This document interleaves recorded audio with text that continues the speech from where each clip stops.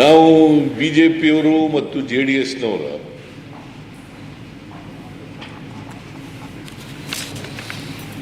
ಈ ಕಾನ್ಸ್ಪಿರಸಿಗೆ ಎದುರ್ಕೊಳ್ಳಲ್ಲ ನಾನು ಯಾವತ್ತು. The Karnataka Chief Minister is blaming the BJP and the JDS. ಇವ್ರ ಸಂಚು, He's calling it a conspiracy. ಒಳ ಸಂಚು,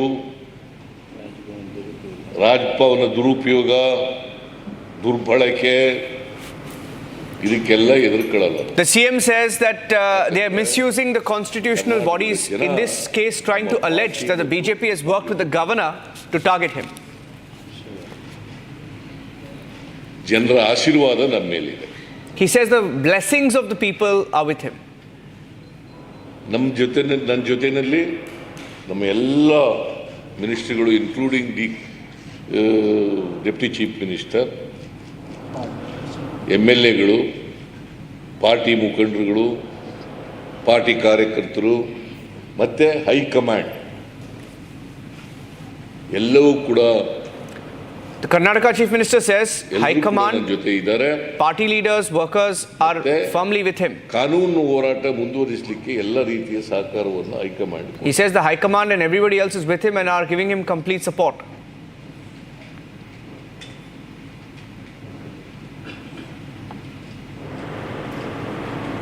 ನರೇಂದ್ರ ಮೋದಿಯವರ ನೇತೃತ್ವದ ಬಿಜೆಪಿ ಸರ್ಕಾರ ನನ್ನ ಮೇಲೆ ಅಷ್ಟೇ ಸೇಡಿನ ರಾಜಕೀಯ ಮಾಡಲ್ಲ, ಇಡೀ ದೇಶದಲ್ಲಿ ಈ ಸೇಡಿನ ರಾಜಕೀಯ ಮಾಡ್ತಾ ಇದ್ದಾರೆ. ವಿರೋಧ ಪಕ್ಷದ ಸರ್ಕಾರಗಳು ಎಲ್ಲೆಲ್ಲಿದ್ದಾವೆ ಎಲ್ಲ ಕಡೆ. He's calling it politics of revenge by the BJP-led Narendra Modi government. Is targeting the center now, calling it revenge politics. ದೇಶದಲ್ಲಿ ತುಂಬ, ಯಾಕಂತಂದರೆ ಭಾರತೀಯ ಜನತಾ ಪಕ್ಷದವರು ಮತ್ತು JDSನವರು ಯಾವತ್ತೂ ಕೂಡ ಅವ್ರ ಸ್ವಂತ ಶಕ್ತಿ ಮೇಲೆ ಅಧಿಕಾರಕ್ಕೆ ಬಂದಿಲ್ಲ. 2008ರಲ್ಲೂ ಬಂದಿಲ್ಲ, 2018ರಲ್ಲೂ ಬಂದಿಲ್ಲ, ಮೊನ್ನೆ ನಡೆದಂಥ ಚುನಾವಣೆಯಲ್ಲಿ ಕೂಡ ಹೀನಾಯವಾಗಿ ಸೋತಿಲ್ಲ ಅಸೆಂಬ್ಲಿ ಚುನಾವಣೆ. Is it the BJP is losing elections consistently?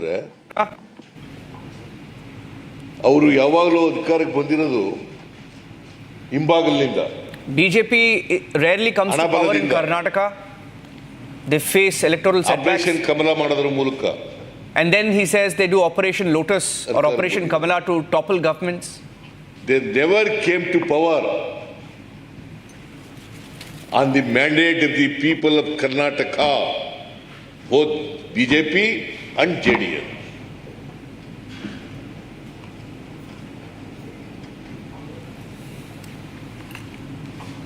ನಾವು 136 ಗೆದ್ದ ಮೇಲೆ ಕಳೆದ ಲೋಕಸಭಾ ಚುನಾವಣೆಯಲ್ಲಿ ಅವರಿಗೆ ಆಪರೇಷನ್ ಕಮಲ ಮಾಡೋಕ್ಕಾಗಲ್ಲ, ಪ್ರಯತ್ನ ಮಾಡಿದ್ರು.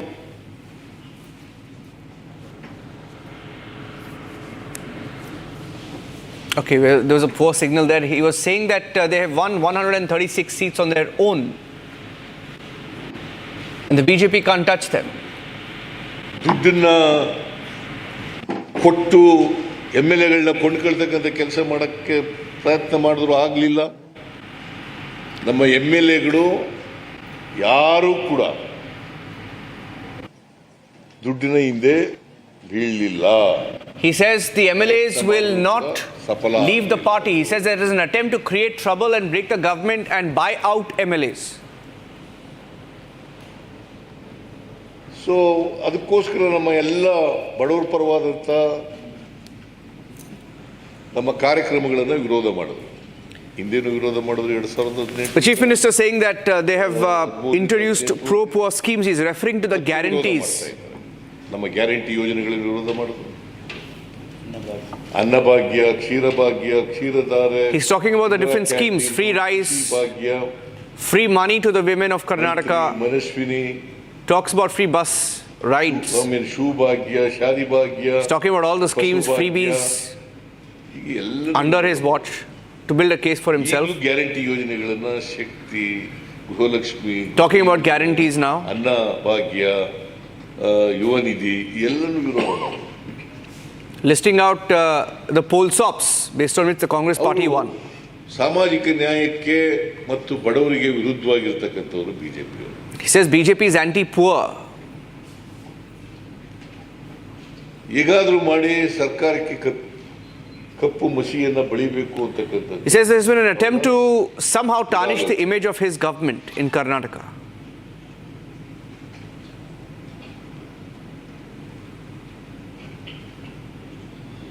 ನಾನು ಎಲ್ಲ ಜಡ್ಜ್ಮೆಂಟ್ ಎಲ್ಲ ಪೂರ ಓದಿದ ಮೇಲೆ ಮತ್ತೆ ಇನ್ನೂ ಹೆಚ್ಚು ರಿಯಾಕ್ಟ್ ಮಾಡ್ತೀನಿ. He says he will read the entire judgment and react in greater detail.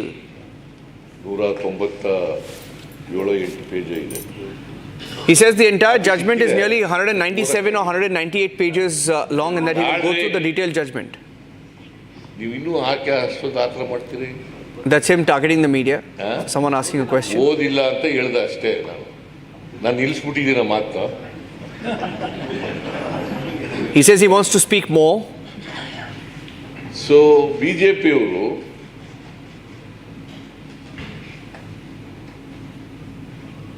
ಇಡೀ ದೇಶದಲ್ಲಿ ಮಾಡಿದ ರೀತಿಯಲ್ಲೇ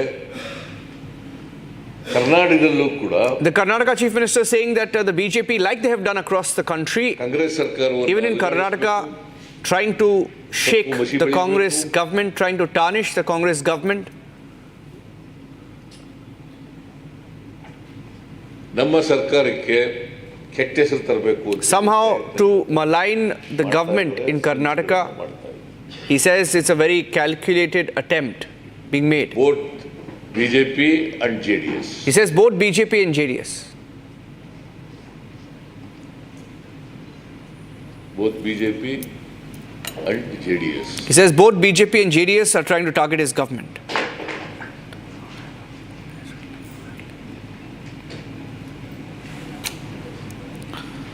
ಇದು ನನ್ನ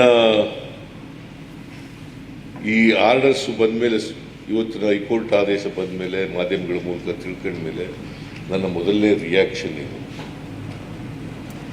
ಆಮೇಲೆ ಜಡ್ಜ್ಮೆಂಟ್ ಎಲ್ಲ ಓದಿದ ಮೇಲೆ ಮತ್ತೆ This is my first reaction after the High Court passed its order. I will go through the entire details.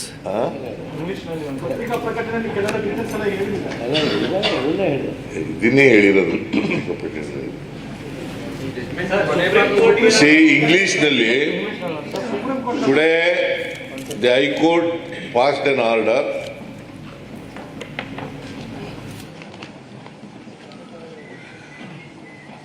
I have seen the orders through the media. I am yet to go through the judgment of the Honorable High Court.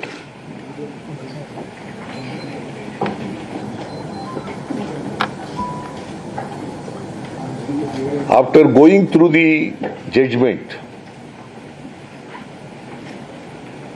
I will react to the judgment both legally and politically.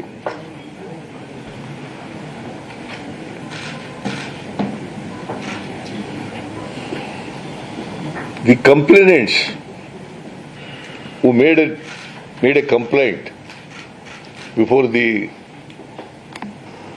Honorable Governor that they made a complaint under Section 17A of the PC Act and 19 PC Act and also 218 of BNSS, old Criminal Procedure Code. ಈಗ new procedure code BNSS.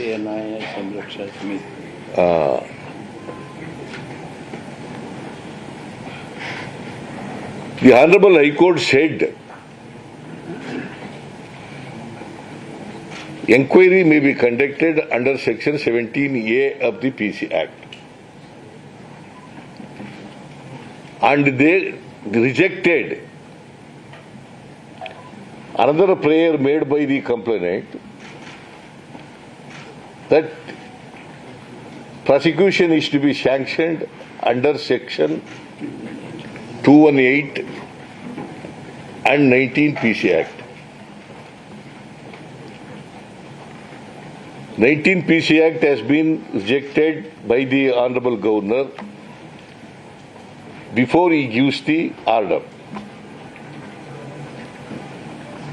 The High Court held that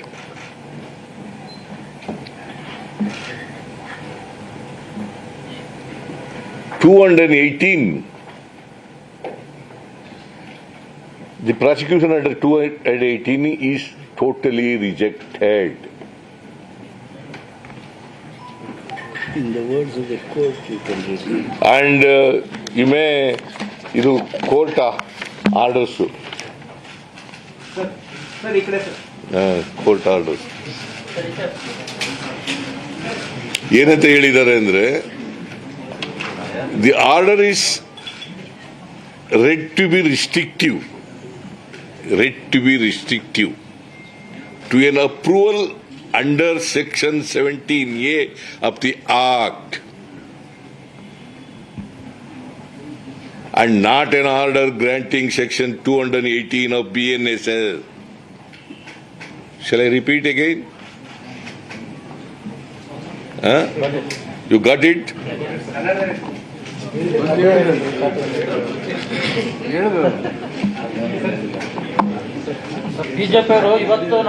ಕೇಳಪ್ಪ ಸ್ವಲ್ಪ, ನಾನು ಹೇಳಾಗ English ನಲ್ಲಿ ಹೇಳಿ ಅಂದ್ಬಿಟ್ಟು ನೀ ಕನ್ನಡದಲ್ಲಿ ಶುರು ಮಾಡ್ಕೊಬಿಟ್ರೆ ಸಾಳು. ಸ್ವಲ್ಪ ತಾಳ್ಮೆಯಿಂದ ಇರು, ಕೇಳುವೆ. ನನಗೆ ಗೊತ್ತು ನೀನು ಏನ್ ಕೇಳ್ತಾ ಇದೀಯ ಅಂತ ನನಗೆ ಗೊತ್ತಿದೆ, ಉತ್ತರ ಹೇಳೋಣ. So after go through the judgment, I will discuss with the legal experts and also with my cabinet colleagues and party and also with the High Command. What action to be taken legally to be spelled out.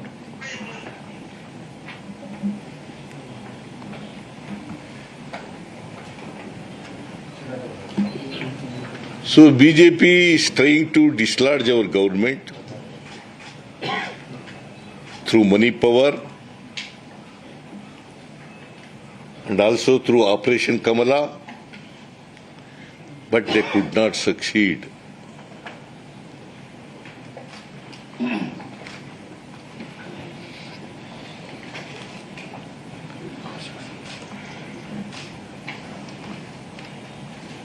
I am not afraid of the conspiracy hatched out by both BJP and JDS, because people of Karnataka are with our party, are with me, and also with our government.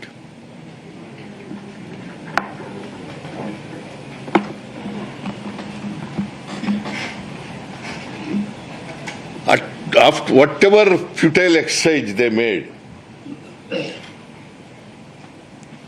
to dislodge our government, it is not possible for them. See, they were succeeded in 2018 or 19.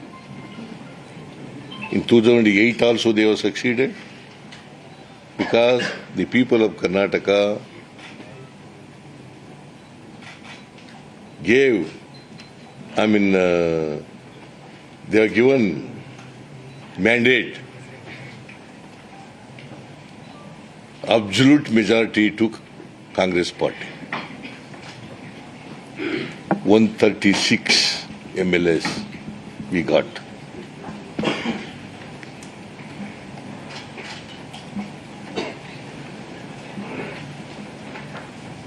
So BJP is always against social justice and programs of the poor people of the society,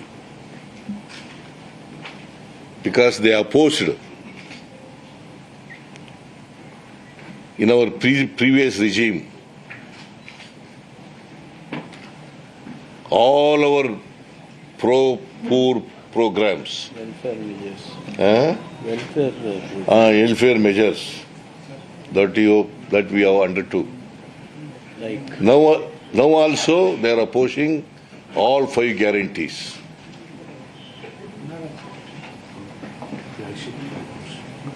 All flagship programs. Because they basically, BJP and JDS are against social justice and programs of the poor people.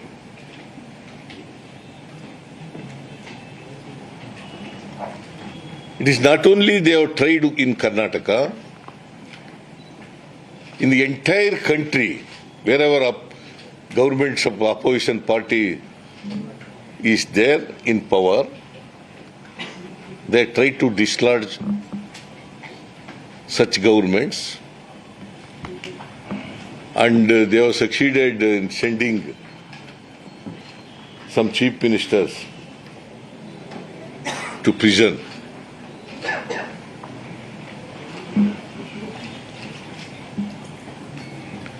So it is not possible in Karnataka because people are standing with us like a rock,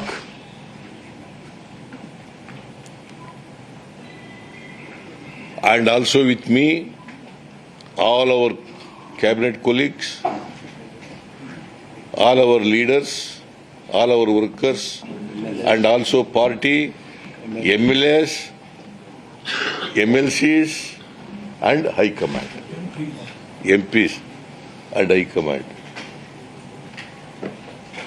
So,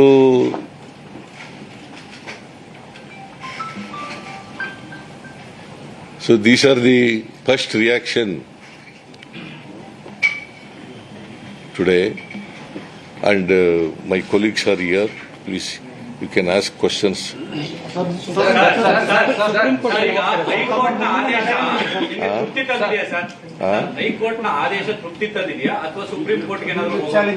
ನೋಡಪ್ಪ, ಇದು ತೃಪ್ತಿ ತಂದಿದೆಯಾ ತೃಪ್ತಿ ತಂದಿಲ್ವಾ ಅಂತಕ್ಕಂಥ ಪ್ರಶ್ನೆ ಅಲ್ಲ. ನಾವು ಗವರ್ನರ್ನ ಆದೇಶವನ್ನ prosecution ಕೊಡೋದನ್ನ challenge ಮಾಡಿದ್ದು. ಅವರು 19 PC ಆಕ್ಟ್ ಅನ್ನು ಬಿಟ್ಟು 218 ಮತ್ತು 17A ನಲ್ಲಿ ನಮಗೆ ಪ್ರಾಸಿಕ್ಯೂಷನ್ಗೆ ಸ್ಯಾಂಕ್ಷನ್ ಕೊಟ್ಟಿದ್ರು. ಅವರು 17A ಮಾತ್ರ ಎಂಕ್ವೈರಿ ಮಾಡಿ ಅಂತ ಹೇಳಿ 218 PC ಆಕ್ಟ್ ಅನ್ನ ಅದನ್ನ ರಿಜೆಕ್ಟ್ ಮಾಡಿದ್ದಾರೆ. ಗೊತ್ತಾಯ್ತಾ? ನಾನು ಅದಕ್ಕೆ ನೋಡಿ, ಈಗ it's not A question of satisfaction or dissatisfaction. It's a legal fight.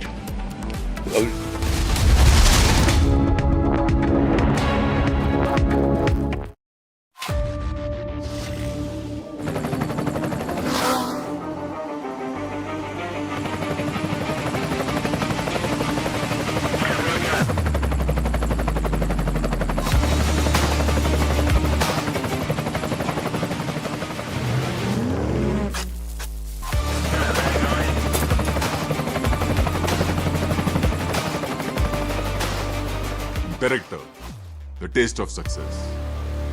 13,000 placements last year. At Amity, we are committed to nurturing passionate, hardworking and proactive professionals. Welcome to the future of driving. Recently, JSW MG Motors India launched the Windsor EV in the country with an industry-first initiative of Battery as a Service program. Now today, we are excited to introduce you to the MG Windsor EV, a game changer in the world of electric vehicles. Let's dive into what makes this stunning crossover utility vehicle a must-have for every modern driver.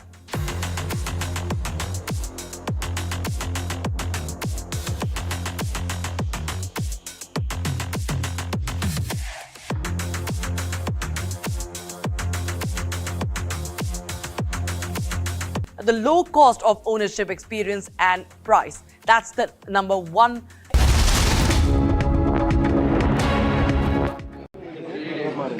The order is read to be restrictive to an approval under section 17A of the Act.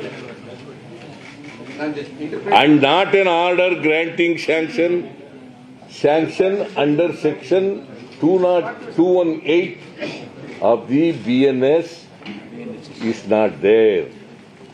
Sir, you have said you are open for an investigation.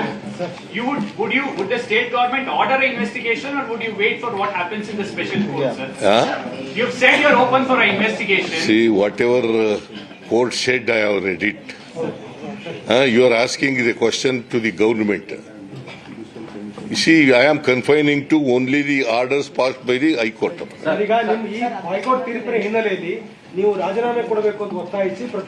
ಯಾಕೆ ರಾಜೀನಾಮೆ ಕೊಡಿ? ಕುಮಾರಸ್ವಾಮಿ ರಾಜೀನಾಮೆ ಕೊಟ್ಟಿದಾರ? Bale ನಲ್ಲಿ ಇದಾರೆ? ಅಲ್ಲ, bale ನಲ್ಲಿ ಇದಾರಪ್ಪ. ಅವ್ರು ಕೇಳಿ, ಅವ್ರು ಕೇಳ್ರಿ. ಈಗ FIR ಇರೋರಿಗೆಲ್ಲ ಕೇಳಪ್ಪ. ಇಲ್ಲಿ ಇದು ಇಟ್ ಈಸ್ ಓನ್ಲಿ ಎಂಕ್ವೈರಿ ಮಾಡಿ ಅಂತ ಹೇಳಿರೋದು ಅಲ್ವಾ? ಎಂಕ್ವೈರಿ ಸ್ಟೇಜ್ನಲ್ಲೇ ರಾಜೀನಾಮೆ ಕೊಡಿ ಅಂತ ನೀನು ಕೇಳೋದು ಅಲ್ಲ. ನೀನ್ ಕೇಳ್ತಾ ಇದೀನಯ್ಯ, ಮತ್ತೆ ನೀನ್ ಬಿಡು. ಅವ್ರಿಗೆ ಉತ್ತರ ಕೊಡ್ತೀನಿ ನಾನು, ಬಿಡು.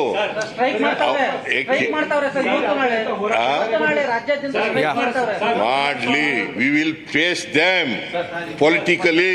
Okay, he's calling it a witch hunt, saying that many others have not decided. We'll take a short break now. This is the Karnataka Chief Minister who's addressing the news conference. And we'll take a break and we'll come back. The news conference will go on and on. Questions being answered by him, routine questions by the media. He's answering those questions. We'll take a break and come back. Stay tuned. ಅಲ್ಲ, ಅವ್ರಿಗೆ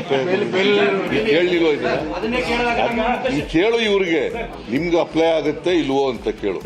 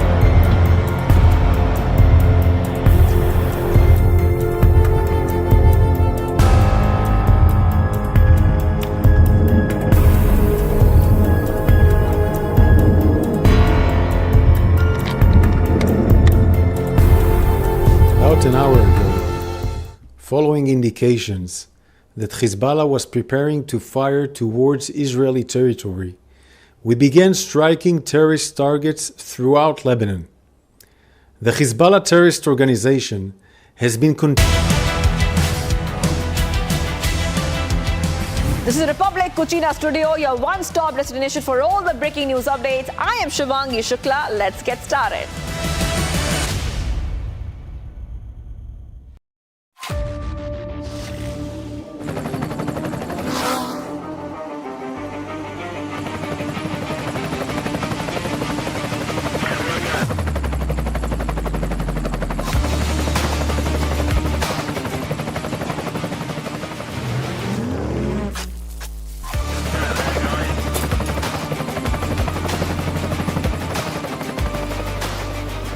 Director, the taste of success.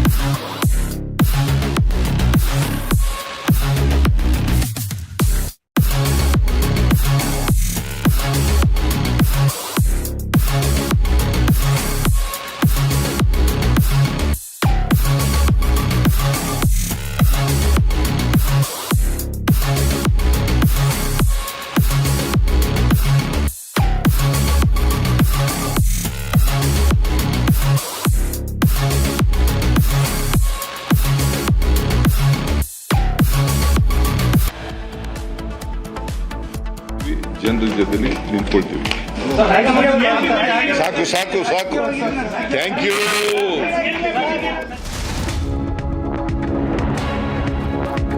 13,000 placements last year. At Amity, we are committed to nurturing passionate, hardworking and proactive professionals.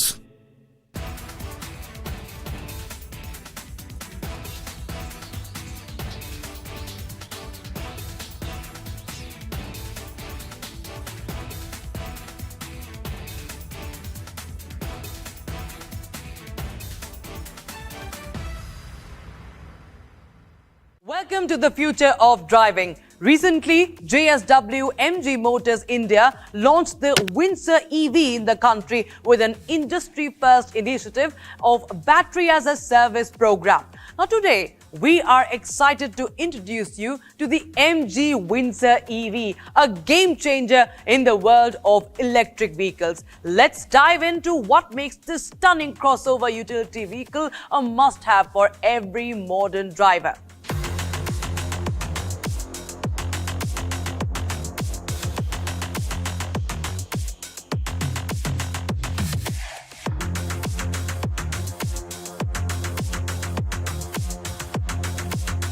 The low cost of ownership, experience and price. That's the number one factor.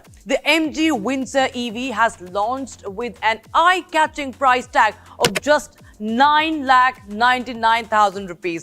But here's from Asia's largest news headquarters, setting the agenda for Bharat.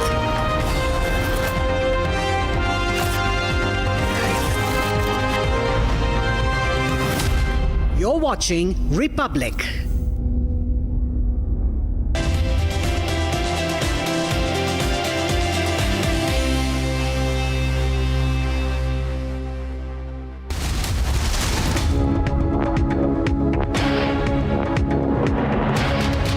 Royal Global University, Northeast, can't wait. Pado, kuch pano. BJP is trying to dislodge our government through money power and also through Operation Kamala, but they could not succeed.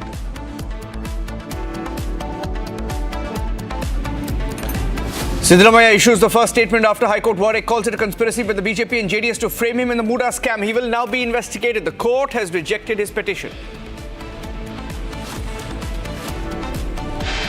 This is proof and evidence that the MUDA scam that Siddaramaiah and his family are beneficiaries of is a serious scam. This investigation is free and fair, that Siddaramaiah must resign immediately. BJP ups the ante against Congress government in Karnataka, demands Siddaramaiah's resignation on the MUDA scam. He will be investigated. The court has allowed the investigation.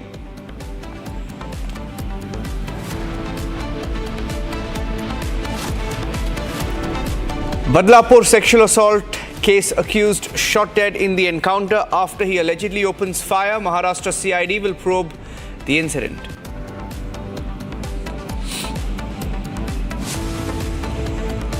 CPM MLA actor Mukesh arrested by SIT in the rape case, released on bail within hours after arrest.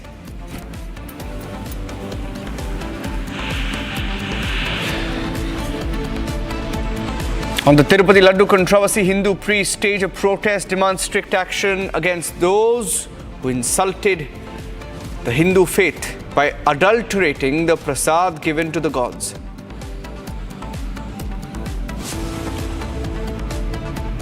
Presented by Royal Global University, Northeast, can't wait. Pado, kuch pano.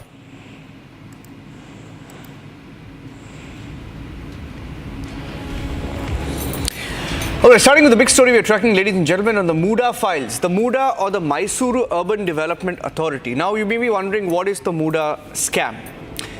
It's a scam in Karnataka that dates back almost 20 to 24 years. And a few weeks back here on Republic TV, we accessed the entire MUDA files while showing how the Chief Minister, the current Chief Minister of Karnataka, Siddaramaiah, over the years had managed to amass property which he was not supposed to get in the first place. Prime property that was allotted to him after rules were broken, after paperwork, paper trail, illegal transactions that have taken place over different years. What was bought for 5 lakhs, now worth 65 crore rupees.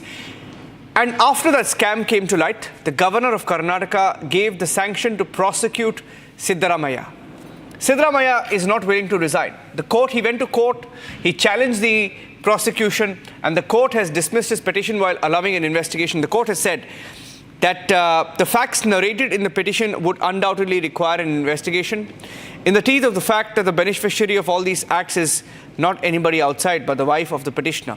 So those are very powerful words. I want to go across to C.R. Kesavan of the BJP joining us in the broadcast. C.R. Kesavan, going through the order, I have the order with me.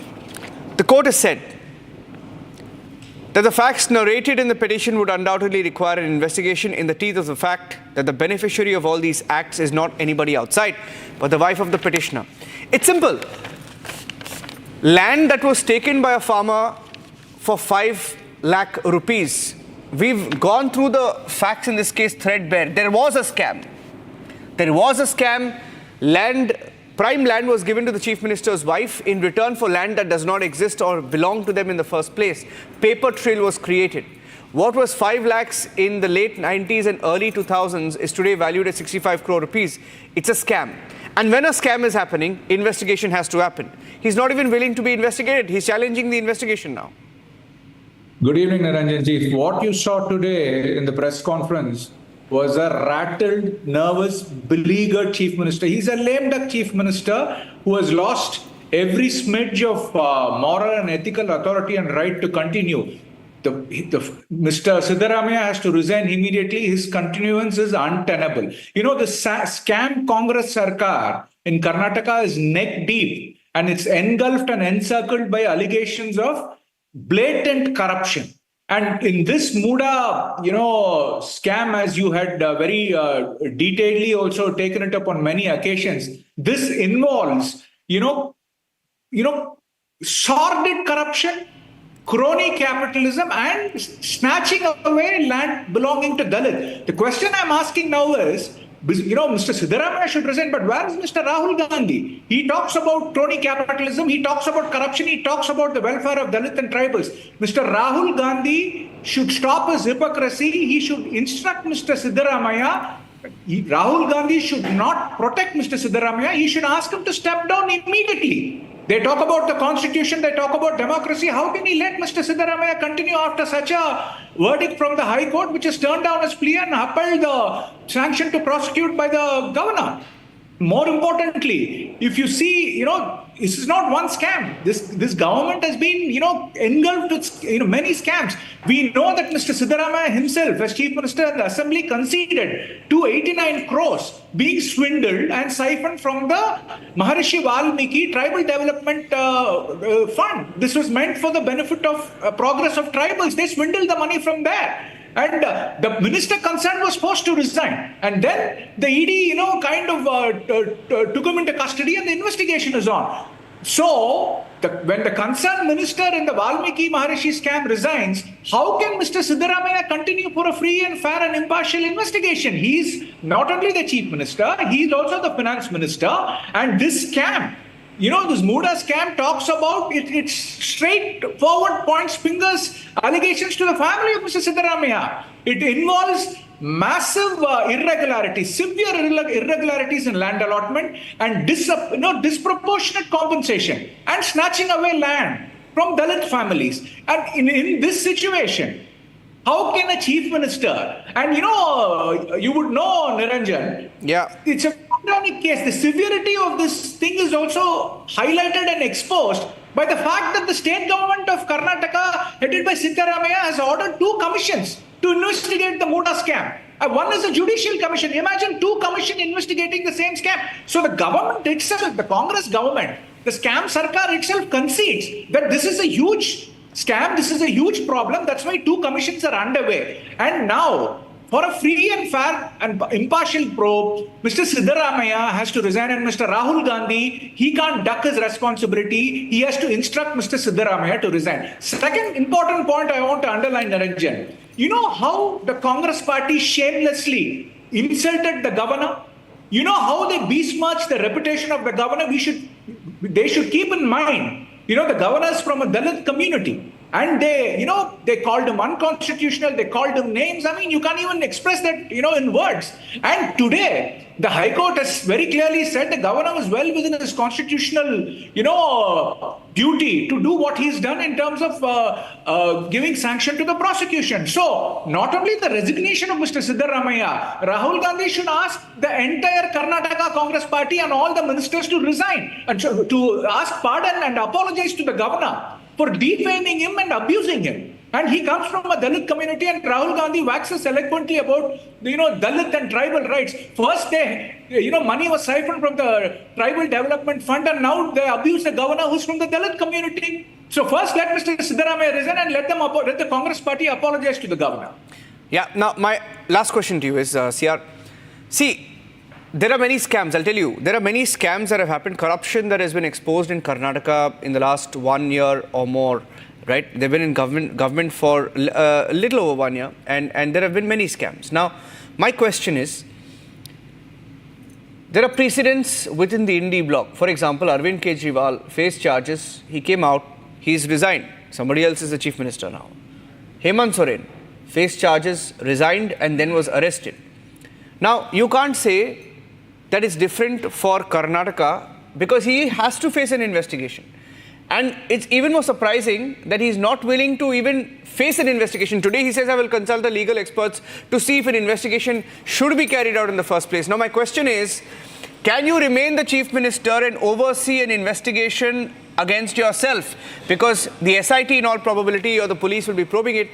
You can't oversee an investigation that your own people are going to probe. It's conflict. You will have to resign on grounds of propriety. Very well pointed out, Niranjanji. Mr. Siddaramaiah in his press conference said, the Congress party is with me, the Congress High Command is with me, but the people are not with them. The justice is not with them because this is a case of corruption when it comes to Dalits and also crony capitalism and corruption. And you pointed it out right. When the Valmiki tribal development scam happened, the minister concerned was forced to resign because he would impede a free and fair probe, and the law could not take its course. When he resigned, it happened, like you correctly said. The chief minister is the head of the government, and the accusation and the allegations are against him and his family. So how can a free and fair probe be possible? How can the Karnataka State Police investigate the Karnataka chief minister to whom they report to? So which is why Mr.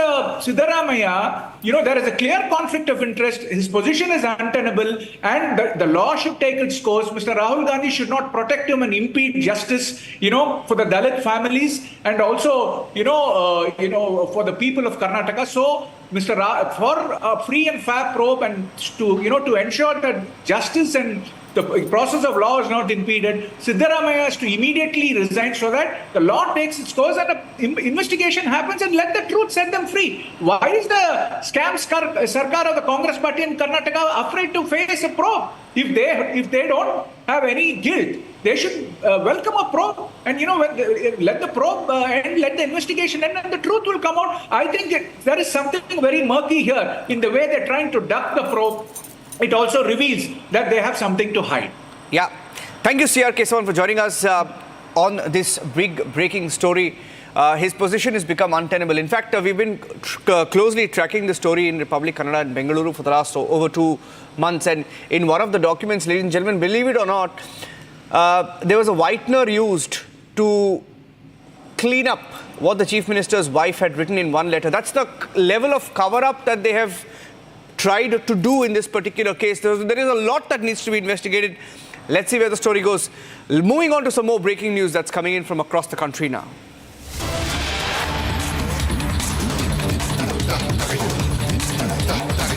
Congress MLA Maman Khan has been charged with UAPA.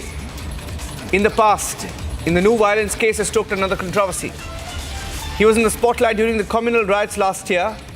During the Jal Abhishek in New, has come again under the limelight with a statement that has been made while addressing the people during election campaign. This Congress leader called Maman Khan has said that those who have done injustice to the children of Mewat will have to leave Mewat as soon as the Congress government is formed. A controversial comment being made. Listen in.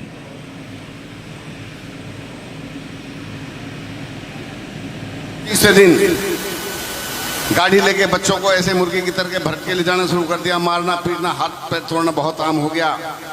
हौसले बुलंद हो गए, वक्त आएगा सरकार बनेगी इंशाअल्लाह। जिन जालिमों ने हमारे बच्चों के साथ अन्याय किया है मुझे एक एक की पता है, एक एक को जानता हूं, जिन्होंने लिस्ट दी है। किसी भी सूरत में बख्शूंगा नहीं, या तो उनको मेवात छोड़ना पड़ेगा, यहाँ नहीं रहना पड़ेगा, यहाँ बाहर जाना पड़ेगा। तीसरे दिन गाड़ी लेके बच्चों को ऐसे मुर्गी की तरह भर के ले जाना शुरू कर दिया, मारना पीटना हाथ पैर तोड़ना बहुत आम हो गया। हौसले बुलंद हो गए, वक्त आएगा सरकार बनेगी इंशाअल्लाह। जिन जालिमों ने हमारे बच्चों के साथ अन्याय किया है मुझे एक एक की पता है, एक एक को जानता हूं, जिन्होंने लिस्ट दी है। किसी भी सूरत में बख्शूंगा नहीं, या तो उनको मेवात छोड़ना पड़ेगा, यहाँ नहीं रहना पड़ेगा, यहाँ बाहर जाना पड़ेगा। Okay, Lalit is joining us with more details. Lalit, give us more details of what Maman Khan has said, why it's controversial.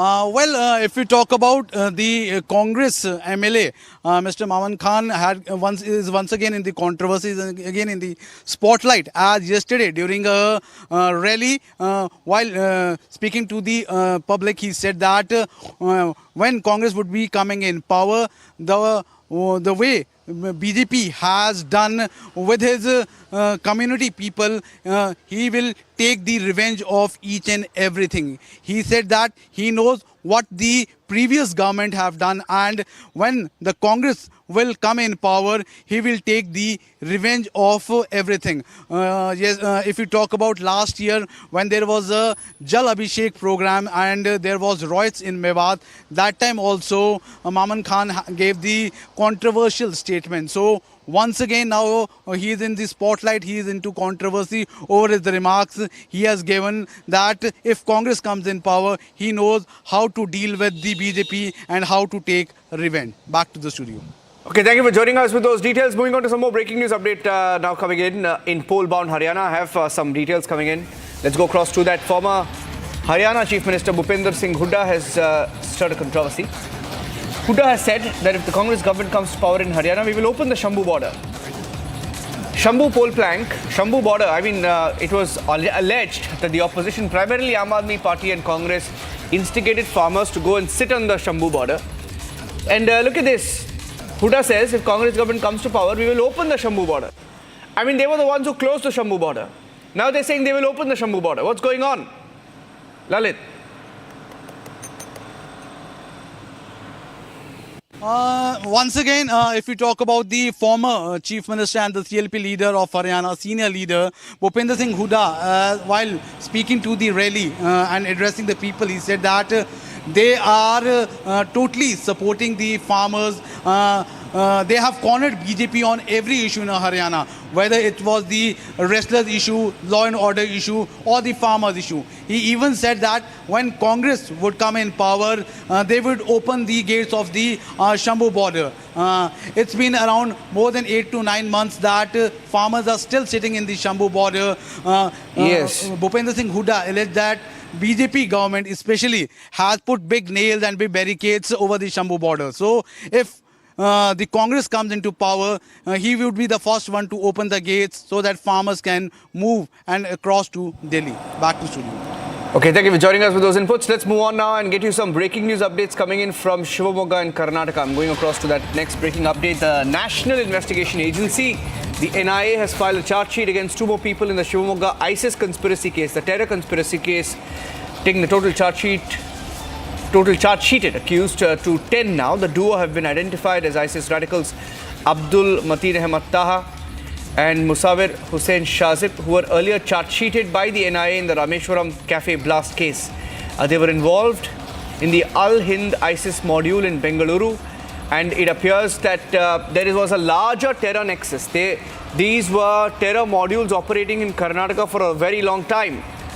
They perhaps were part of a larger ISIS conspiracy. Go across to my colleague Sri Lakshmi joining us from the newsroom in Republic Kannada in Bengaluru. Sri Lakshmi, take us to the details.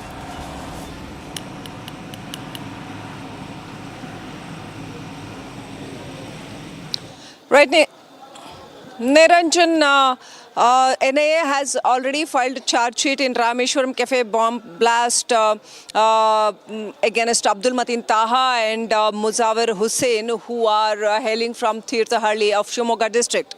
Now, another charge sheet has been filed against them in this ISIS radicalization and conspiracy case by NIA. It shows us that since, as many police officers in Karnataka were saying, since 2017-18, they were active in radicalizing people and creating conspiracy to destabilize the nation.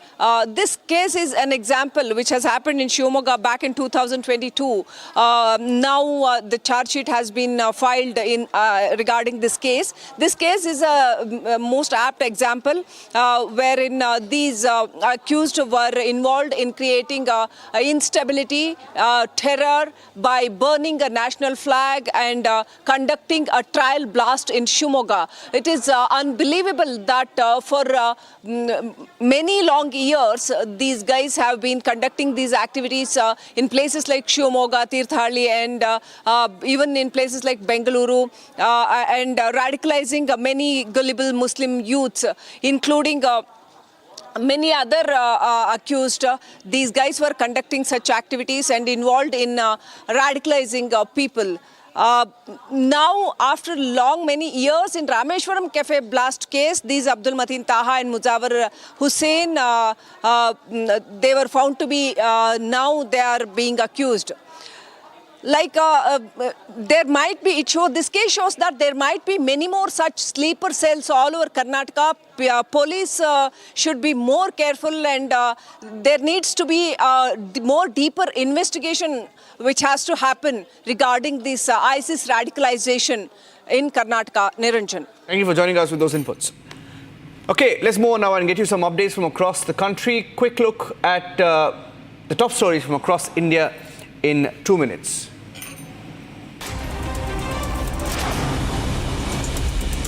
Polling parties have begun collecting electronic voting machines for their designated polling stations in preparation for the second phase of assembly elections, which will take place tomorrow, 25th of September.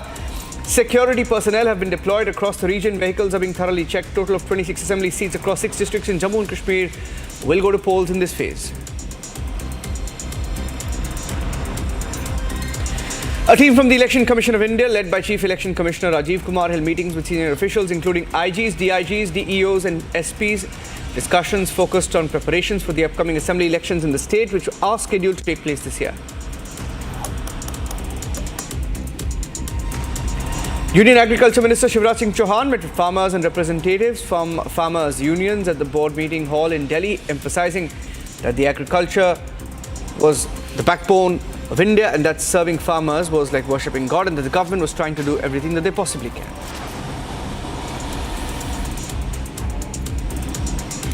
A violent clash broke out in Muzaffarnagar after a dispute between two parties over reading of the namaz.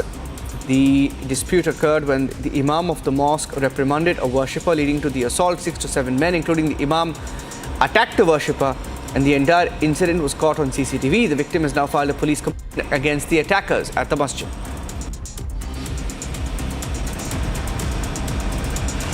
Former Haryana Chief Minister Bhupinder Singh Hooda, addressing supporters, said that if the Congress comes to power in Haryana, they will reopen the Shambhu border. Hooda criticized current BJP government, focusing on issues related to the farmer movement, injustice faced by wrestlers, law and order, etc.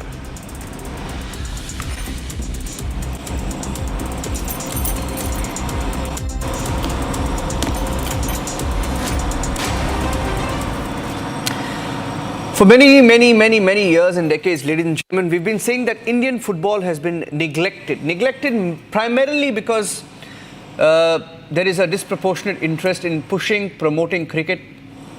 Football administration in India run mostly by politicians, and they have for a very long time treated it like a stepchild. And we have now Indian footballer Akash Mishra requesting fans not to give up on Indian football and attend football games and rally behind Indian football teams and leagues.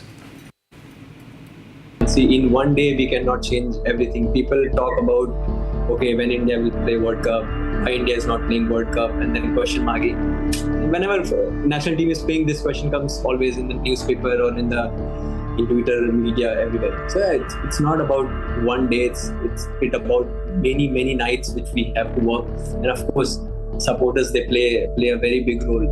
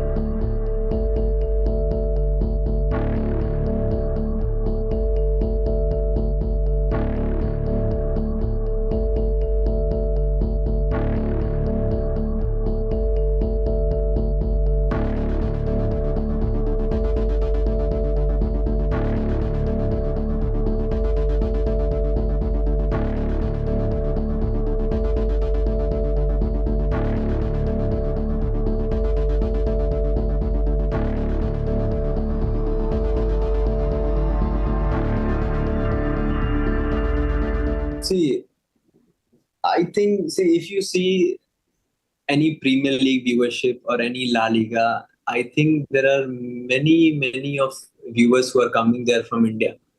But when it comes to ISL, when it's come to Indian football, now, of course, now we are growing day by day, season by season, people are coming more and more. But this I have requested, even whenever I have got a chance to speak, that I have said that how you support Manchester United, how you support Manchester City and other Premier League teams, at least you have to give time to us also, to the national team, to the clubs.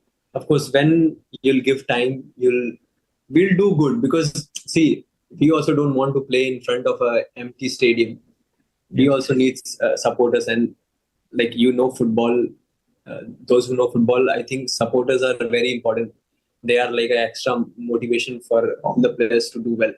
So yeah, it's all about coming together and have patience. See, in one day we cannot change everything. People talk about, okay, when India will play World Cup, why India is not playing World Cup, and then question mark. Whenever national team is playing, this question comes always in the newspaper or in Twitter, media, everywhere. So yeah, it's not about one day. It's about many nights which we have to work, and of course, supporters, they play a very big role. If you are interested in football, if you are supporting a team, I don't know if you see the European culture, it's different, because if your team is playing even a friendly, there are supporters in the ground. But only when we are playing like big games, then the big crowd is coming over. But that's not what we need. We need, even in our tough times, when we are losing, when we are not winning games. Of course, you can criticize us if we are not playing well. But if you are there, even that criticism gives us that, okay, ye dekha, next time we have to do well. Next game we have to do well. When there is no one to say anything, sometimes that goes in the mind of the players. So yeah, like you said, not only in the big games, not only in the World Cup qualifiers, of course in the friendly games, of course through the season, even in ISL, of course we need supporters, bro.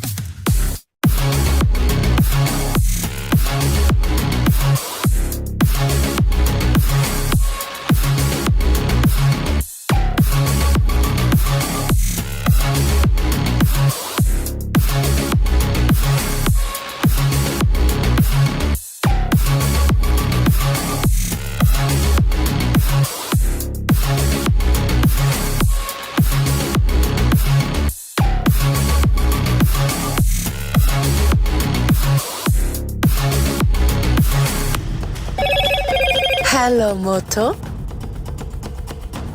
Motorola, India's best 5G smartphone brand, brings you the latest breaking news updates from across the country only on Republic TV, and I'm Samiksha Srivastava.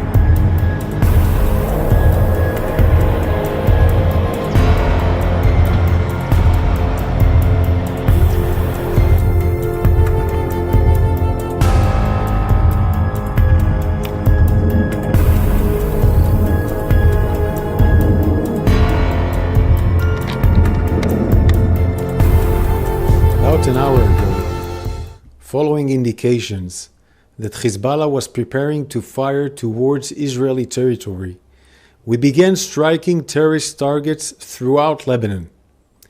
The Hezbollah terrorist organization has been continuously launching attacks on Israeli civilians and has no plans to stop.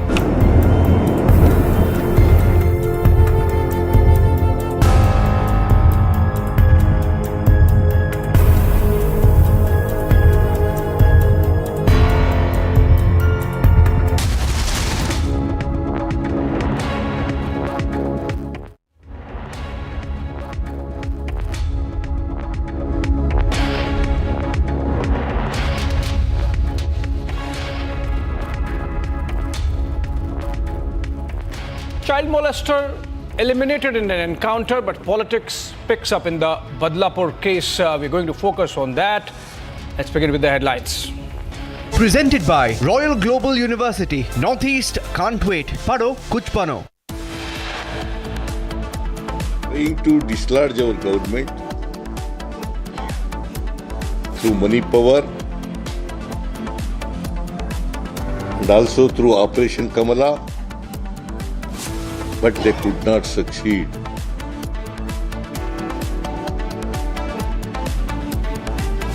Siddaramaiah issues first statement after the High Court verdict, calls it a conspiracy by the BJP and the JDS to frame him. And evidence that the MUDA scam that Siddaramaiah and his family are beneficiaries of is a serious scam. His investigation is free and fair, that Siddaramaiah must resign immediately. BJP ups the ante against Congress. Government in Karnataka demands Siddaramaiah's resignation.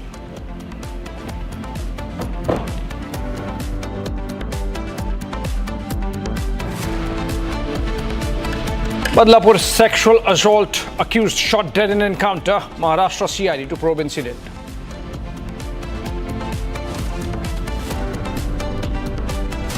CPM MLA and actor Mukesh arrested by SIT in rape case. Released on bail just within hours after arrest.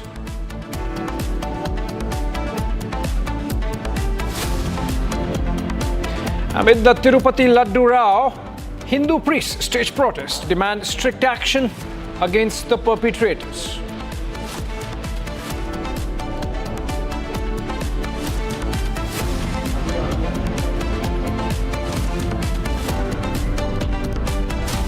Presented by Royal Global University. Northeast can't wait. Pado kuch pano.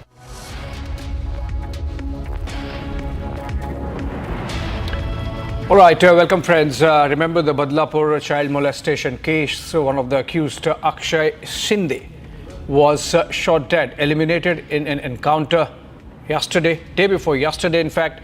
And now the Maharashtra Criminal Investigation Department, the CID, is taking over the probe in the Akshay Shinde encounter case, following politics that panned out over the encounter, with some calling it fake. Thane Crime Branch officials have brought Shinde's body to the JJ Hospital in Mumbai, where a post-mortem examination is underway. We in fact have a ground reporter by our correspondent Sandeep from Mumbai. Let's look at that. How was Akshay Shinde killed? Remember, the Badlapur sexual assault accused, Akshay Shinde, was encountered by the Thane Police Crime Branch, and it is being said that this action was taken as a self-defense by the Thane Crime Branch officials. Remember, a similar kind of vehicle, a similar kind of van was carrying Akshay Shinde yesterday from Taloja jail to Thane, and in fact at the same point in time similar kind of vehicle was there, and in fact Akshay Shinde was accompanied by two of the Thane police constable sitting with him, one at this side, another one at this side, and API Nilesh More was sitting just opposite to this Akshay Shinde, the accused. Now, while returning from Taloja jail, Akshay Shinde started troubling the officer. It is being said that he started abusing the officers, that he has been booked in fake cases, he is being tortured. Now, when this whole incident happened, and when Akshay Shinde in fact started abusing API Nilesh More, at that point in time, when this van or the similar kind of van reached at the Mumra bypass, Nilesh More, API Nilesh More in fact called Sanjay Shinde. Now Sanjay Shinde was sitting next to the driver. This van, in fact a similar kind of van which was carrying Akshay Shinde, stopped at Mumra bypass. Sanjay Shinde stepped out from that very door and entered this vehicle. Now API More, who was sitting this side, stepped out here and sat next to Akshay Shinde, and at the same sequence Sanjay Shinde sat here. Meanwhile, the accused Akshay Shinde got more aggressive, and in fact he tried snatching the gun from API Nilesh More, who was just sitting next to Akshay Shinde. At that point in time, the officers were trying to stop him, but ultimately during this snatch, the gun got loaded, in fact unlocked. As we talk, it got unlocked, and one of the bullet got fired out here on the legs on the thighs of API Nilesh More. At that point in time, Akshay Shinde was able to take out the gun from Nilesh More's custody, and in fact he fired 2 to 3 rounds. In fact 3 rounds were fired by Akshay Shinde, and ultimately Sanjay Shinde, the officer, police inspector, who was just sitting opposite to Akshay Shinde, stepped up and nailed the gun against Akshay Shinde and fired Akshay Shinde, in which Akshay Shinde lost his life. And in fact the officer didn't call the ambulance. The same vehicle went on to Kalwa hospital, and the same vehicle, in fact when Akshay Shinde was brought out there in the hospital, he was declared dead before arrival. So that is what we have learned from our sources. This was the similar kind of testimony. This was in fact the testimony that Sanjay Shinde, this is the statement that has been given by Sanjay Shinde, the police inspector, who fired bullet on the accused Akshay Shinde in this very matter. Although the case has been given to CID to investigate the full sequence, this will be very much crucial to see whether the investigating team of this very whole encounter. All right, Sandeep in fact joins us live. Sandeep, what politics are panning out on this encounter episode? Was the government under pressure to order this CID probe? See, as far as the CID probe is concerned, Abhishek, as far as the legal and the technicalities of the encounters are considered, it is a protocol that every legal organization, every probe agency has to follow. And similarly, this CID probe has been ordered. Earlier, an SIT was formed to probe the sexual assault case, and in fact, the DCP, who was in fact in charge of that SIT, also visited the spot and also inspected the vehicle. So this CID probe is nothing to do with the politics, but ultimately a part of a protocol that needs to be followed. It is a part of rules and regulation system that law agencies follow.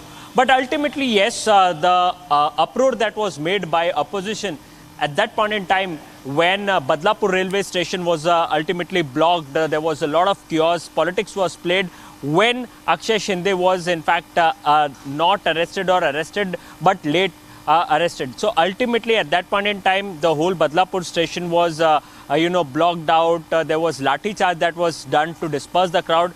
But after this very kind of incident, or wherein we can say as a part of self-defense when Thane Police Crime Branch shot Akshay Shinde, now the opposition is pointing out government and calling it as a fake encounter or planned encounter. Although Deputy Chief Minister Devendra Fadnavis and Chief Minister Eknath Shinde had made it clear that an inquiry has been ordered, and the way it has been, the way government has been targeted is something that opposition should not do. So ultimately, war of words have started, Abhishek, but the question remains the same.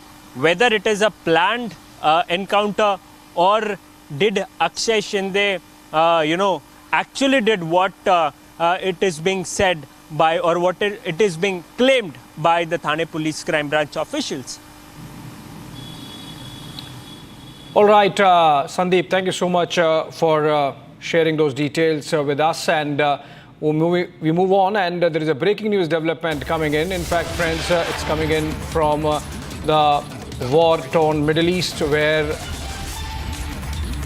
the IDF has issued a statement, the Israeli Defense Forces, where they have said that a short while ago, with the direction of the IDF intelligence, the IAF, which is the Israeli Air Force, struck terror targets belonging to the Hezbollah terrorist organization in the Bekaa and several areas in southern Lebanon.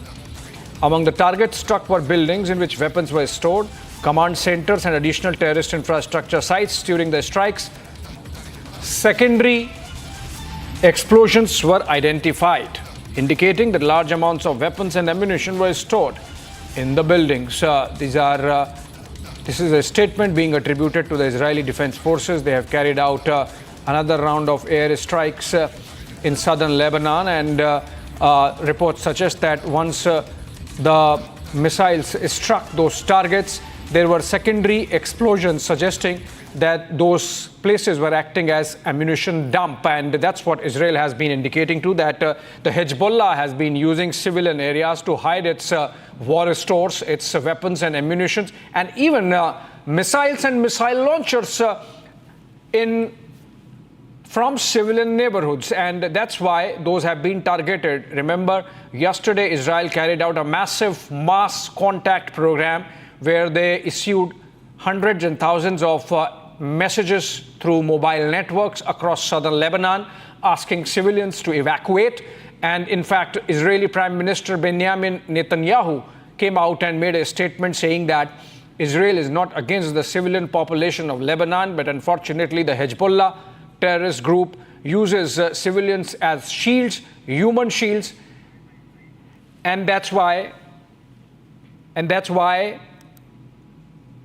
we have to act against Hezbollah and target those locations within civilian areas. That's why Benjamin Netanyahu said that civilians have been asked to vacate those pockets of southern Lebanon which have been hit today. Now, we have a live coming in from Israel. Haifa joins us live. And Haifa, if you could share with us what exactly made Israel go after Hezbollah? Was it, or is it seen as a preemptive strike? Was there some intelligence-based information available based on which these strikes have been carried out? And do we have an idea of the kind of objectives that have been achieved? Hello, thank you for hosting me. First of all, we see that the Israeli intelligence worked very well with the pagers, with the walkie-talkies. And again, we see that far away from the Lebanese border with Israel, in the Baqa, in Baalbek, which is like, a few dozen kilometers from the border, still Israel has a perfect intelligence to know where Hezbollah is hiding its weapons. And Hezbollah right now is quite shocked. We don't see yet tanks or infantry, Israeli ones, inside Lebanon. But let me remind you that also 1 year back in October, it took some time in which only Air Force worked, and only later on we saw Israeli boots on the Gazan ground. So I guess with Lebanon, it is like the same scenario. First of all, we need the Air Force to create the advantage for Israel. And later on, if we don't find a diplomatic solution, I guess infantry and tanks will also be inside Lebanon. And do you suggest that the infantry would be going in southern Lebanon? Are you sure that Israel would be launching a ground offensive? Again, if there is no diplomatic solution, because we have a diplomatic solution of 2006, and it means that all Hezbollah terrorists must be beyond the Litani River. And what happened is that, of course, Hezbollah is a terrorist group. They sent their nukhbas, their foot soldiers, to the border. I guess that if they give reliable promises to the international community that they will go beyond the Litani River, this war will be Hogaya, it will be stopped. Okay, and the statement that was made by Prime Minister Netanyahu last evening, was it aimed at international audience to convince them that Israel is following all protocol, and that before going for the strikes, you have already communicated to the civilians to evacuate so that only the terrorist organization and their operatives be targeted? I think the first priority of Netanyahu is the civil population, the civilians and citizens of Lebanon, not the international community. Because even among the Shia community, Hezbollah enjoys like 70 to 75% of popularity. It means that even within Shia community, Hezbollah has like 1/4 of Shias who dislike Hezbollah. Among other communities, Sunni and Christians and others, Hezbollah is hugely unpopular, and I guess that when Netanyahu speaks, he speaks also to them. And Lev, are we seeing more focus on southern Lebanon because Israel has decisively decimated Hamas, and that Hamas is no more a military threat in the southern part of Israel? I think you put it well. Hamas can still kill our soldiers and still has our hostages, but it is a one-front war against Hezbollah. We have some foot soldiers in Gaza, but the best units and most of the soldiers are in the Lebanese border. Hamas right now cannot have a real impact on the arena. I agree with you. All right, but Lev, where does it go from here? Like, are we seeing escalation building up, or are we seeing that the manner in which Israel has made sure that Hamas cannot repeat what they did last year? In fact, we are just completing 1 year in a few days from now. Similarly, in the case of Hezbollah, is it going to be a long haul in the northern part now? Okay, so we have like 3 actors. One is Iran and its proxies, Hezbollah, the Houthis, Hamas, and so on.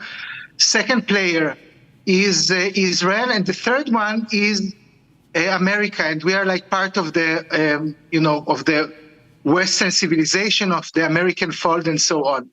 So I guess that right now it depends on Hezbollah if they are ready to give Israel some kind of assurance that our like half lakh of residents of the northern border, they can go back to their villages, to their towns.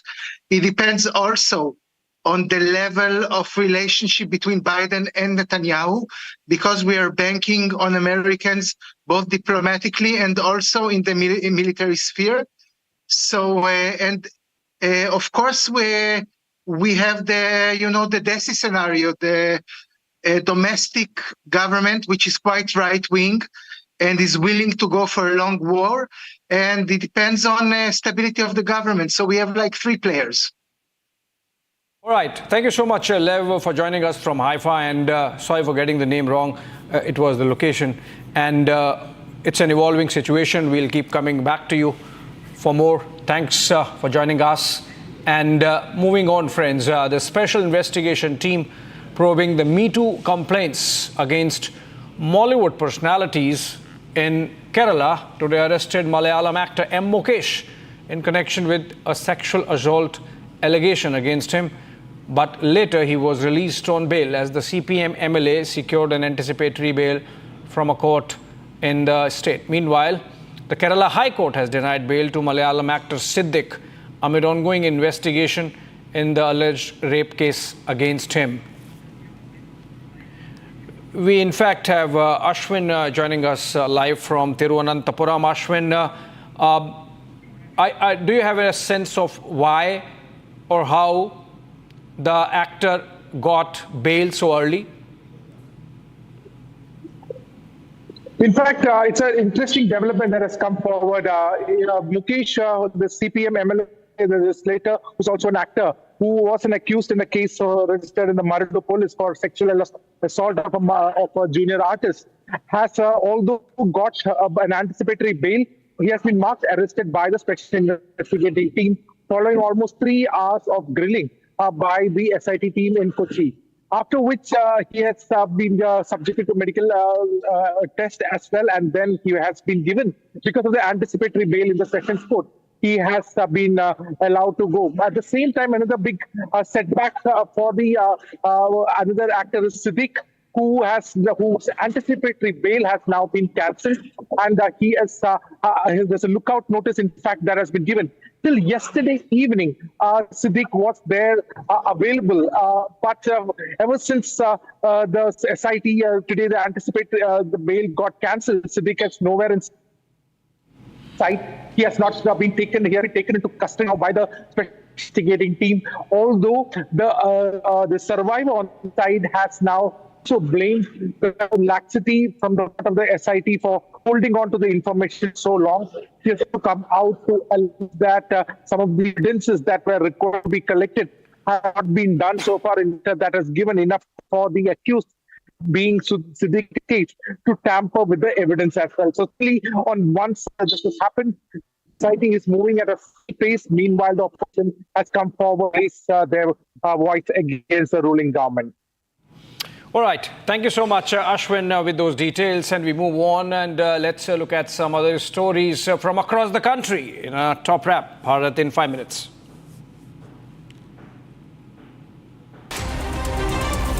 Shiv Sena workers celebrated at the railway station after the recent death of sexual assault accused Akshay Shinde in an encounter.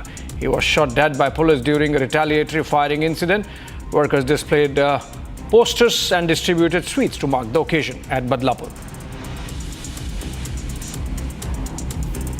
5 wagons of an empty goods train derailed in West Bengal's Alipurdwar and New Mayanagari station early this morning around 6:20 a.m. There were no casualties reported.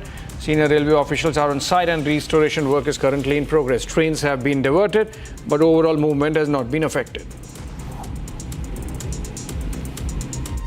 यहाँ तक information है, information के अनुसार on duty station master के अनुसार और हम लोगों के ऑब्जर्वेशन के अनुसार एक डाउन ट्रेन जा रही थी, वो डिरेल हो गई। यही देखा जा रहा है। घायल हुआ है क्या? कितना बजे हुआ है? 6:24 पर रिपोर्ट है। माल ट्रेन, मालगाड़ी है, मालगाड़ी। कोई घायल हुआ है? ड्राइवर हो? नहीं, कोई घायल नहीं है, कैजुअलिटी 0 है। The US-India Strategic Partnership Forum said that the success of India's Chandrayaan-3 mission has opened doors for greater cooperation between NASA and ISRO. Both organizations plan to conduct scientific research aboard the International Space Station 2025. As the second phase of polls approaches in Jammu and Kashmir, Rajasthan's Chief Minister Bhajan Lal Sharma criticized opposition parties. He claimed that the BJP has driven development in the region, unlike Congress and National Conference, which he accused of neglecting the area for decades while campaigning in the Union Territory. यहाँ की सड़कों की स्थिति की ये सड़क बननी चाहिए, यहाँ से इस सड़क को जोड़ना चाहिए। मैं आपसे पूछना चाहता हूँ, क्या कांग्रेस के लोग और नेशनल कॉन्फ्रेंस के लोग ये सड़क बनवा सकते हैं? क्या 70 साल में उन्होंने कोई इसमें जम्मू कश्मीर में विकास कराया है? क्या कोई विकास आपने देखा है? अगर ये विकास कराया है तो भारतीय जनता पार्टी की केंद्र की सरकार ने यहाँ जम्मू कश्मीर के अंदर विकास कराया है। Tensions escalated in Naushera, Jammu and Kashmir as BJP workers reported being attacked by National Conference members. The BJP claims the NC workers are pressuring families to vote for them with allegations of checkpoints being set up in the area ahead of the elections.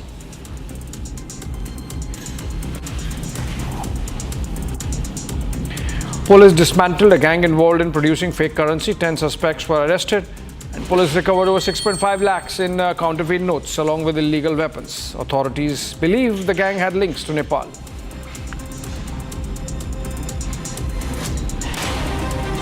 जाली नोटों में deal करने वाले एक gang को bast किया गया है, जिसमें टोटल 10 लोगों की गिरफ्तारी हुई है।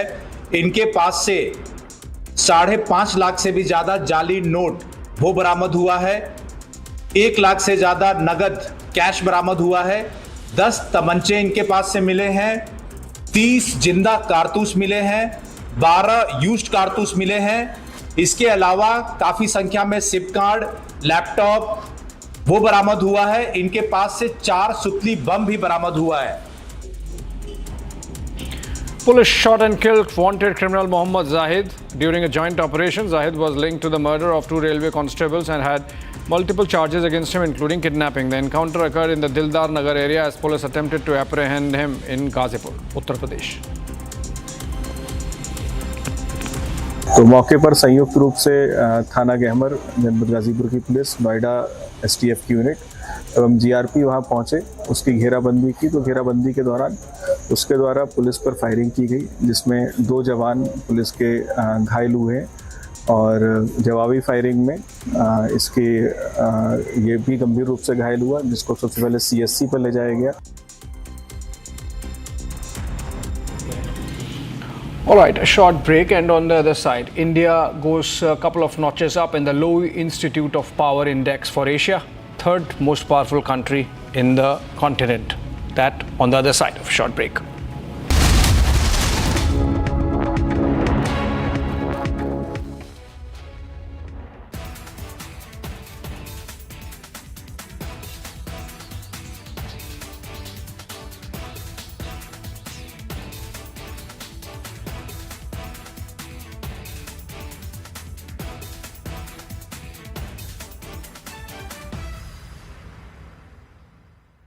If your salary fails to survive till the month end, even after accepting your dream job offer, this video is made for you. Now, before accepting any job offer, we often quote our expectations. And in most cases, we get what we want. But when salary hits the bank account, we wonder what went wrong. Now, this is probably because we aren't fully aware of how corporates lure you in with a shiny CTC package. And in today's video, we will demystify this for you. How CTC works. Well, when companies offer you a salary package, they count every penny they will spend on you. But this doesn't mean that you're going to receive it at all. The thing is, your salary is made up of several components which can be broadly divided into 2 categories: the fixed components and the variable components. Now, things like basic salary, house rent allowance, transport and uniform allowances fall under the first category. These components remain the same throughout the year and don't change until your next hike. Then comes the commissions and incentives that are subject to your performance, which can vary on a month-to-month basis, and also these aren't guaranteed. So when you receive a job offer, the CTC may include both of these This is Republic Kuchina Studio, your one-stop destination for all the breaking news updates. I am Shivangi Shukla. Let's get started.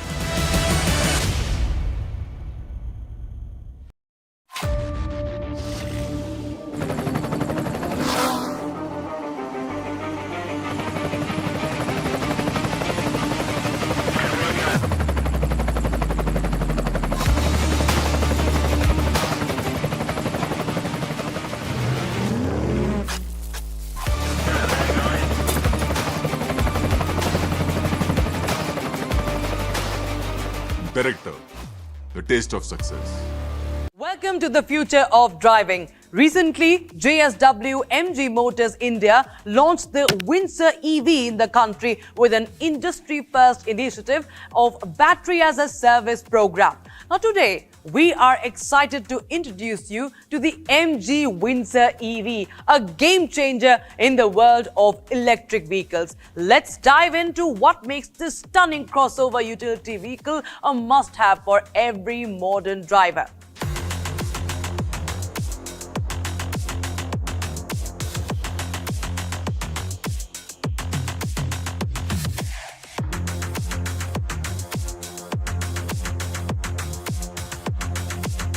The low cost of ownership, experience and price. That's the number one. From Asia's largest news headquarters, setting the agenda for Bharat.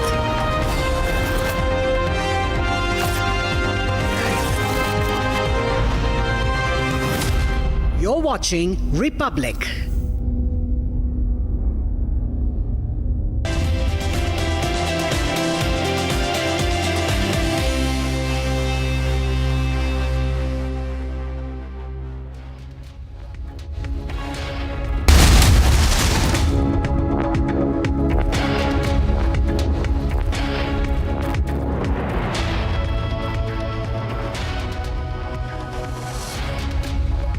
Hello and welcome. You're watching Live and Breaking with me, Shavin Sen. Ladies and gentlemen, tonight we get you explosive details of how one particular company responsible for supplying ghee to the Tirumala temple in Tirupati was actually a company that was favored, so much so that tender conditions were actually violated. Tonight, we take you through the details of the documents that have been accessed, which clearly goes on to indicate that one company perhaps was being favored. And that's where the investigation lies at this point in time. But up first, let's also take you through the headlines we're tracking at this hour. Presented by Royal Global University. Northeast can't wait. Pado kuch bano. Large our government through money power and also through Operation Kamala, but they could not succeed.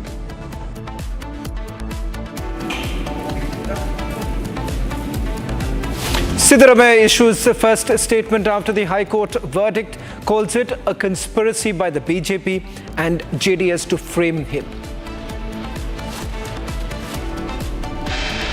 Proof and evidence that the MUDA scam that Siddaramaiah and his family are beneficiaries of is a serious scam. This investigation is free and fair, that Siddaramaiah must resign immediately. BJP ups the ante against Congress government in Karnataka, demands Siddaramaiah's resignation. Badlapur sexual assault accused shot dead in encounter. Maharashtra CID to probe incident.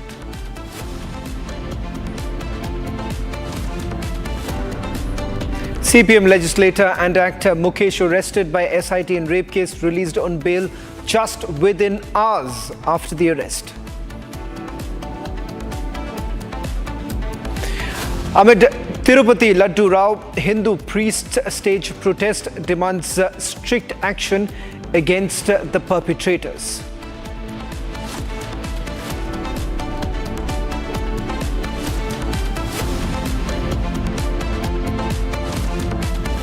Presented by Royal Global University. Northeast can't wait. Pado kuch bano.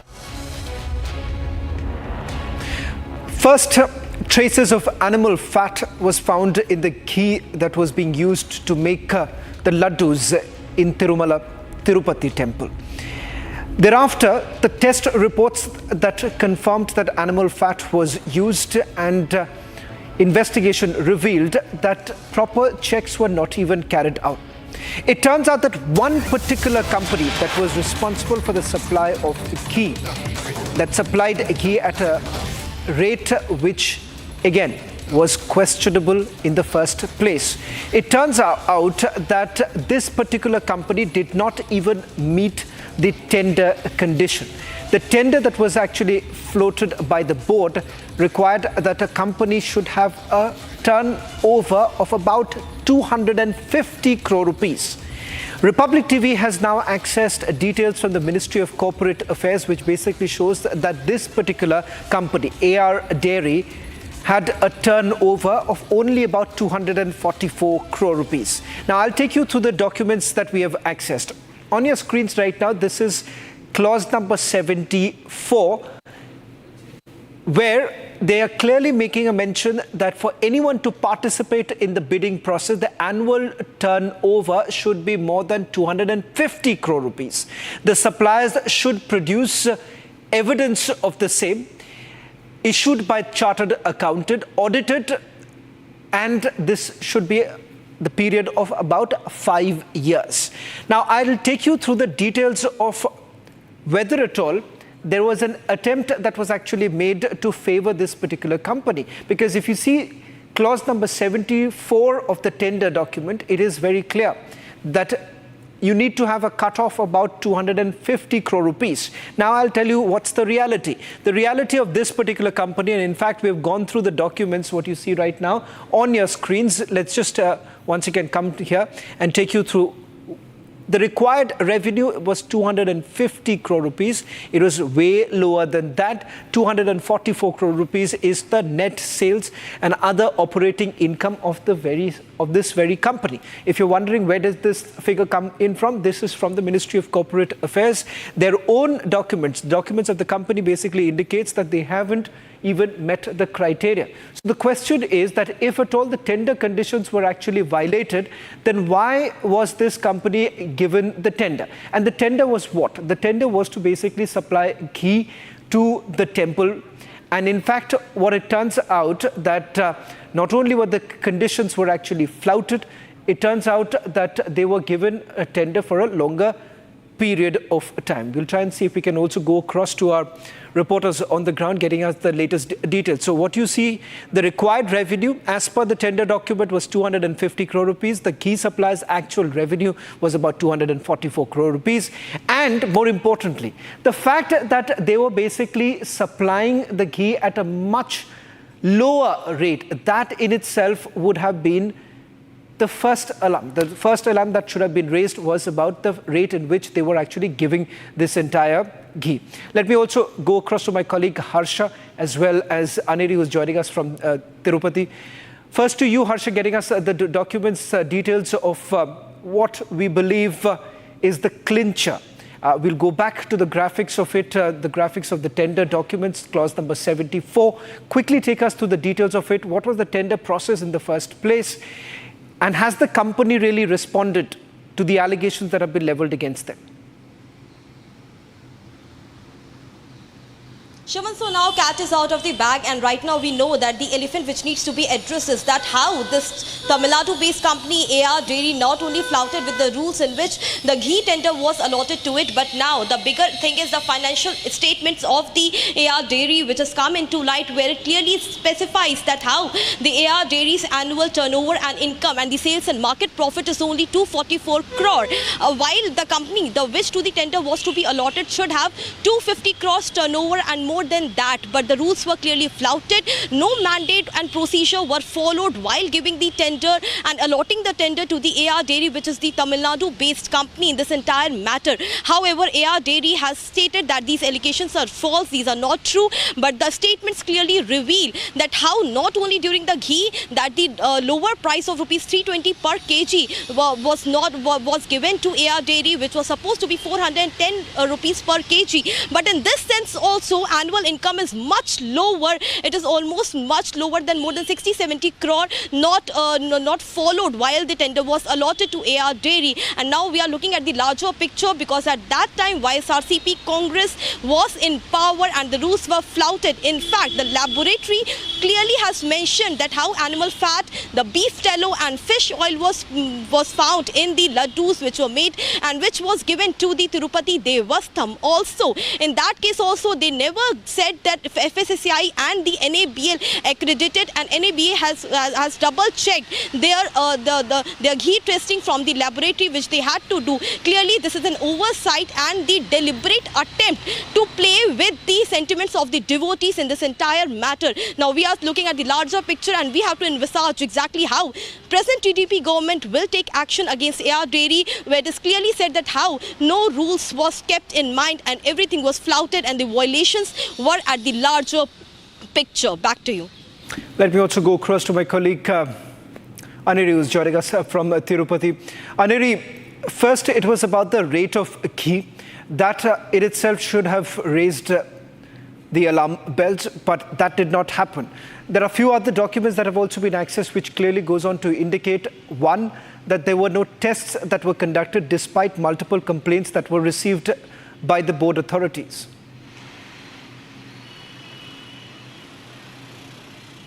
Well, that's right. What we have been seeing is that AR Dairies had definitely come out with a statement that they have not violated or they did not supply adulterated ghee to the Tirumala temple.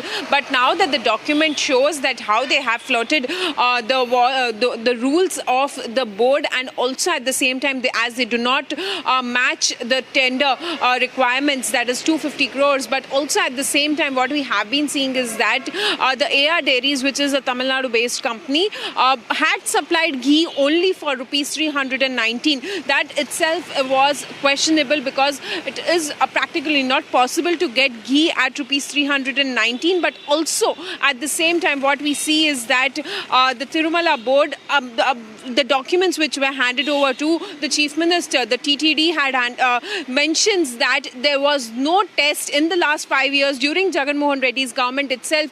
It clearly mentions that the adulteration test was never carried out during the Jagan Mohan Reddy's government, and that is the reason why it never came out that the ghee which is being supplied to Tirumala temple for making of the laddus was never known that the ghee was adulterated. And also at the same time, this is the first time that the adulteration test was done, as they had violated the tender rules as well. And also the many people back then had also raised complaints that the quality of the laddu has gone down, and many of them had also questioned about the Anna Prasad which is given. So now we'll have to see what's next, because SIT team will be formed at an IG level which will be investigating into this matter. But yes, now the question arises is that why did Jagan Mohan Reddy's government or the TTD board members back then during the previous government had given tenders to AR Dairies which did not meet the requirements of the rules and regulations of the tender procurement? Well, in fact, for all our viewers who are tuning in right now, let me just take you through all the details that we have accessed. Republic TV has now accessed documents from the Ministry of Corporate Affairs of the company that is in the dock, AR Dairy. It turns out that the ghee supplier did not even meet the tender conditions. The tender conditions, as per clause number 74, basically indicates that any company that has to participate in this entire process would be about 250 crore rupees. Now, the documents that have been accessed by Republic TV goes on to indicate that AR Dairy's net revenue was about 244 crore rupees. So there is an indication that perhaps this particular company was favored. Let me also try and see if we can get in some more reactions on this story. And before I go across to Harsha, I'm told that Patabi Raman of the TDP is joining us. Mr. Patabi, thank you very much for speaking to Republic TV. We have accessed certain documents which goes on to indicate two things. That this company, which is in the dock for supplying ghee to the Tirumala temple in Tirupati, did not even meet the tender conditions. Yeah, Savan, good evening. Here I would like to bring out one more fact. It is, I think in February 2020, the then chairman of TTD, Y.V. Subba Reddy, who happens to be the uncle of Jagan Mohan Reddy, through a special resolution, had altered all the tender conditions to favor particular companies. As you have rightly pointed out, previously, for all ghee tenders, the tender condition is any company which is participating in the tender should have a turnover of 250 crore. but that was altered by Y.V. Subba Reddy through a special resolution, and the 250 crore slab was brought down to 150 crore. They have reduced the annual turnover condition by around 100 crore so as to facilitate companies like AR Foods. So this clearly indicates, as you also rightly pointed out, AR Foods as it is does not meet that 250 crore criteria. So to favor AR Foods, they have even changed the tender conditions. They have reduced the turnover criteria to 150 crore. So this clearly shows that there is a collusion. It is a pre-planned corruption that was carried out in TTD in the purchase of cow ghee. So they collude with some confusion on this entire matter. There appears to be some confusion on this entire matter. The documents that we have, the tender documents indicate that the cutoff was 250 crore rupees. Are you suggesting that the clauses were changed over a period of time, ensuring that it suits the requirements of AR Dairy? Is that the allegation that the TDP is leveling? No, it is not an allegation. It is a fact. The tender conditions were changed by passing special resolutions. I will give you the resolution number also, which was signed by Y.V. Subba Reddy. So this is a pre-planned thing which was done. I will give you the resolution number 7. It is resolution number 371. 371 is the resolution number through which they have changed the tender conditions. So it is a collusion beforehand. So they come into kind of a with AR Foods. They bargain, the kind of kickbacks. They come to an understanding regarding the kickback, and then they change the tender conditions to favor this company. They release the tender document and they award the contract to AR Foods. So that is how it was done. I just want to repeat this once again, Mr. Patabi, because you are saying that there is evidence to suggest that there were changes that were basically made. So this is beyond what we are already showing to our viewers. You are saying that after the documents, I just want to once again, Mr. Patabi, meanwhile we'll try and see if we can get you on air, because this is a sensational charge you are making. You are saying that the document that we have, there is something more to it. So I'll just once again go back to our viewers. Mr. Patabi, stay with me, because I want to take our viewers through the latest documents that have been accessed by Republic TV, in which we are showing the tender document clause number 74. Let's just once again remove this graphic, get back to the breaking that we have right now. It's the tender clause number 74, which talks about the requirement of 250 crore rupees. Now that's the eligibility criteria put across in this particular tender document. AR Dairy does not even meet those criteria. 244 is their net revenue as per the documents available at the Ministry of Corporate Affairs. Despite that, this company is actually given the entire tender to carry out the supply of ghee. I'll go back to Mr. Patabi of the TDP, and let's put out this breaking news coming in. TDP is making another sensational charge. They are saying that the clauses were changed. Mr. Patabi, could you give us more details? When were the clauses changed? I'm not sure if you can see the documents that I've put out right now. Are you saying that after these clauses that were made public, there were certain changes that were brought in? Yeah, see, I have, as you have rightly said, I am in a phono, so I can't see the visual. But the resolution which I have, item number 371, which was signed by Y.V. Subba Reddy on 29/2/2020, in this resolution, in condition number 72, the actual condition was annual turnover of the firm to be at least 250 crore. Now that was changed to annual turnover of the firm to be at least 150 crore. So I've shared this document to your team so that you can also go through it. So the 250 crore was reduced to 150 crore by Y.V. Subba Reddy. Why was this done? To favor companies like AR Foods. Well, in fact, I'll just request our team to just put out the documents that we have just received. So there is another document. There were revised tender conditions. Let me also try and go back to my colleague Aneri. Mr. Patabi, we'll try and see if we can get you on Zoom in a short while from now as you are making it. Other channels are now following this news break of Republic TV, where we have been able to put across full details of what was really happening. We'll try and get those documents in a short while from now. Mr. Patabi, I'll just request you to perhaps come back to us through Zoom, because this is a big news break. Almost all other channels now following this big news break by Republic TV. Aneri, we have now accessed another document which shows the revised tender conditions. Can we put this out on our grids right now? The revised tender condition, which basically indicates that the criteria was completely changed. Why don't you quickly walk us through the details, Aneri, of the revised document that has been accessed by you? Aneri, I'll just request you to stay on with us. Aneri has accessed those details. I want Aneri to be back on our screens right now. The revised tender conditions, which goes on to indicate that beyond what we have right now, we are talking about the 250 crore rupees.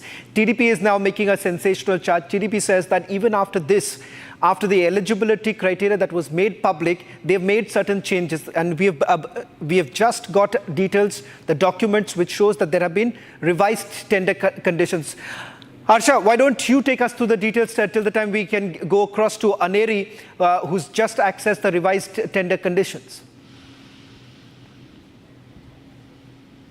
So, Shravan, the tender conditions along with the clauses were changed just to benefit one company, which is a Tamil Nadu-based company. And it happened in the year 2022 and till 2024, till the new government was formed. It happened in that period of time when the Karnataka Milk Federation denied to supply ghee and everything to the Tirupati Devastham. At that time, this company got the tender, and the clauses were changed. And the new clauses clearly stated that how 244 crore was okay, the lower price was okay with the YSRCP government to give the tender to the AR Dairy. This is a Tamil Nadu-based company who came into light after 2022 when Karnataka Milk Federation denied that they will not be supplying any sort of product to Devastham for the ladu making, and that was the time when the lower price of the tender was given to AR Dairy. This is clearly the flouting and the violation of the rule. No procedure and mandate was followed, and that is the larger question which everyone is seeking, that why YSRCP government changed the rules just to benefit one company, which is the AR Dairy Private Limited. Right now, only statement was made from the side of AR Dairy that these allegations are false. There's no truth to this allegation, but right now the chairman of the AR Dairy is underground. He has not come in front of the media by speaking that how at such lower price this tender was allotted to him. In fact, when YB Subba Reddy was at the position of the chairman of the TDT Devastham, at that time only this company was first contacted by the Devastham official employees. Yes, back to you. Well, Harsha, I'll just request you to stay on with us because Aneri is getting us more details of the revised tender conditions. So, Aneri, this goes way beyond that what we have broken a short while back. So it's just not about the eligibility criteria. They've actually changed it. Their procurement was supposed to be nearly 200 crore rupees. They've reduced it to about 150 crore rupees. Now that's the other big breaking news coming in. Aneri, take us through the details you're getting it. The big news break followed by all other channels. Well, Shravan, what we have been seeing is that the tender document which was given, which was changed basically during Jagan Mohan Reddy's government. Earlier it was 250 crores, but then now after Jagan Mohan Reddy had come to power in Andhra Pradesh, he had changed, the TTD board had changed the numbers to 150 crores. We have the document, the revised document with us. We'll just read out what it mentions. Aneri, just do something. Aneri, I'll just request you. Aneri, why don't you ask your camera person? Why don't you ask your camera person to perhaps zoom in? Why don't you try doing that? I'll get a quick reaction from Jyotsna, who is joining us on this broadcast. Meanwhile, get your camera person to zoom into that clause number 72. Ms. Jyotsna Garu, Republic breaking the biggest story of the day was AR Dairy. AR Dairy being favored because the documents that we have accessed clearly goes on to indicate that 250 crore rupees was the eligibility criteria.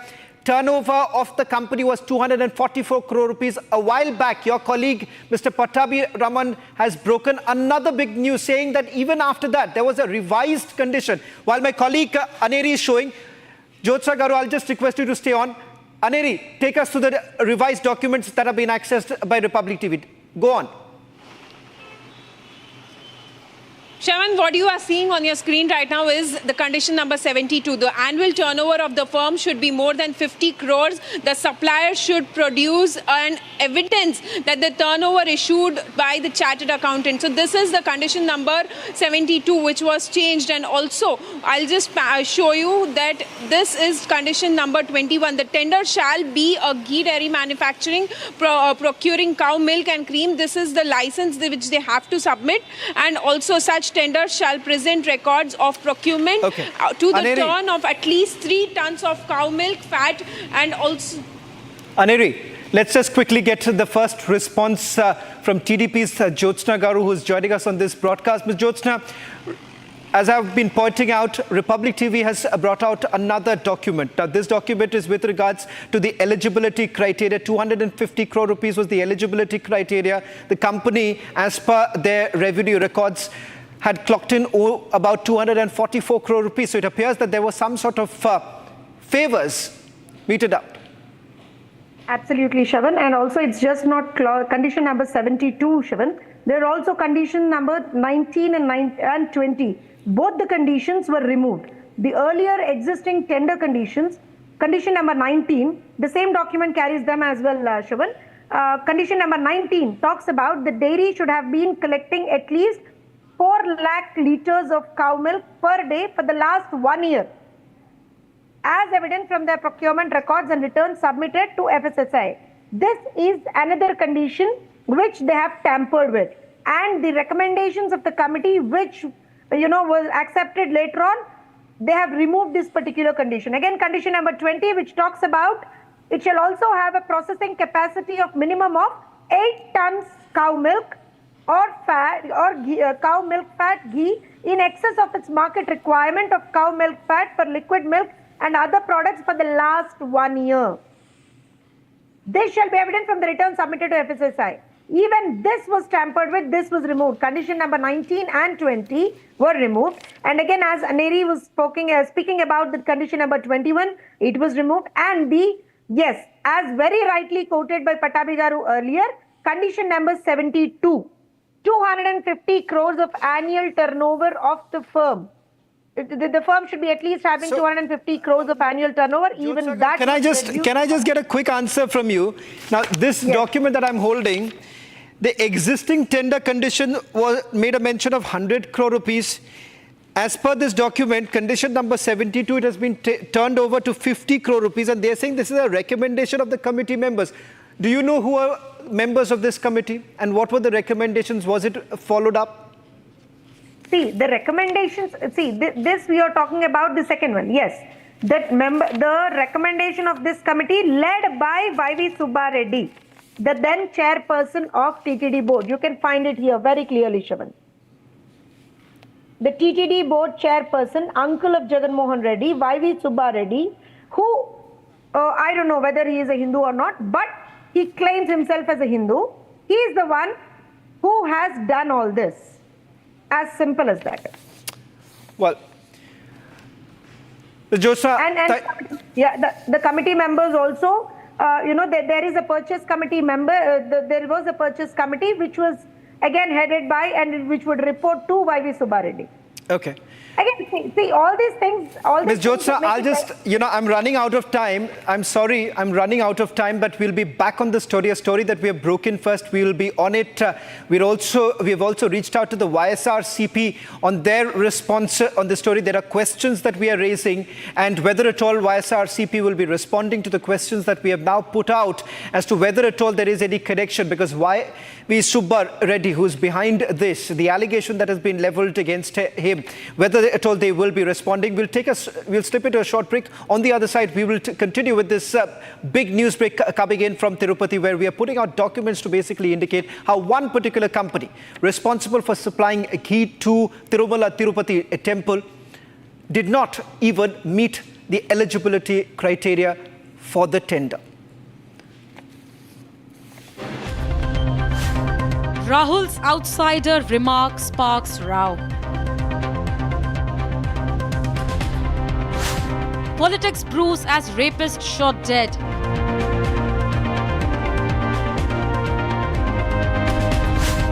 Damocles' sword hangs over Siddaramaiah.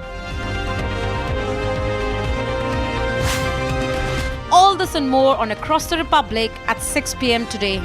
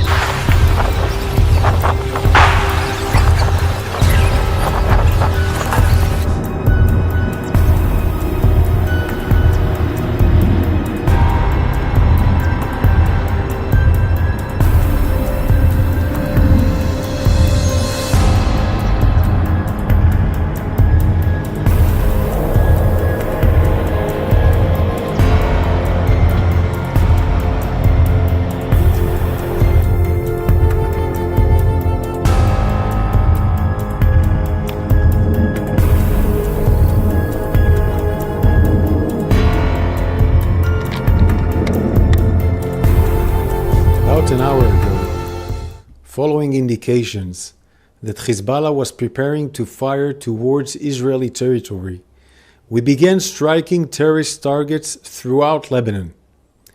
The Hezbollah terrorist organization has been continuously launching attacks on Israeli civilians. This is Republic Kuchina Studio, your one-stop destination for all the breaking news and updates. I am Rakshita Mishra. Let's get started.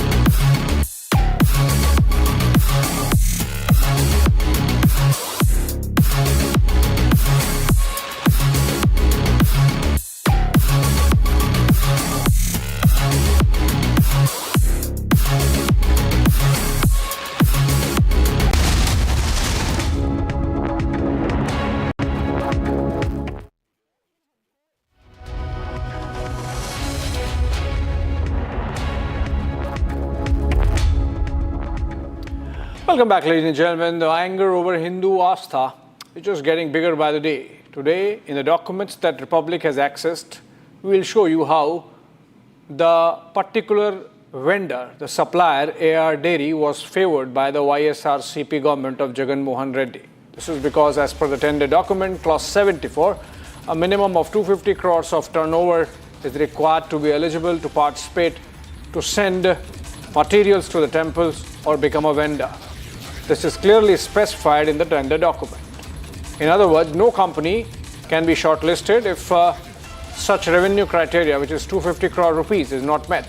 However, as per records accessed from the Ministry of Corporate Affairs, the AR Dairy, the vendor in this particular case, which is now accused of adulterated substandard supply of ghee, which went into the laddu, did not meet the revenue threshold. The AR Dairy revenue was only rupees 244 crore in the document that we have accessed. And despite this revenue shortfall, AR Dairy was allowed to be qualified.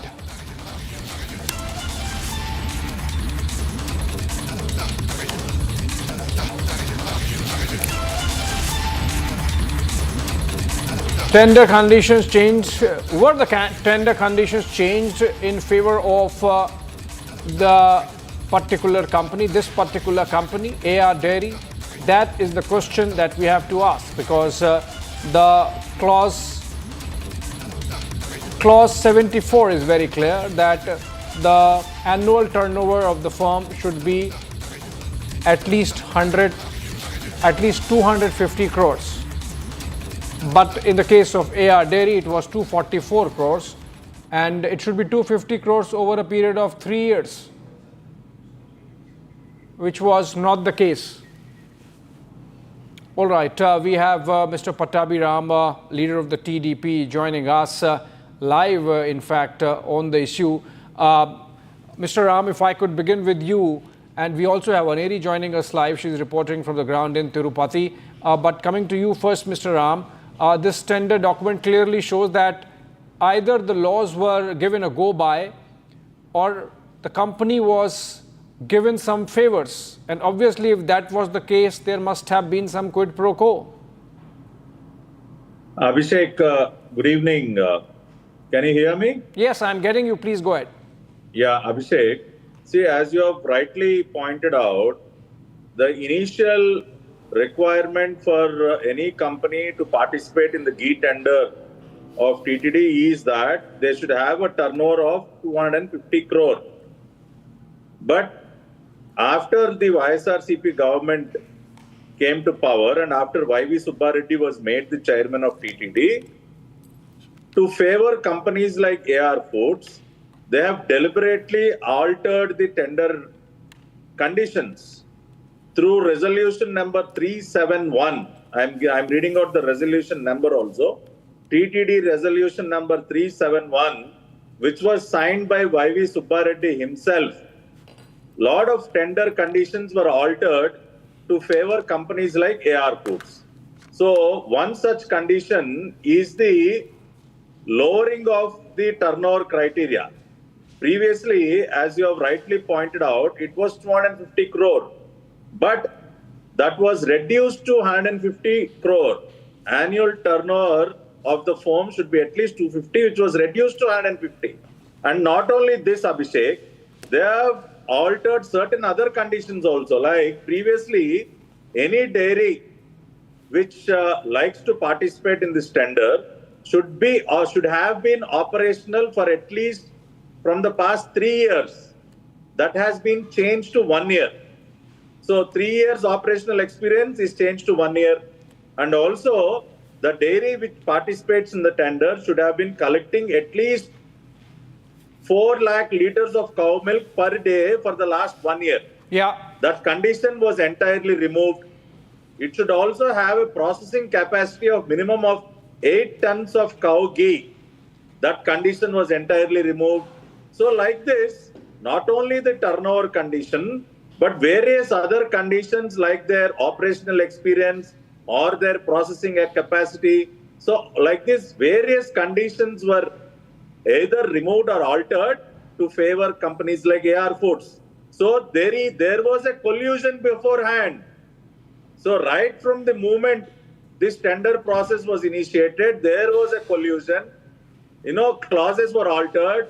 These companies were brought in and lower prices were quoted through reverse tendering. A price of 319 rupees, where on earth you will get pure cow ghee 319. So this is all pre-planned.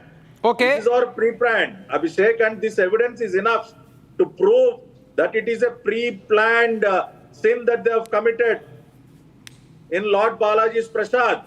It is deliberately done. They have done this deliberately.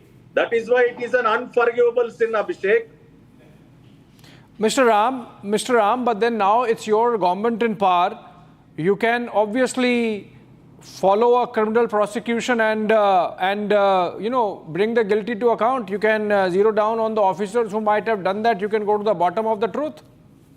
Absolutely. See, after, looking at these resolutions and various other documents, the Vigilance Department had served notices to YV Subba Reddy, and he had not responded to even one notice. And today he files a petition in the High Court, asking the High Court to give a direction, to stop the vigilance inquiry.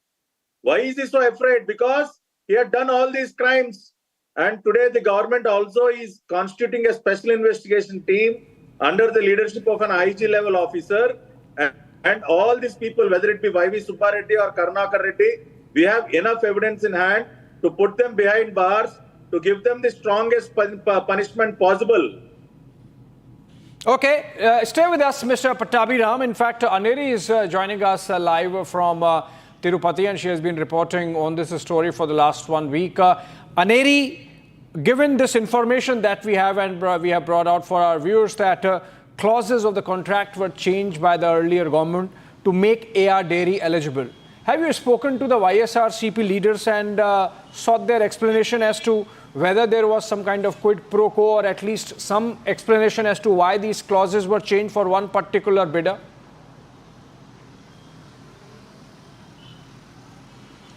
Well, Abhishek, what we have been seeing is that YSRCP clearly denying these allegations since day one. Yesterday, we had also seen Bona Karnataka Reddy coming to Tirumala, taking oath that he has not done anything wrong and he is ready for any sort of test is what he has been saying. But also at the same time, we have got this document where the conditions, the tender conditions were changed. I'll just show you once again that these were the existing tender conditions. I'll ask my video journalist to pan. These were the existing tender conditions, and these were the recommended recommendations of the committee members. So as you can see, condition number 19 and 20 being removed, where they say that condition number 19, the dairy should have been collecting the at least 4 lakh litres of cow milk per day for at least 1 year as evident for their requirement as per records. And also the condition number 72, which we are talking about, main condition, the annual turnover of the firm should be at least 250 crores. This was the original tender condition, but then after the revised tender condition, you can see here it has been highlighted the annual tender condition of the firm should be at least 150 crores. So very clearly how these norms have been changed. The tender norms have been changed during Jagan Mohan Reddy's regime to favor, basically we can say that to favor one of the companies, that is AR Dairies, which have been allegedly sending adulterated ghee to the Tirumala temple for making of these laddus. So the NDDB report also how it shows the findings of fish oil, beef, tallow and also lard in the NDDB report. Well, however, the YSRCP has been denying the NDDB report. They call it that this is nothing but a document coming from the TDP office. But on the other hand, we see that how the NDDB report shows the findings of fish oil, beef tallow, and also at the same time, now the larger question arises is that why did the YSRCP government back then and the TTD board change the tender conditions? Was it just to favor one of the companies? And also at the same time, what was the reason? Why didn't they conduct the adulteration test in all of these years? Because yesterday also we had access that document where they mentioned that they did not conduct any sort of adulteration test ever. All right, thank you so much, Aneri, for joining us, and of course, Mr. Pattabhiram also. Aneri, of course, we would expect that you ask YSRCP as also AR Dairy whether there was quid pro quo between them for tinkering with these clauses of the contract in a manner that favored AR Dairy. And it seems that it is clearly becoming a case of not just corruption, but also the favored company not having the capacity to make the quality of product that was needed, the quality of ghee that was needed to go into the laddu, leading to a situation where the astha, the sentiments, stand compromised. Thank you so much, both Mr. Pattabhiram and Aneri, for joining us. Moving on, another important story that's been trending through the day. In a major setback for Karnataka Chief Minister Siddaramaiah, the Karnataka High Court dismissed his plea against the governor's sanction to prosecute him in the MUDA scam. A single judge bench of Justice M. Nagaprasanna observed that the complainant were justified in registering the complaint or seeking approval from the governor. The bench further said that it is the duty of the complainant to seek approval under Section 17A of the Prevention of Corruption Act and the governor can take independent decision. The CM had earlier argued that the governor's sanction order to prosecute him was bereft of any reasons on why he was prima facie guilty, while adding that the governor's discretionary power in such cases was limited. Today also, the Karnataka Chief Minister has really brazened it out and decided not to resign. Let's listen into what he said in that press conference a while ago. BJP is trying to dislodge our government through money power and also through Operation Kamala, but they could not succeed.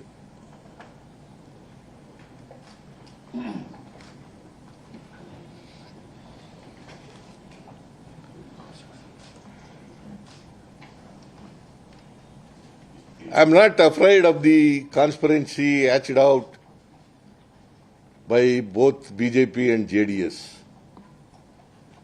because people of Karnataka are with our party, are with me, and also with our government.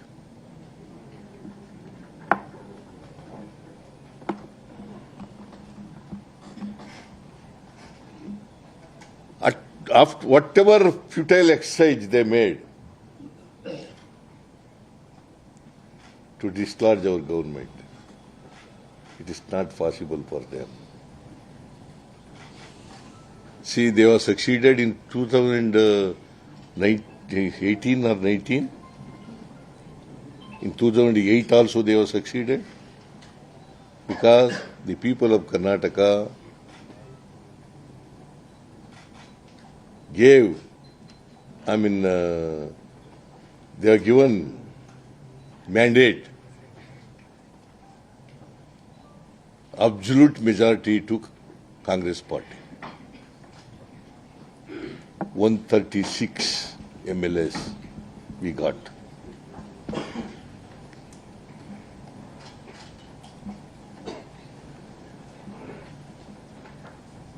So BJP is always against social justice and programs of the poor people of the society, because they opposed in our previous regime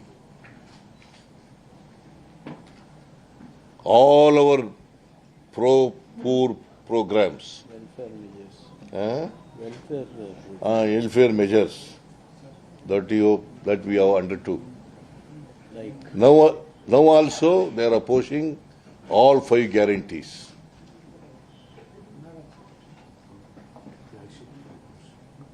All flagship programs. Because they basically, BJP and JDS are against social justice and programs of the poor people. Whose government was there when this land was given? It is a compensatory land given for the land that was taken by the government. Who was there in the government? BJP was there in the government. 1. How many leaders were given compensatory land, and which all parties they belong? Let there be an inquiry in all the cases of compensatory lands, not only in this issue, but also the compensatory lands given elsewhere in the entire state. Then you will get to know which leader and of which party is involved in this. Why are you cherry picking one leader and saying that he is involved? And you could have said that had our government, had our party been there in the government at that time. It was BJP's government. Why is it that the BJP and the Janata Dal leaders are not ready for investigation in this particular case? Why is that government not ordering an inquiry in this particular case? Let all the compensatory lands that have been given, especially in this case, and all the lands that have been given elsewhere in the entire state be investigated. Well, politics over the verdict already panning out. Siddaramaiah digging in his heels even as BJP is seeking his resignation. Listen in. He should resign immediately. क्योंकि सिद्धारामैया का एक history है. 2013 में ये मुख्यमंत्री बने तब लोकायुक्त संस्था को बंद करवाया था. लोकायुक्त संस्था कर्नाटक में नहीं थे क्योंकि लोकायुक्त में इसका 25 से ज्यादा केस था, उसको बंद करवाने के लिए लोकायुक्त संस्था को बंद करवाया। अभी ये केस को कौन जांच करेगा? वही लोकायुक्त करेगा। फिर से लोकायुक्त हमारे सरकार आने के बाद हम करवाया, संस्था को रखा, हम उधर जज को अपॉइंट किया, पुलिस को अपॉइंट किया, वही लोग इसको जांच करेंगे। अभी फिर से क्या करेगा सिद्धरामैया? ये लोकायुक्त संस्था को बंद करवाएंगे। इसके कारण तुरंत सिद्धरामैया इस्तीफा देना एंड क्या फेस करना है, इसका केस को फेस करना है, केस को लड़ना, फेस करना। Ma'am, is he likely to face the probe या फिर आपको लगता है वो सुप्रीम कोर्ट में अप्रोच करेंगे? क्या हो सकता है आगे? ये जमीन दलित का जमीन है। नंबर 1 गलत किया, नंबर 2 गलत है 50-50 शेयरिंग करने का एक डिसीजन मुडा में मैसूर में लिया था। कौन जमीन मुडा को देते हैं उसको 50% किसानों को डेवलप करके देना बोल के, इसका 50% कब से था? वो प्रोस्पेक्टिव था, तब डिसीजन लिया। उधर के बाद कौन देते हैं जमीन उसको। सिद्धरामैया का बीवी क्या किया? इसको रिट्रोस्पेक्ट करवाया। ये दूसरा गलत है। तीसरा गलत है, सिद्धरामैया हर समय कब मुडा का डिसीजन हुआ था तब कॉन्स्टिट्यूशनल पोस्ट में था। ये तीसरा गलत है, उसको पता था मुडा में क्या हो रही है। 4वीं गलत, अभी गवर्नर का बारे में कितना गलत बोला। उसका पार्टी का एक नेता बोलता है बांग्लादेश में क्या हुआ शेख हसीना के साथ, ऐसे कर्नाटका का गवर्नर को हम करवाएंगे, हम भगाएंगे। अभी तक एफआईआर भी नहीं डाला। क्यों?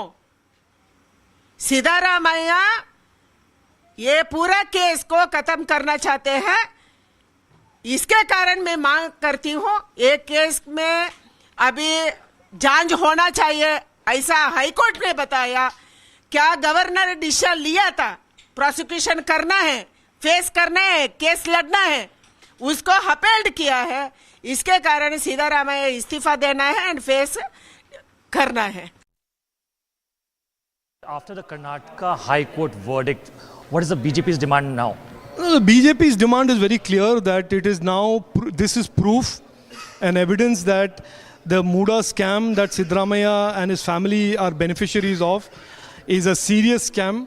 This will need to be investigated and those who have violated the law to be prosecuted, and that to ensure that this investigation is free and fair, that Siddaramaiah must resign immediately.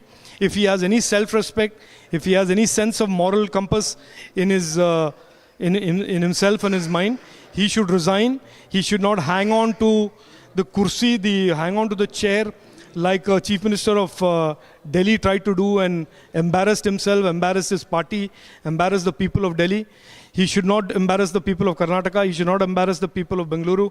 He should resign immediately and pave the way for a free and fair investigation. What we have seen that senior Congress leaders have been claiming it as a political vendetta. No, for the Congress party, this is absolutely normal for them. For Congress party leaders like DK Shivakumar, etc., a land scam is no big deal. Looting people's money is no big deal. So therefore, for them, none of this is very surprising. They expect their political leaders to do these type of corruption and scam. So I'm not surprised by the Congress party's response to this. But the people of Karnataka, the activists who have exposed these scams, have a very different view. They believe that this gentleman, Siddaramaiah, must resign and must pave the way for a free and fair investigation. And the views of the Congress party or Rahul Gandhi or his other constitution-waving buddies doesn't matter here. This is really about a sitting chief minister having prima facie violated the law and being made to pay the consequences of that. Some Congress leaders have been constantly questioning the position of government itself. No, the Congress party, like I said, will question everything excepting the conduct of the corrupt chief minister. So therefore, I have no problem with the Congress party questioning everything, including the sunset and the moonrise. All of that is fine. But the problem today is this scam that has been exposed. Why doesn't Rahul Gandhi, who loves to have press conferences in the US, waive the constitution, talk about everything else, why doesn't Rahul Gandhi have a press conference today and talk about the corruption, about the land scam, about the MUDA land scam? I challenge him, I dare him, I invite him, I request him to have this press conference where he can take questions on Siddaramaiah's land scam. There are more than 1,500 sites have been allocated to the various other people also illegally. So overall, this is the MUDA is always involved in such scams. So now that is, and this has happened, most of them they have happened in last few months. So for that reason, it needs to be investigated thoroughly and impartially. To conduct the investigation impartially, Siddaramaiah needs to be resigned. He has to henceforth. They should not tell that we will go to the larger bench, we will go to the Supreme Court. If he wants to go, let him go. Respected governor had given the sanction for prosecution. But Chief Minister and the Congress ministers challenged the order of the governor, challenged the order of prosecution given by respected governor. They challenged it in the High Court. So after a detailed argument that had taken place in the High Court, today High Court has come out with a judgment which has clearly said the petition challenged by the Chief Minister Siddaramaiah has been dismissed by the Honorable High Court. At the same time, the judge has observed that all are equal before the law. All are equal before the law. So, Honorable High Court has upheld the order of prosecution given by the governor. So at this juncture, I demand Chief Minister Siddaramaiah ji to resign from the post of Chief Minister immediately without any further delay. I demand Chief Minister Siddaramaiah ji, without wasting any further time, he should tender his resignation immediately. All right, this is all we could pack in this edition of Live and Breaking. Short break on the other side, across the Republic, and all the stories that have been happening across the country in that. Rahul's outsider remark sparks row. Politics brews as rapist shot dead.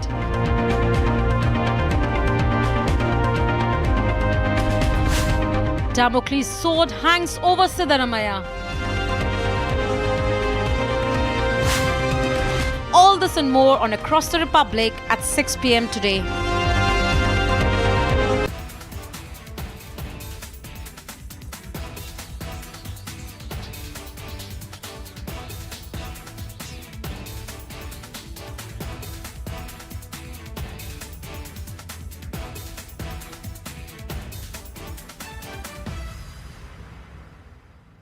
Welcome to the future of driving. Recently, JSW MG Motors India launched the Windsor EV in the country with an industry-first initiative of Battery as a Service program.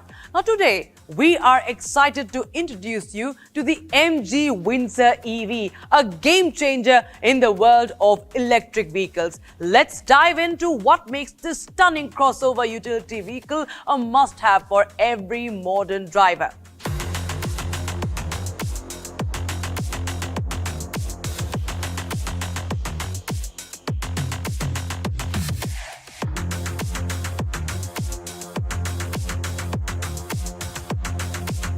The low cost of ownership, experience and price. That's the number one factor. The MG Windsor EV has launched with an eye-catching price tag of just 9,99,000 rupees. But here's the twist. This price does not include the battery. Instead, the customers can lease the battery through the battery as a service model, paying only.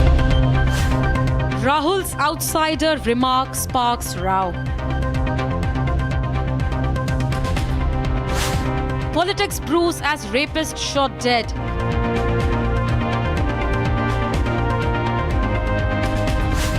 Damocles' sword hangs over Siddaramaiah. All this and more on Across the Republic at 6 p.m. today.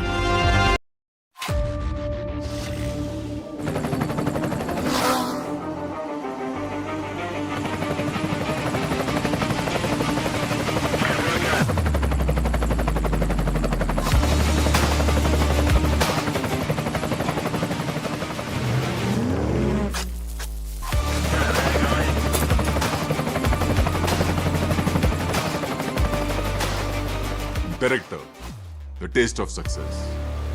If your salary fails to survive till the month end, even after accepting your dream job offer, this video is made for you. Now, before accepting any job offer, we often quote our expectations. And in most cases, we get what we want. But when salary hits the bank account, we wonder what went wrong.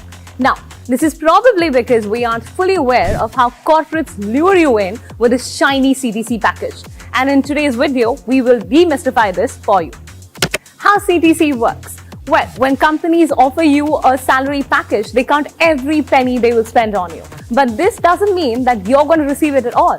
The thing is, your salary is made up of several components which can be broadly divided into two categories: the fixed components and the variable components. Now, things like basic salary, house rent allowance, transport, and uniform allowances fall under the first category. These components remain the same throughout the year and don't change until your next hike. Then comes the commissions and incentives that are subject to your performance, which can vary on a month-to-month. From Asia's largest news headquarters, setting the agenda for Bharat.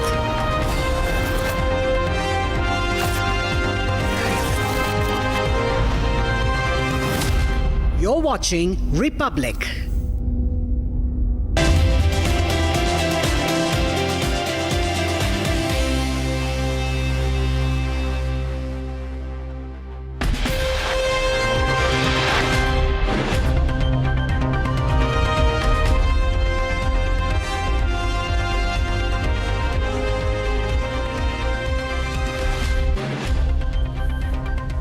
Hello and welcome you watching Across the Republic with me, Shavansan. Ladies and gentlemen, tonight our focus on stories from across India, starting with the top story coming in from Karnataka. More pressure on Karnataka Chief Minister Siddaramaiah after the High Court has dismissed his plea. Sanction has now been provided to prosecute the Chief Minister. The Karnataka government is in the dock. Let's also take you through the other stories that we are going to track tonight on Across the Republic. Phase 2 of Naya Kashmir's elections. What does this essentially mean for parties like the National Conference, the PDP and the others as far as Phase 2 is concerned? So our focus would be on the seats that are going to polls tomorrow. The other big controversy of the day, the outsider remark that has been made by Rahul Gandhi. Rahul Gandhi's penchant for making such remarks. This time, it is about Kashmir versus India. That's the argument that has been made by Rahul Gandhi. And finally, the story that we are going to bring to you tonight on Across the Republic is the Ladu controversy.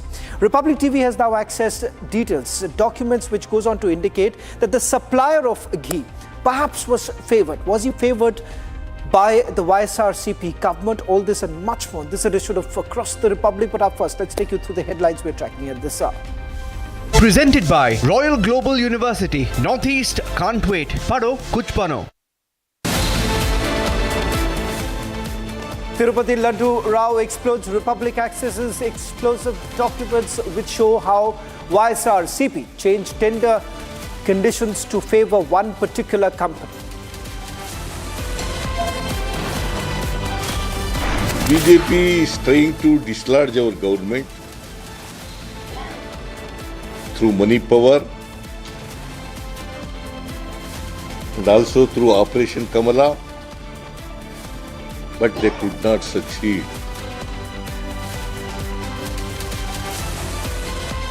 Siddaramaiah issues first statement after the High Court verdict, calls it a conspiracy by the BJP and JDS to frame him.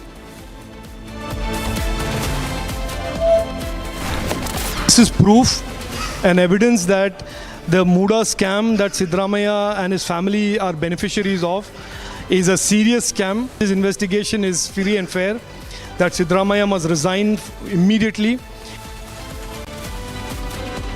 BJP ups the ante against Congress government in Karnataka, demands Siddaramaiah's resignation.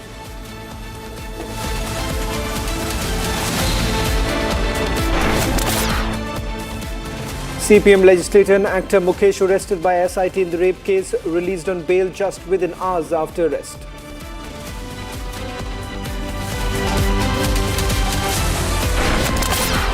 Badlapur sexual assault accused shot dead in encounter.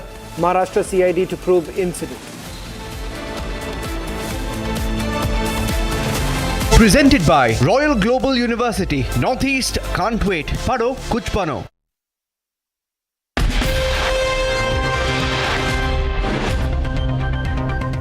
Well, this comes across as a major setback for Chief Minister Siddaramaiah. The Karnataka High Court on Tuesday dismissed the plea challenging the governor's sanction of a prosecution against him in the MUDA land allotment scam case. Upholding the governor's nod for prosecution, the High Court ruled that the facts presented in connection with the case needs to be investigated. In fact, the court's ruling also comes across as a big affirmation of our mega expose, including an extensive paper trail showing how the Chief Minister received undue favors from the Mysuru Urban Development Authority. The Chief Minister, meanwhile, moved a division bench against the High Court order upholding the sanction of the prosecution against him. Now, in fact, this has led to a massive political turmoil within the state of Karnataka, where you've had ministers like Priyank Kharge now saying that there is no question of the Chief Minister resigning.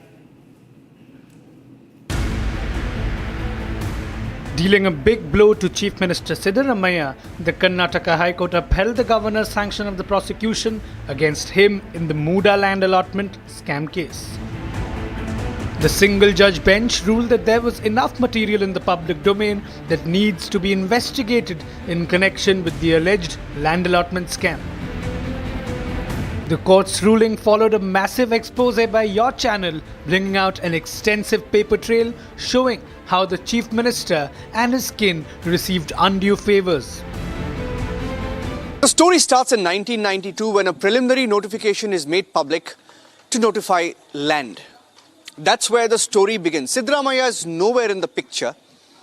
That's until 1997 when a farmer steps forward and he claims the land is his. 5 years after the nature of the land is faked, Siddaramaiah's wife enters the picture. She simply gifted the land, and they even lie about the nature of the land, calling it agricultural land. And this is at a time when there's a paper trail being created calling it agricultural land, while on the ground, the land in question has been developed and sold already as plots. Imagine this, sold as plots but fake trail created as agricultural land.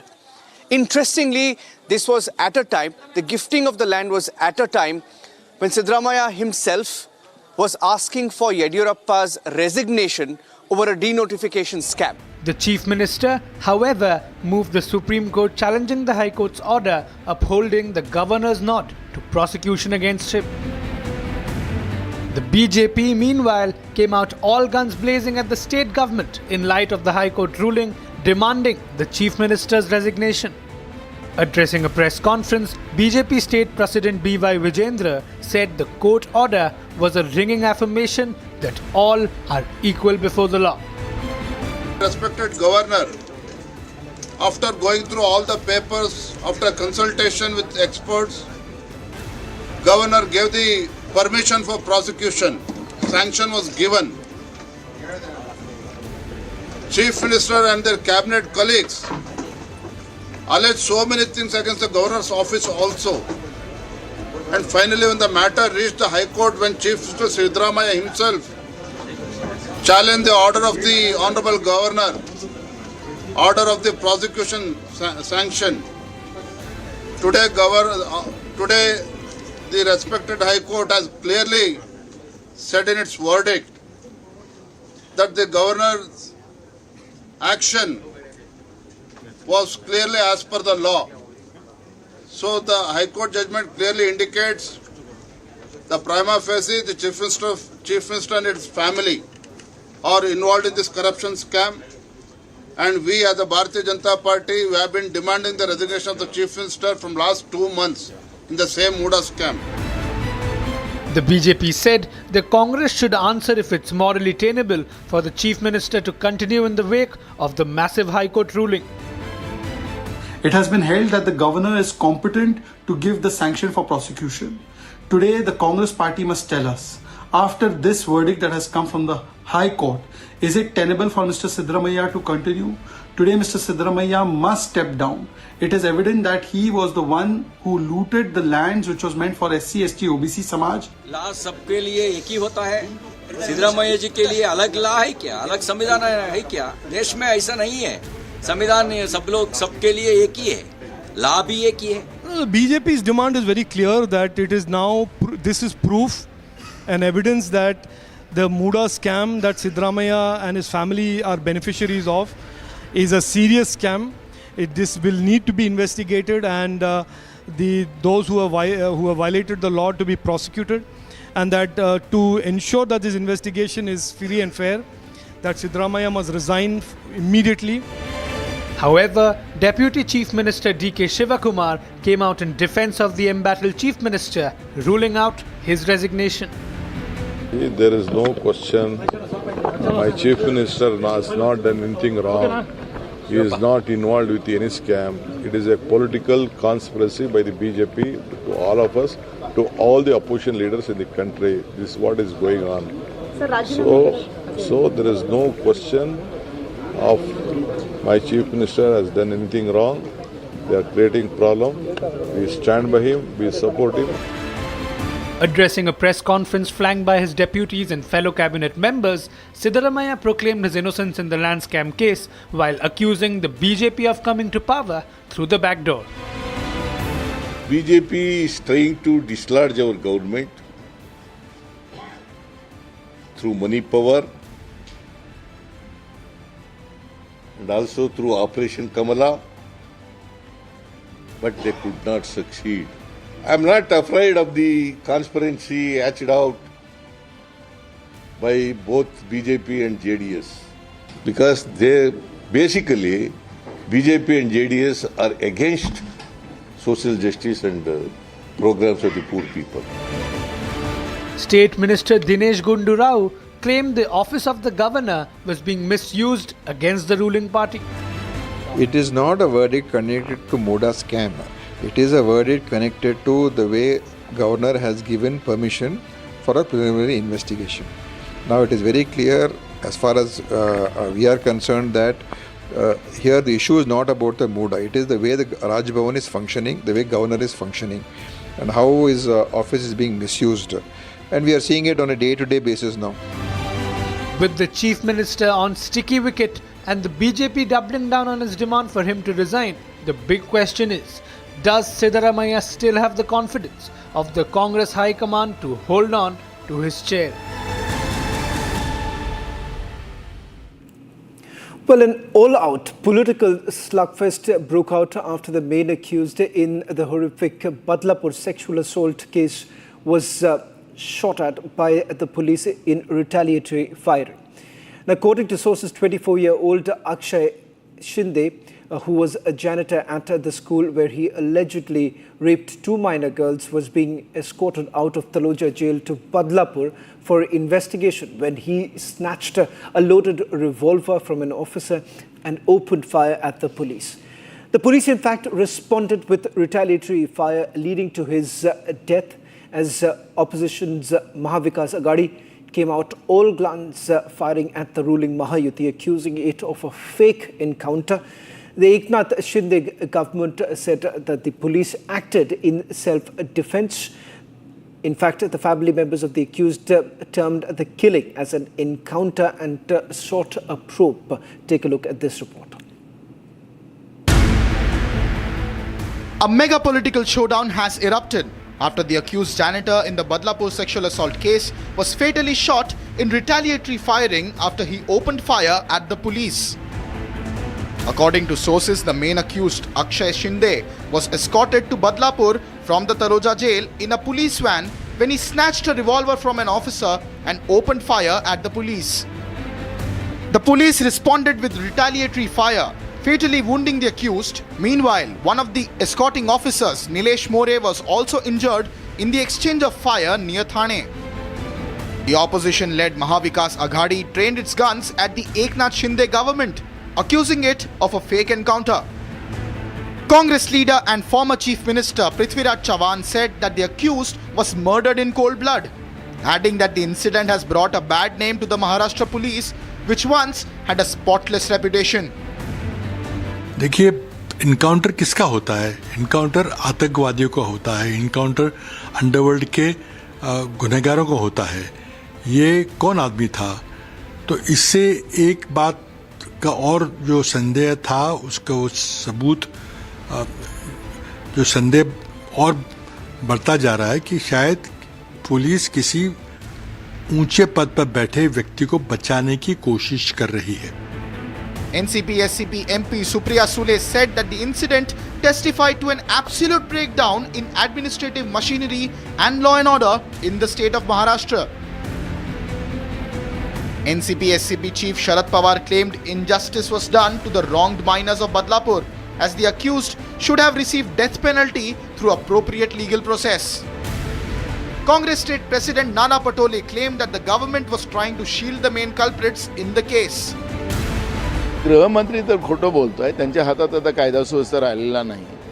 पण गोष्ट कशी खोटं बोलायचं आणि त्याला फिरवून न्यायची ही त्यांची एक्सपर्टी आहे. आमची भूमिका आहे की उच्च न्यायालयाचे न्यायाधीशच्या माध्यमातून याची चौकशी व्हावी. The ruling Mahayuti hit back, asking the opposition to clarify if it was with the slain rape accused or the police. जब महाराष्ट्र में एक बलात्कारी को सजा दी गई है, उस पे आंसुएं बहा रही है. मैं कांग्रेस से पूछना चाहता हूं, उबाठा से पूछना चाहता हूं, शरद पवार जी से पूछना चाहता हूं कि आप बलात्कारी के साथ खड़े हैं या बलात्कार को सजा देने वाले के साथ खड़े हैं? Chief Minister Eknath Shinde said that the police acted in self-defense after the accused snatched a gun and fired at Officer Nilesh More. तफ्तीश के लिए जो उसके ऊपर उसकी पहली पत्नी जो थी, उसने गुनाह रजिस्टर किया था लैंगिक अत्याचार का, और इसकी वजह से उसको तपास के लिए ला रहे थे, और उस दरमियान उसने एपीआई नीलेश मोरे इसके ऊपर फायरिंग की.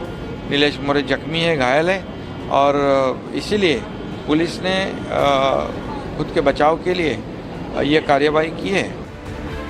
Even as Shiv Sena supporters erupted in celebration after the killing of Akshay Shinde, the BJP condemned the Indi for coming out in support of a rape accused. ये कांग्रेस और इंडी अलायंस, खास करके सागरिका घोष जैसे नेताओं के tweet देखिए, वो बलात्कारी के पक्ष से बोलने लग गए. शर्मनाक.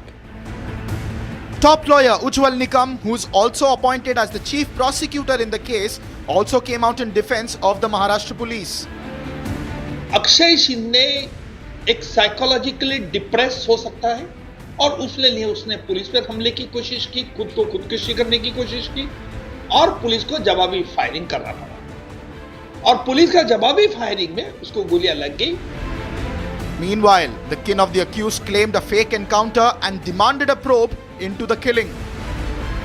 A similar kind of vehicle, a similar kind of van was carrying Akshay Shinde yesterday from Taloja jail to Thane, and in fact at the same point in time a similar kind of vehicle was there. In fact Akshay Shinde was accompanied by two of the Thane police constable sitting with him, one at this side, another one at this side, and API Nilesh More was sitting just opposite to this Akshay Shinde, the accused.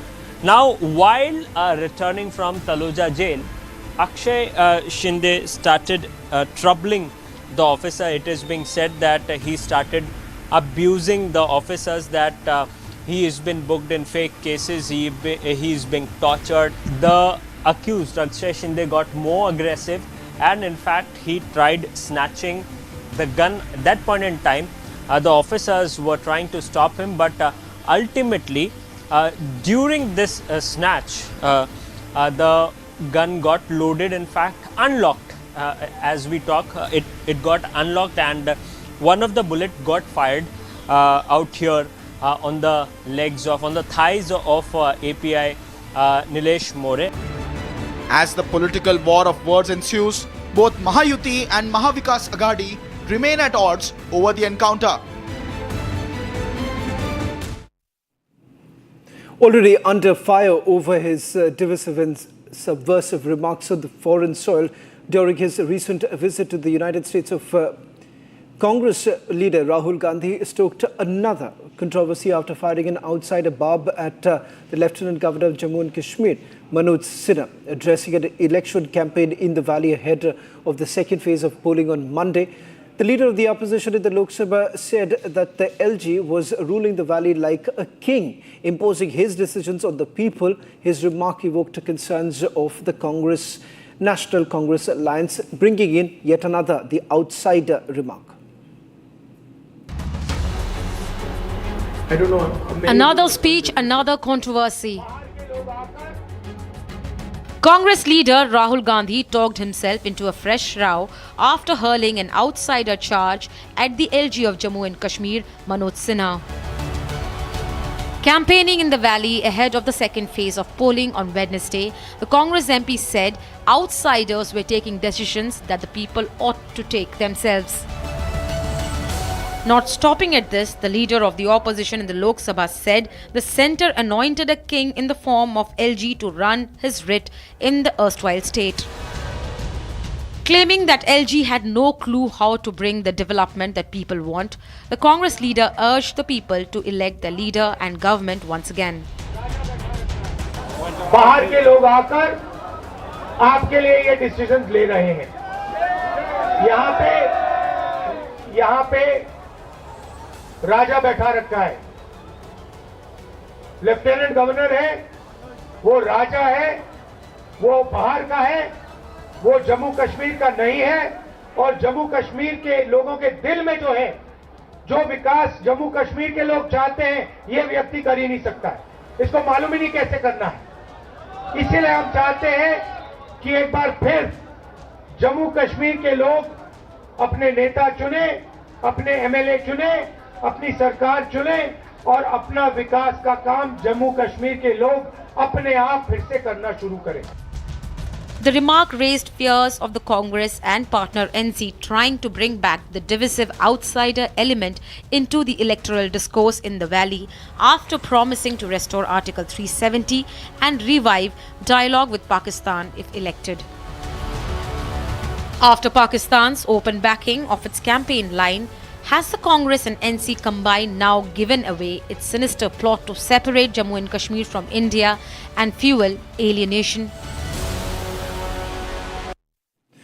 The anger over the alleged adulteration of the ladus that are served as prasadam to the Tirumala devotees continued to simmer as Hindu seers came out on the streets to condemn what they called a sinister plot to target Sanatan Dharma and offend the religious sentiments of a significant number of people from the country. Now, meanwhile, Andhra Pradesh's Deputy Chief Minister Pawan Kalyan, who is currently serving an 11-day penance and purification ritual, visited the Kanaka Durga temple and was seen offering prayers seeking forgiveness. There's also a larger story that has now emerged about the very company that was responsible for supplying ghee has now come under the scanner. Whether at all the tender conditions were flouted. Take a look at this report.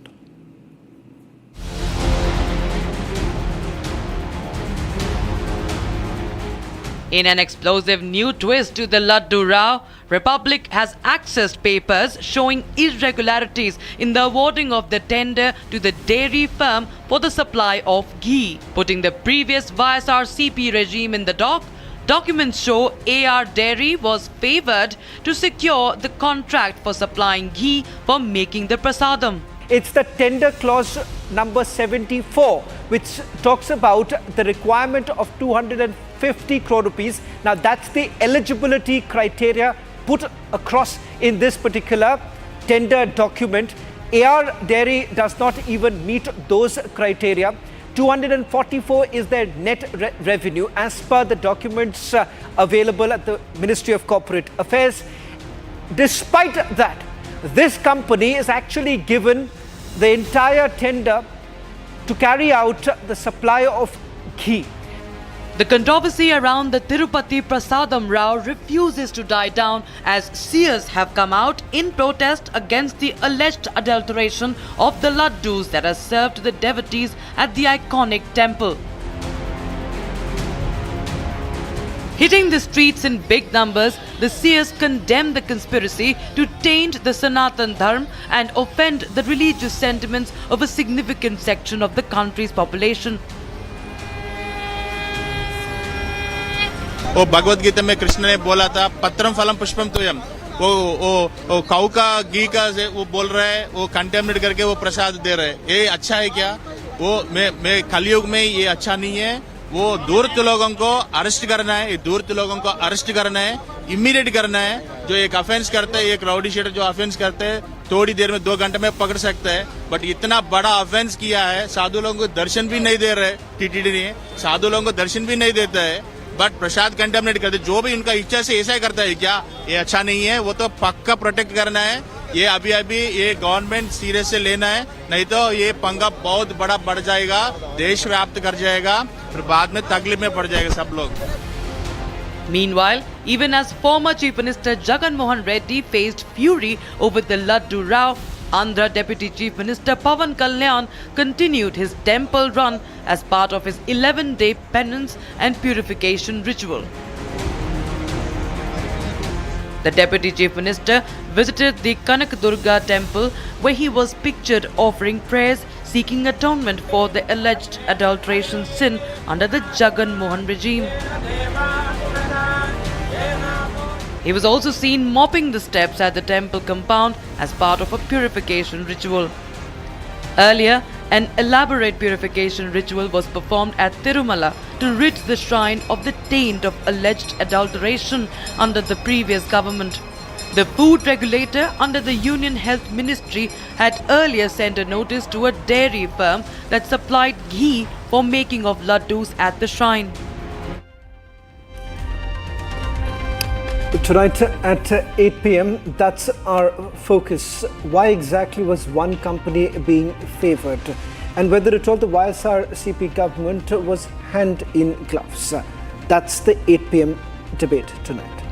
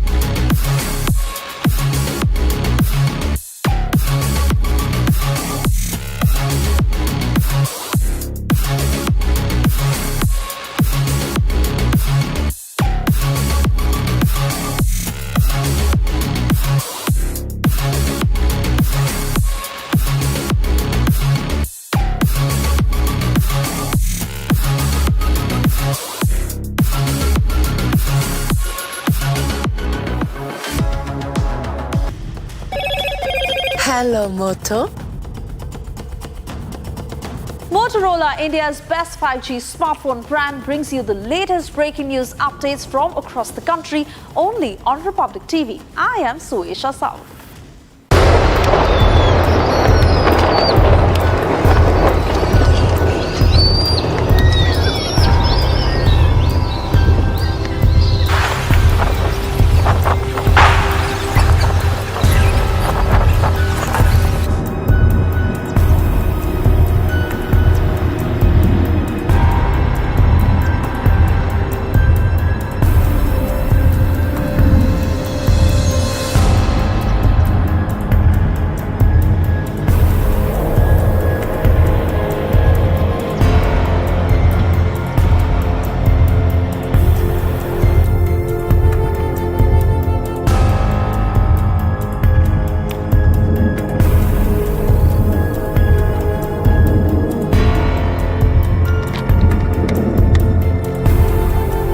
An hour ago, following indications that Hezbollah was preparing to fire towards Israeli territory, we began striking terrorist targets throughout Lebanon. The Hezbollah terrorist organization has been continuously launching attacks on Israeli civilians and has no plans to stop.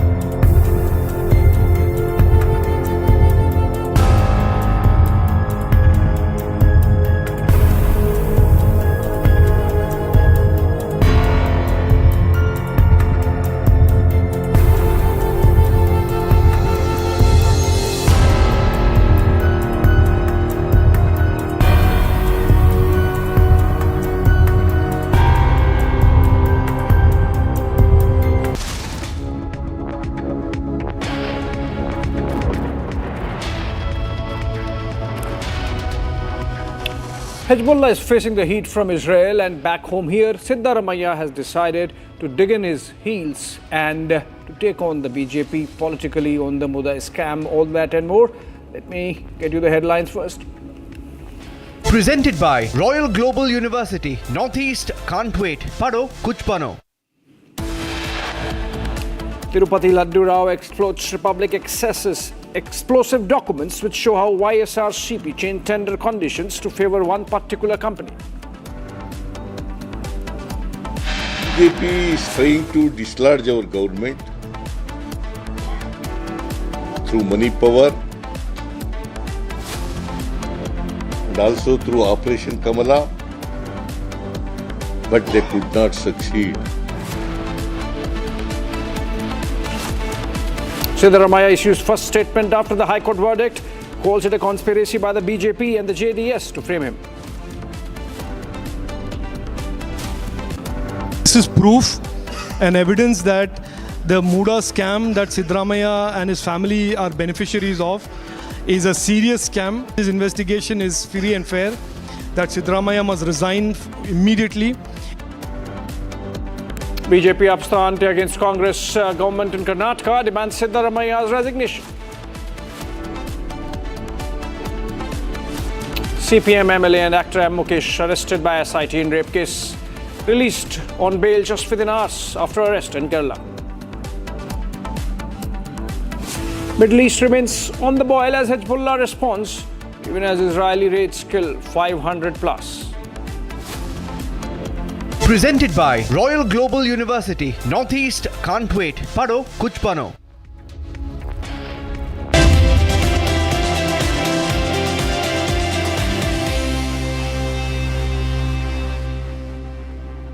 Right, back-to-back derailments that have taken place, or attempts to derail trains that have taken place over the last fortnight. Rail Minister has sent out a strong warning to miscreants. Ashwini Vaishnav has said those planning to derail trains, strict action will be taken against them. Listen in.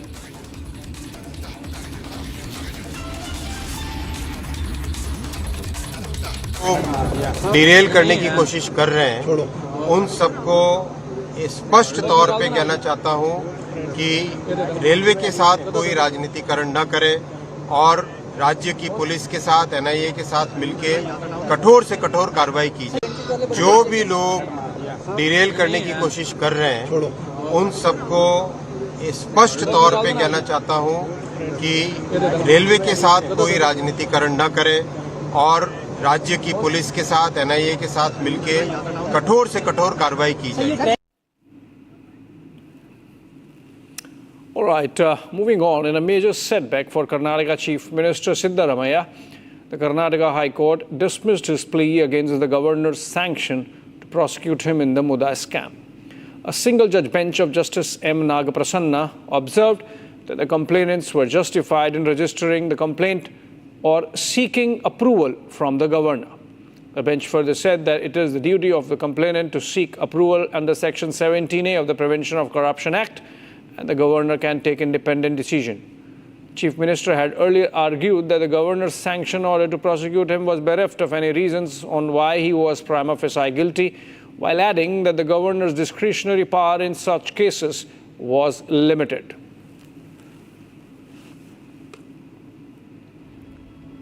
And obviously this has led to turmoil within the Congress leadership in Karnataka. Siddaramaiah, though, of course, deciding to brazen it out, to dig in his heels and not resign. Listen in. BJP is trying to dislodge our government through money power and also through Operation Kamala, but they could not succeed.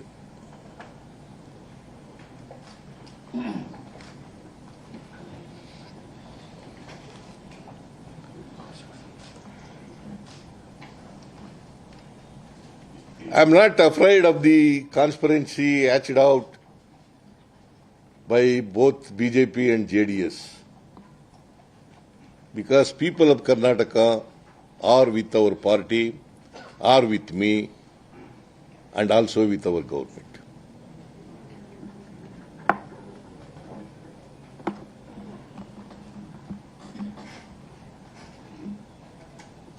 After whatever futile exercise they made to dislodge our government, it is not possible for them. See, they were succeeded in 2018 or 19. In 2008 also they were succeeded, because the people of Karnataka gave, they are given mandate, absolute majority to Congress party. 136 MLAs we got.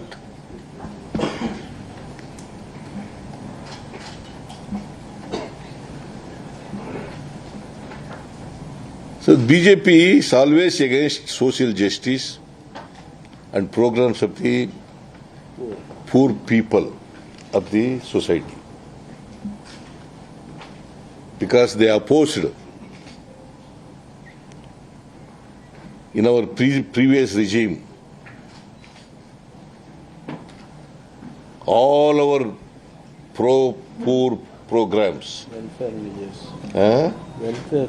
Welfare measures that we have undertook.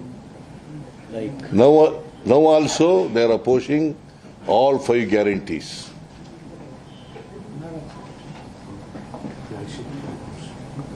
all flagship programs. Because they basically, BJP and JDS are against social justice and programs of the poor people. Whose government was there when this land was given? It is a compensatory land given for the land that was taken by the government. Who was there in the government? BJP was there in the government. One. How many leaders were given compensatory land? And which all parties they belong? Let there be an inquiry in all the cases of compensatory lands, not only in this issue, but also the compensatory lands given in elsewhere in the entire state. Then you will get to know which leader and of which party is involved in this. Why are you cherry picking one leader and saying that he is involved? And you could have said that had our government, had our party been there in the government at that time. It was BJP's government. Why is it that the BJP and the Janata Dal leaders are not ready for investigation in this particular case? Why is that government not ordering an inquiry in this particular case? Let all the compensatory lands that have been given, especially in this case, and all the lands that have been given elsewhere in the entire state be investigated. Right, opposition BJP in Karnataka, of course, sees in today's verdict an opportunity to put the Karnataka Congress government on the mat. They have demanded that Siddaramaiah should resign. Listen in. He should resign immediately. क्योंकि सिद्धारामैया का एक history है. 2013 में ये मुख्यमंत्री बने तब लोकायुक्त संस्था को बंद करवाया था. लोकायुक्त संस्था कर्नाटक में नहीं थे क्योंकि लोकायुक्त में इसका 25 से ज्यादा केस था. उसको बंद करवाने के लिए लोकायुक्त संस्था को बंद करवाया. अभी ये केस को कौन जांच करेगा? वही लोकायुक्त करेगा. फिर से लोकायुक्त हमारे सरकार आने के बाद हम करवाया. संस्था को रखा, हम उधर जज को अपॉइंट किया, पुलिस को अपॉइंट किया. वही लोग इसको जांच करेंगे. अभी फिर से क्या करेगा सिद्धारामैया? ये लोकायुक्त संस्था को बंद करवाएंगे. इसके कारण तुरंत सिद्धारामैया इस्तीफा देना एंड क्या फेस करना है, इसका केस को फेस करना है, केस को लड़ना, फेस करना. Ma'am, is he likely to face the probe या फिर आपको लगता है वो सुप्रीम कोर्ट में अप्रोच करेंगे? क्या हो सकता है आगे? ये जमीन दलित का जमीन है. नंबर 1 गलत किया. नंबर 2 गलत है 50-50 शेयरिंग करने का एक डिसीजन मुडा में मैसूर में लिया था. कौन जमीन मुडा को देते हैं उसको 50% किसानों को डेवलप करके देना बोल के.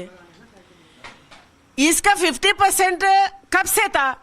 वो प्रोस्पेक्टिव था, तब डिसीजन लिया. उधर के बाद कौन देते हैं जमीन उसको. सिद्धारामैया का बीवी क्या किया? इसको रिट्रोस्पेक्ट करवाया. ये दूसरा गलत है. तीसरा गलत है, सिद्धारामैया हर समय कब मुडा का डिसीजन हुआ था तब कॉन्स्टिट्यूशनल पोस्ट में था. ये तीसरा गलत है. उसको पता था मुडा में क्या हो रही है. 4वीं गलत, अभी गवर्नर का बारे में कितना गलत बोला. उसका पार्टी का एक नेता बोलता है बांग्लादेश में क्या हुआ शेख हसीना के साथ, ऐसे कर्नाटका का गवर्नर को हम करवाएंगे, हम भगाएंगे. अभी तक एफआईआर भी नहीं डाला. क्यों? सिद्धारामैया ये पूरा केस को खत्म करना चाहते हैं. इसके कारण मैं मांग करती हूं ये केस में अभी जांच होना चाहिए. ऐसा हाईकोर्ट ने बताया. क्या गवर्नर डिसीजन लिया था प्रोसिक्यूशन करना है, फेस करना है, केस लड़ना है, उसको अपील किया है. इसके कारण सिद्धारामैया इस्तीफा देना है एंड फेस करना है. After the Karnataka High Court verdict, what is the BJP's demand now? Well, BJP's demand is very clear that it is now, this is proof and evidence that the MUDA scam that Siddaramaiah and his family are beneficiaries of is a serious scam. This will need to be investigated and those who have violated the law to be prosecuted, and that to ensure that this investigation is free and fair, that Siddaramaiah must resign immediately. If he has any self-respect, if he has any sense of moral compass in his in himself and his mind. He should resign. He should not hang on to the kursi, hang on to the chair like Chief Minister of Delhi tried to do and embarrassed himself, embarrassed his party, embarrassed the people of Delhi. He should not embarrass the people of Karnataka. He should not embarrass the people of Bengaluru. He should resign immediately and pave the way for a free and fair investigation. What we have seen that senior Congress leaders have been claiming it as a political vendetta. No, for the Congress party, this is absolutely normal for them. For Congress party leaders like DK Shivakumar, etc., a land scam is no big deal. Looting people's money is no big deal. So therefore, for them, none of this is very surprising. They expect their political leaders to do these type of corruption and scam. So I'm not surprised by the Congress party's response to this. But the people of Karnataka, the activists who have exposed these scams, have a very different view. They believe that this gentleman, Siddaramaiah, must resign and must pave the way for a free and fair investigation. And the views of the Congress party or Rahul Gandhi or his other constitution-waving buddies doesn't matter here. This is really about a sitting chief minister having prima facie violated the law and being made to pay the consequences of that. Some Congress leaders have been constantly questioning the position of government itself.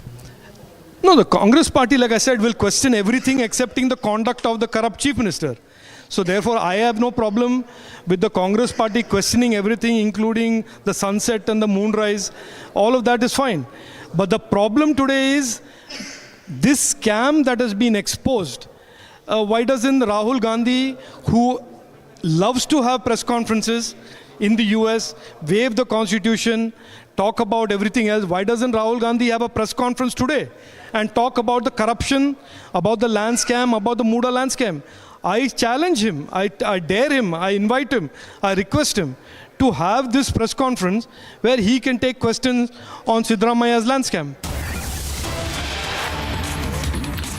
All right, on to a breaking news development coming in from the Middle East, where it continues to be on the boil. And in fact, in the latest round of escalation from the Israeli side, with all its bombardment and air strikes into southern Lebanon targeting Hezbollah, death toll in Lebanon in targeted areas has touched 585, with the Lebanese Health Ministry reporting over 1,800 injured in those air strikes. Israel, of course, maintains that these are targeted intelligence-based air strikes at those places where Israeli intelligence believes Hezbollah has been hiding its war stores, its arms and ammunition right there in the civilian areas. In fact, these videos clearly show that following the air strikes, there are secondary explosions that take place, which Israelis show as proof of war dumps being targeted.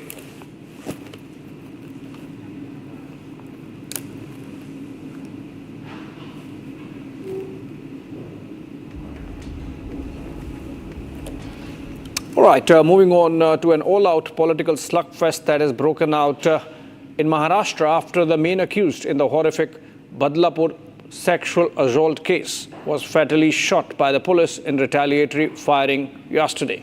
According to sources, 24-year-old Lakshay Shinde, who was a janitor at the school where he allegedly raped 2 minor girls, was being escorted out of Taloja jail to Badlapur for investigation when he snatched a loaded revolver from an officer and opened fire at the police. The police responded with retaliatory fire leading to his death. As opposition Mahavikas Aghadi came out all guns firing, the Mahayuti government, in fact, apart from ordering a CID investigation, has charged the opposition with unnecessary politicization. Listen in. A mega political showdown has erupted after the accused janitor in the Badlapur sexual assault case was fatally shot in retaliatory firing after he opened fire at the police. According to sources, the main accused, Akshay Shinde, was escorted to Badlapur from the Taloja jail in a police van when he snatched a revolver from an officer and opened fire at the police.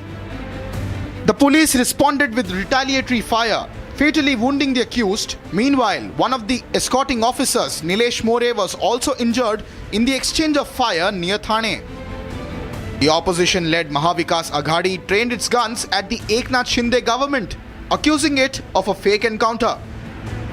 Congress leader and former Chief Minister Prithviraj Chavan said that the accused was murdered in cold blood, adding that the incident has brought a bad name to the Maharashtra police, which once had a spotless reputation. देखिए, encounter किसका होता है? Encounter आतंकवादियों का होता है, encounter underworld के गुनहगारों को होता है. ये कौन आदमी था? तो इससे एक बात का और जो संदेह था उसका वो सबूत जो संदेह और बढ़ता जा रहा है कि शायद पुलिस किसी ऊंचे पद पर बैठे व्यक्ति को बचाने की कोशिश कर रही है. NCP SCP MP Supriya Sule said that the incident testified to an absolute breakdown in administrative machinery and law and order in the state of Maharashtra. NCP SCP Chief Sharad Pawar claimed injustice was done to the wronged miners of Badlapur, as the accused should have received death penalty through appropriate legal process. Congress State President Nana Patole claimed that the government was trying to shield the main culprits in the case. गृहमंत्री तर खोटं बोलतोय, त्यांच्या हातात आता कायदा सुव्यवस्था राहिलेला नाही, पण गोष्ट कशी खोटं बोलायचं आणि त्याला फिरवून न्यायची ही त्यांची एक्सपर्टी आहे. आमची भूमिका आहे की उच्च न्यायालयाचे न्यायाधीशच्या माध्यमातून याची चौकशी व्हावी. The ruling Mahayuti hit back, asking the opposition to clarify if it was with the slain rape accused or the police. जब महाराष्ट्र में एक बलात्कारी को सजा दी गई है, उस पे आंसुएं बहा रही है.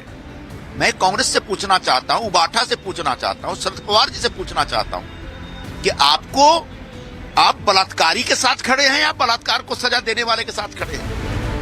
Chief Minister Eknath Shinde said that the police acted in self-defense after the accused snatched a gun and fired at Officer Nilesh More.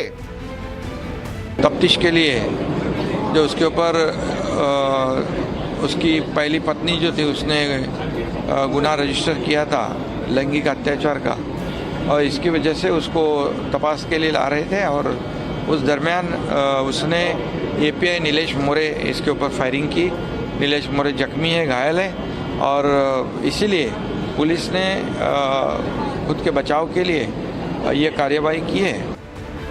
Even as Shiv Sena supporters erupted in celebration after the killing of Akshay Shinde, the BJP condemned the Indi for coming out in support of a rape accused. ये कांग्रेस और INDI alliance, खास करके सागरिका घोष जैसे नेताओं के tweet देखिए, वो बलात्कारी के पक्ष से बोलने लग गए हैं. शर्मनाक. Top lawyer Ujjwal Nikam, who is also appointed as the chief prosecutor in the case, also came out in defense of the Maharashtra police. Akshay Shinde एक साइकोलॉजिकली डिप्रेस हो सकता है और उसने पुलिस पर हमले की कोशिश की, खुद को खुदकुशी करने की कोशिश की, और पुलिस को जवाबी फायरिंग करना पड़ा, और पुलिस का जवाबी फायरिंग में उसको गोलियां लग गई. Meanwhile, the kin of the accused claimed a fake encounter and demanded a probe into the killing. A similar kind of vehicle, a similar kind of van was carrying Akshay Shinde yesterday from Taloja jail to Thane, and in fact at the same point in time a similar kind of vehicle was there, and in fact Akshay Shinde was accompanied by two of the Thane police constable sitting with him, one at this side, another one at this side, and API Nilesh More was sitting just opposite to this Akshay Shinde, the accused. Now, while returning from Taloja jail, Akshay Shinde started troubling the officer. It is being said that he started abusing the officers, that he has been booked in fake cases, he is being tortured. The accused, Akshay Shinde, got more aggressive, and in fact he tried snatching the gun. At that point in time, the officers were trying to stop him, but ultimately during this snatch, the gun got loaded, in fact unlocked. As we talk, it got unlocked, and one of the bullet got fired out here on the legs on the thighs of API Nilesh More. As the political war of words ensues, both Mahayuti and Mahavikas Aghadi remain at odds over the encounter. All right, this is all we had in this edition, and after a short break, Niranjan brings you some very exclusive elements on the Laddu Rao of Tirupati, and this is exclusive. Stay back. Odisha assault, army officer's fiancé speaks out. Tirupati Laddu controversy, the clincher documents accessed. All that and more in tonight's edition of This is Exclusive at 7 p.m. 13,000 placements last year. At Amity, we are committed to nurturing passionate, hardworking and proactive professionals.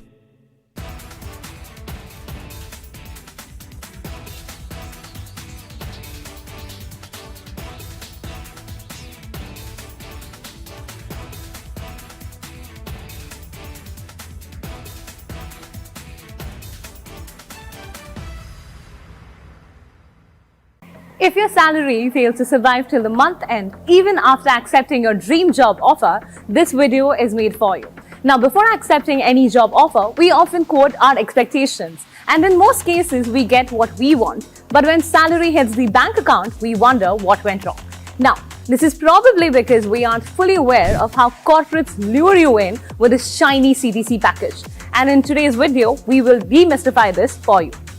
How CTC works. Well, when companies offer you a salary package, they count every penny they will spend on you. But this doesn't mean that you're going to receive it at all. The thing is, your salary is made up of several components which can be broadly divided into two categories: the fixed components and the variable components. Now, things like basic salary, house rent allowance, transport and uniform allowances fall under the first category. These components remain the same throughout the year and don't change until your next hike. Then comes the commissions and incentives that are subject to your performance, which can vary on a month-to-month basis, and also these aren't guaranteed. So when you receive a job offer, the CTC may include both of these components, which can portray a fairly distorted or rather inflated image, and often comes as a disappointment to your expectations on the payday. So the first thing to note, never take the CTC at the face value, and always look at the variable and fixed components to have a clearer idea of what the amount will actually be, what will be credited to your bank account. Now, another reason your in-hand salary is lower than your CTC is due to the corporate trick. So what is this trick? So usually 12% of the basic salary goes to your provident fund, and law requires an equal contribution from your employer's side. What most companies do is they include their contribution to your PF in your overall CTC to make the package look larger on paper. But in reality, this amount is not part of your immediate take-home salary. Instead, it goes directly into your retirement fund, which you'll only be able to access after retirement or during unemployment. Now, assuming your monthly CTC is Rs 50,000, inclusive of your employer's PF contribution, and your expected PF deduction is Rs 3,000, then your employer will deduct Rs 6,000 from your salary, which will reduce your remuneration. Congress gets MUDA scam jolt in Karnataka. Can Siddaramaiah remain Chief Minister anymore?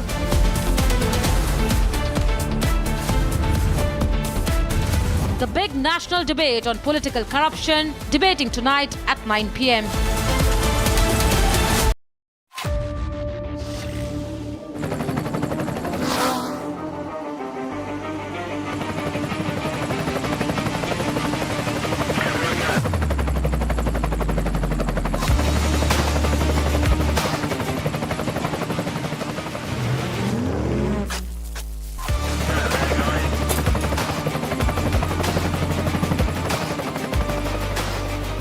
Director, the taste of success. 13,000 placements last year. At Amity, we are committed to nurturing passionate, hardworking and proactive professionals. Welcome to the future of driving. Recently, JSW MG Motors India launched the Windsor EV in the country with an industry-first initiative of Battery as a Service program. Now today, we are excited to introduce you to the MG Windsor EV, a game changer in the world of electric vehicles. Let's dive into what makes this stunning crossover utility vehicle a must-have for every modern driver.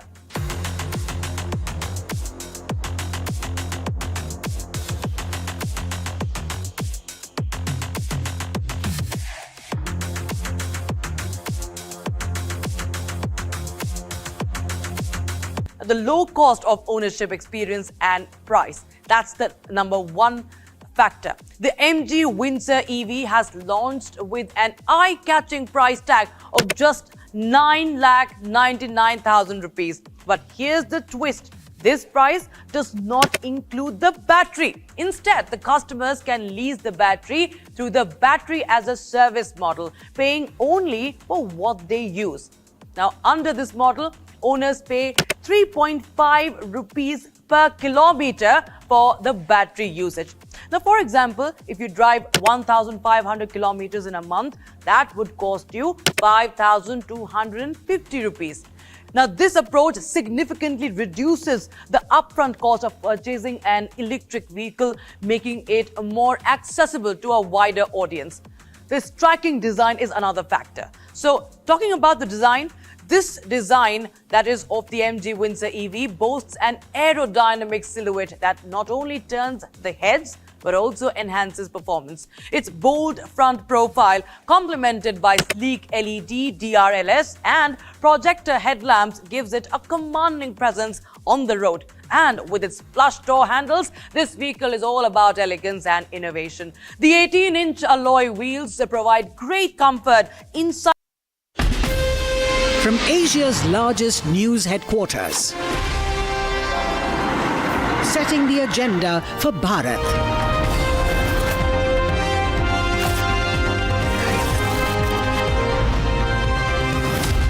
You're watching Republic.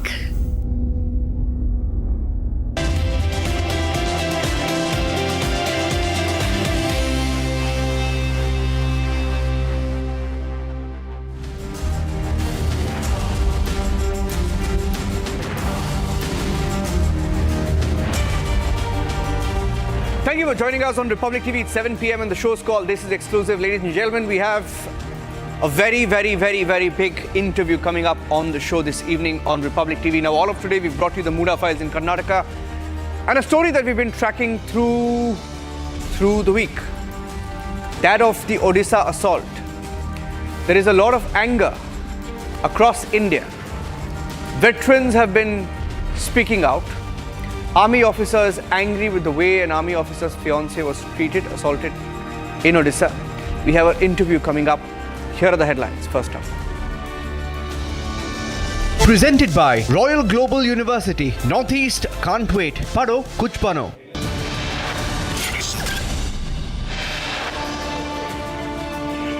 Republic tracking the Tirupati ladu controversy. More on how firms got contracts. Explosive document showing how YSRCP changed tender conditions to favor one particular company.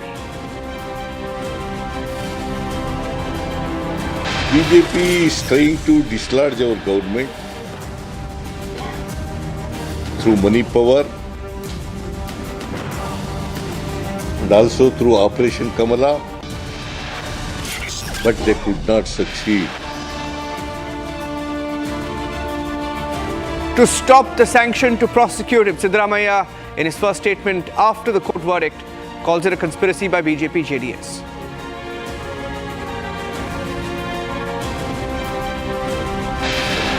Proof and evidence that the MUDA scam that Siddaramaiah and his family are beneficiaries of is a serious scam. This investigation is free and fair, that Siddaramaiah must resign immediately. The BJP goes for Siddaramaiah, asks for his resignation.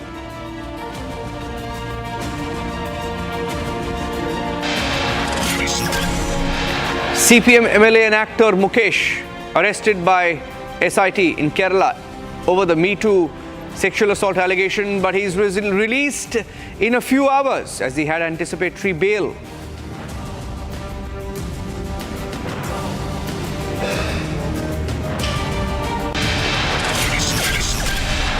IDF launches deadly strikes on Hezbollah, targeting weapons commanding centers in South Lebanon.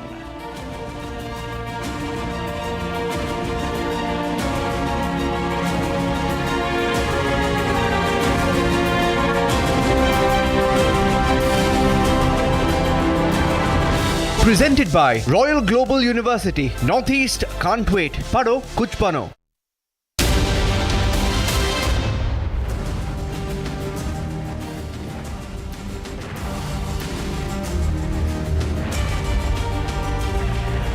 There is a lot of anger over the alleged case of assault in Odisha of an army officer's fiancée. Now you've seen her sound bites in Odisha post the incident, and there are many videos doing the rounds on social media. But for the first time, she has spoken out in a very, very detailed interview on Republic TV. I'm playing out an excerpt of that interview for the first time. This is the army officer's fiancée who was assaulted allegedly by the police in Odisha. This is her story. Just for the sake of our viewers and for our fight along with you, just give us a small snippet of what exactly happened that day. Ma'am, on the night of 14-15 at around 1:32, I was returning back along with my fiancé from Patia to my home, and on the road we were chased and then stopped by three four-wheelers, out of which some 10 or 12 people came out, only men, and they started hooting and bashing on the car, perpetrating my fiancé to get out of the car, which he did. And I was sitting there inside the car at that time, and watching him being pushed around. I came out of the vehicle thinking that me being a lady will assuage the situation and they will probably move away, but they didn't. And their blatancy came on to me as well, of abuse and even pushing around. But knowing their strength, that they were a lot, my fiancé and I just got into the vehicle looking at the time that we had the window, and we drove away from there. From this place of incidents, my home is not very far, maybe 10 to 15 minutes. However, my fiancé suggested that we should go ahead to Badlapur police station, which is not very far away from my place, another 400 meters I believe. So to write this FIR, because my road ahead to my home is very dark and secluded. So we were threatened, because that was anyway very threatening and off to dismay that what just happened. So we, with that intention and motive only, entered the police station and just to simply write an FIR. On entering over there, there was one male officer, constable I believe, sitting at the reception, and when he was told about whatever was the incident and we want to write FIR, he ignored and he said that you please wait and sit. We sat, we waited at the reception. Then a lady officer came in her nightie, so I asked her if she was the person on duty. She said yes, she was. Then I said, ma'am, can you please take an FIR, because we've already mentioned it to him and he's not, so aap please likh lijiye. Since she was a lady, I was having a talk with her. She was also not really listening or paying any attention or even giving any interest. That is when I did take out my camera and started to record her, because I did need evidence. If later I wanted to put in a complaint or whatsoever, that did not take action, even though I was there at an odd hour. And my requirement of going to the police station at an odd hour has to be viable. It has to be with a reason. So obviously I was there just to write a complaint. Thereafter, when I did take out my phone, I could make out she was irritated and enraged with me. So she didn't. She said, "Aap wo bade sahab aayenge, likhenge." After about 30 to 40 minutes, the vehicle did come, and more female officers and male officers did get down off that vehicle and they entered the police station. By then, my fiancé was the one who was explaining and started doing the talking, because there were enough males then he was talking to them that हमारे साथ ऐसा ऐसा हुआ है, हम यहाँ पे already 1-आधे घंटे से वेट कर चुके हैं और भी बहुत ज़्यादा लेट हो गया है, अब प्लीज़ कंप्लेंट एक लिख दीजिए, मुझे एक पेपर पेन दे दीजिए, I will just write my complaint and I am good to go. वहाँ पे भी there was hesitant, there were resistance, but still I think maybe in 5 odd minutes he did receive a paper pen and उनको लिखने का मौका दिया and he started to write. But I don't know what went down, that he was while he was writing, suddenly his arms were flung and he was stripped down, and all his belongings, car keys, his wallet, his military ID card and his phone was taken up by the police, and he was being dragged to the cell. And that is when I was just wondering, what is this happening? We came here for a complaint. Why is he being taken to the cell? To which I started to tell the officer, the SI who was pulling him, that, sir, kya ho gaya hai? What is the matter? Why are you taking him? There was no reply from him. He was not entertaining me. He put him in the cell. Then secondly, now him being behind the cell, we were just getting impatient. What is happening now? Like, what is next? So he was telling me, please call the SI, I will speak with him. He was not answering, he was not opening the door, and I kept on persistently knocking the door. That is when a woman came, a female officer. She dragged me by my hair, pinned me down, and there were two more ladies. Now there were total of 3 ladies on me, pulling my hair, dragging me across the entire that corridor, and they were beating me, punching me. While she beat me, one of my tooth also fell out. And watching that and watching the floor covered in blood, with my blood, my nose was bleeding and my mouth was bleeding. I told her, ma'am, मेरा खून आ रहा है, अब you've crossed a lot of limits right now, ma'am. अब बस करो, मुझे side में रखो, आपको मेरे से बात नहीं करना. From demand, I had now come on to pleading and begging for my life that please, ma'am, please let me go, let me sit. आपको मेरे से बात नहीं करना, मत करो, आप please मेरे को छोड़ दो, just let me go. And they continued abusing me, calling me names, abuses that I don't want to actually say right now. And they kept on continuously beating me, and then one of the lady came at my neck to choke me. That is when I have bitten her hand, and then she let me go. Then they insinuated and told me, she's on powder, देखो कितना strength है इसमें. And they just kept on saying all of these things. Thereafter, one of the ladies who was wearing a scarf, that scarf was used to tie my leg. My own jacket was taken off. I was just then wearing my sports bra, and that jacket itself was used to tie my hands behind. And then I was dragged. I was lying down on the floor and I was dragged inside a room. And in that room, I was further beaten by their legs, and 2 more constables, male constables, were called to put me under control, because I could hear them again and again say that she's giving a lot of fight, she's screaming a lot. Somebody come and help us, pin her down. And those 2 constables stood on my hand, pressed it, punched my face, kicked my face. Till then the SI, the one who had put my fiance behind the cell, he entered. And when he entered, he also screamed, yelled and abused me. And one of the females then put up my bra, exposed me, and then he started thumping and just kicking my chest. And thereafter I was then just begging again, sir, what have I even done? Just please leave me. आप लोग हो जो यहाँ पे गलत कर रहे हो और क्यों कर रहे हो? Then he kicked me even more. Then they left me over there for good 30 odd minutes. I was locked in there just crying, and I was continuously screaming. Still hear those screams. I was just continuously screaming. And then in the meanwhile, I was waiting over there. The door opened after a few while. And then I saw a new face over there. And to my head, I thought probably this is the Bade Saab that they have been talking about, that who will come and listen. So watching a fresh face, then I told him everything again, that sir, so and so situation has happened. He asked me to shut up. He said, you have been the one who has created a ruckus over here. Who do you think you are? I told them, sir, I have done nothing, absolutely just came in here for FIR. By the time I'm saying this, one of the lady pulled down my pants, and simultaneously he pulled out his shirt, pulled down his pants, took out his private parts, came up, stood up onto my face. I was lying down, and then he told me that how many times would you take it to just shut up. Watching that, I knew that what could possibly come next. So I had just pushed my face down on the floor. I can't live that thing again, what I was feeling, but I was really feeling disgraced and pathetic. Do you think that only suspension is enough? And 60 days time for the report to be coming in, so it's a long wait of 2 months now, and just suspension being there. What else do you require? How do you think you will be going on for the next 60 days before the actual truth comes out?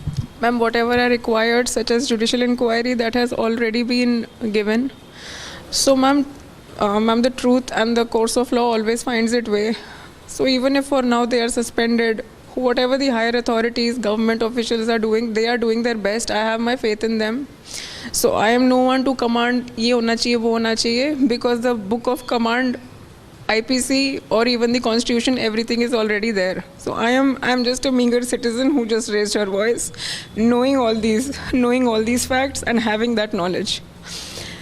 So my demand, whatever it was, has been already heard by Honorable Chief Minister, and the judicial inquiry is already going to be on its go.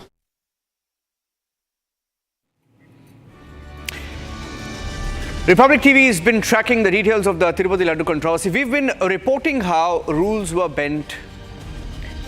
Manufacturers of milk products, dairies who were perhaps close to the political establishments got the tender.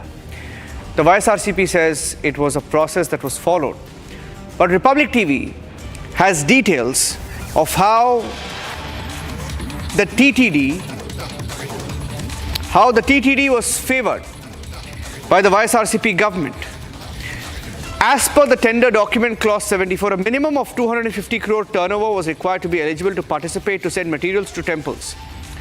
This is clearly specified in the tender document. In other words, no company can be shortlisted if such revenue criteria was not met. However, when you look at the records accessed from Ministry of Corporate Affairs, AR Dairy did not meet the revenue threshold. Revenue was just 244 crore. Despite the revenue shortfall, they were allowed to be qualified. In a fresh document that Republic has accessed, shows how the tender conditions were changed to favor one company. The details are on your screen. The ghee supplier is now in the dock. Annual turnover should have been over 250 crore to be qualify and get the deal to supply the ghee, but it was not eligible. So how did they get the tender? That's the question. Let me go across to Aneri joining us on the broadcast. Aneri, 250 crore and 244 crore are different. There is a little bit of a shortfall, but is there more? I mean, what does it tell you? Well, definitely. Earlier, it was 250 crores of the limit which they have to submit the documents to get this tender. But then AR Dairies wasn't reaching the 250 mark. And also at the same time, after all of this, we also have accessed one more document which shows that how the TTD board back then during Jagan Mohan Reddy's government had changed the conditions of the tender procurement. So basically, when it was 250 crores to get a minimum of tender, they had changed the 250 crores to 150 crores. So directly 100 crores of that was minus. So now you require 150 crores of the financial assets in your company so that you get this tender. So that was that itself shows that how the TTD board had changed the conditions of the getting a tender for the Tirupati Devasthanam. And also not only that, but also at the same time we see that how the tender conditions of condition number 19 and 20 were very clearly removed from the conditions which they require. They have to meet, a company needs to meet. So very clear violations being done as to favor one company, that's the AR Dairies, which have supplied adulterated ghee to Tirupati Devasthanam board for the making of the Tirupati Laddu. Well, however, on the other side, we see that the AR Dairies say that they have not violated any sort of violation, whereas they have supplied a pure ghee itself, and there is no adulteration that has taken place. But when we have accessed another document which shows that there was no adulteration test at all done in the last 5 years during Jagan Mohan Reddy, then how does it say that there was no adulteration? There were other tests which were done, but adulteration test was not done during Jagan Mohan Reddy's government. So very clear, we see that how there were violations which had taken place just to favor one company, that's AR Dairies from Tirupati, from Tamil Nadu. That company is based in Tamil Nadu. So we'll have to see what's next, because now what we are going to see is that the SIT, the Special Investigation Team, has been formed into this matter. There will be investigation taken up by the Special Investigating Team into this matter, and further a report will be submitted to the government. Okay. Thank you for joining us with those inputs. In fact, stay with me. I have another bit of breaking news update coming in right now. Sources have indicated, and that's the next breaking update that I have. SIT will be formed by the government in Andhra Pradesh to investigate the adulteration in the Tirupati Laddu. An SIT will be formed and it will investigate how adulteration took place. Whether there were political factors that allowed animal fat, beef tallow, pork to be used in the Tirupati Laddu. That's the big update we are getting. Is it official now? Is it official, Aneri, that the SIT will be formed? Well, it has been announced by Andhra Pradesh Chief Minister himself that SIT team will be formed, which will be headed by an IG level officer. What we are being told is that in some time from now, orders will be released from the government as well to that the SIT team has been formed. What we are getting to know through our sources is that Tirupati, an IG level officer, IPS, will be heading the team of the SIT, which will be investigating into this adulteration of the Tirupati Laddu, and also followed by Tirupati, it will be Harshvardhan Raju and also Gopinath Jetty. These three will be the main officers who will be heading this investigation as to what went wrong during Jagan Mohan Reddy's regime and why was that the adulterated ghee was supplied to the Tirumala Tirupati Devasthanam for making the laddus. All right. Thank you for joining us with those details, tracking that story very closely. The Tirupati Laddu controversy continues to be one of our top focus stories. Also, the debate at 8 p.m. tonight.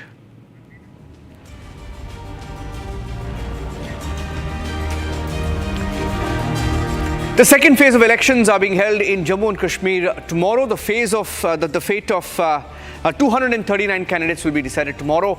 25 lakh voters in the fray. My colleague Zeenat sends us this exclusive report on the build-up to voting in Kashmir tomorrow.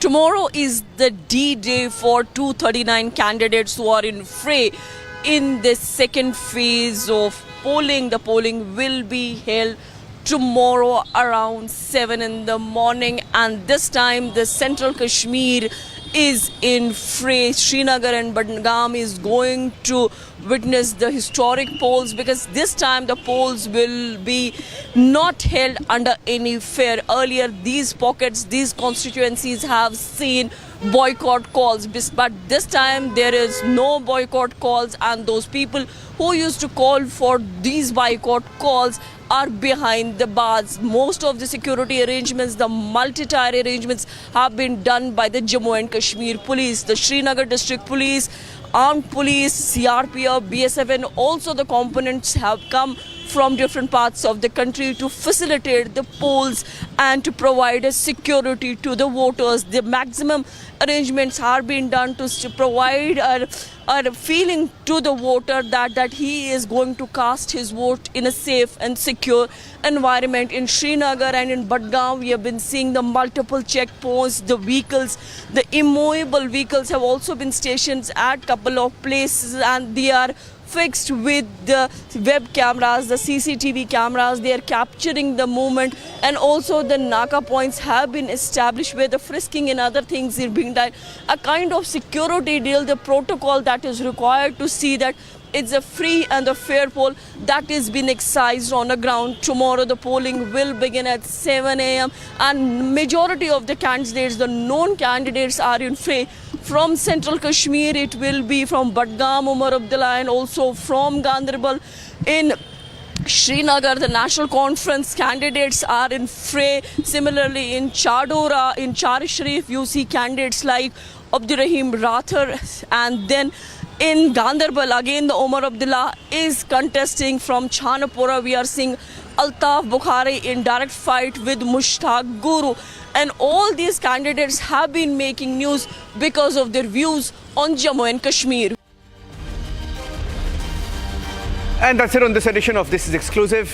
Taking a break, back with the headlines at 7:30 and the debate at 8 p.m. on the Tirupati Laddu controversy. We will keep our focus on that and the big debate at 9 p.m. on whether Siddaramaiah can remain the Chief Minister of Karnataka anymore. Political face-off at 9 p.m.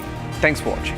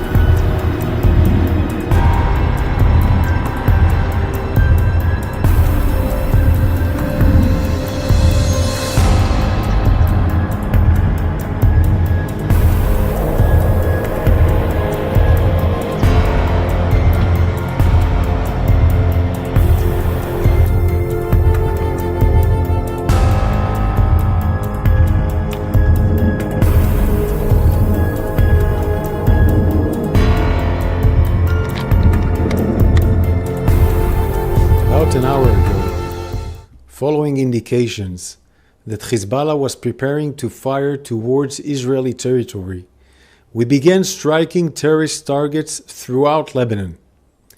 The Hezbollah terrorist organization has been continuously launching attacks on Israeli civilians and has no plans to stop.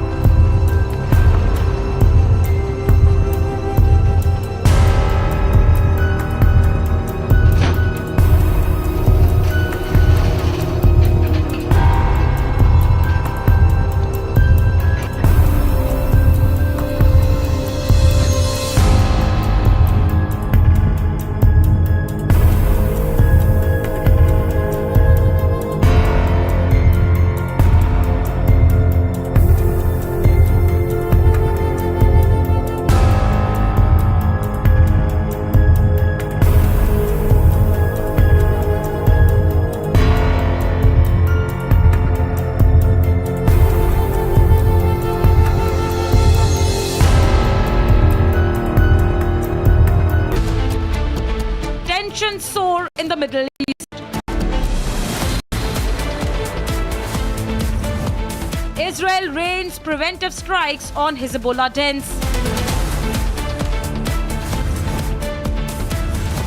Here Israel's plan for the next phase of conflict, debating tonight at 8:40 p.m.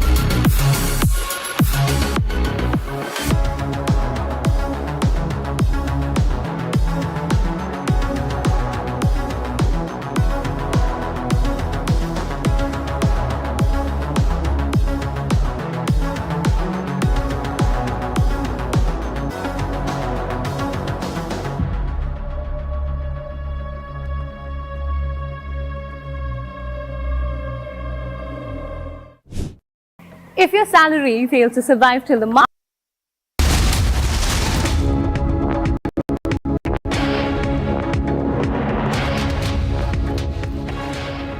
Welcome back. Good evening. For all these days, we have been calling it the Tirupati Ladu Rao.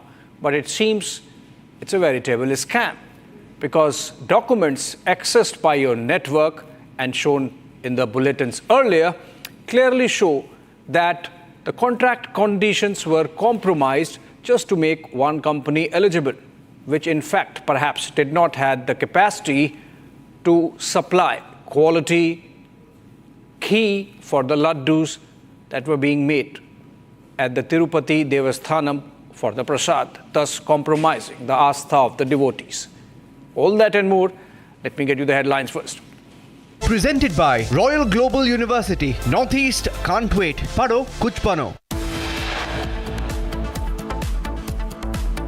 Tirupati Laddu Rao explodes Republic accesses explosive documents which show how YSRCP government changed tender conditions to favor one particular company. He is trying to dislodge our government through money power and also through Operation Kamala, but they could not succeed.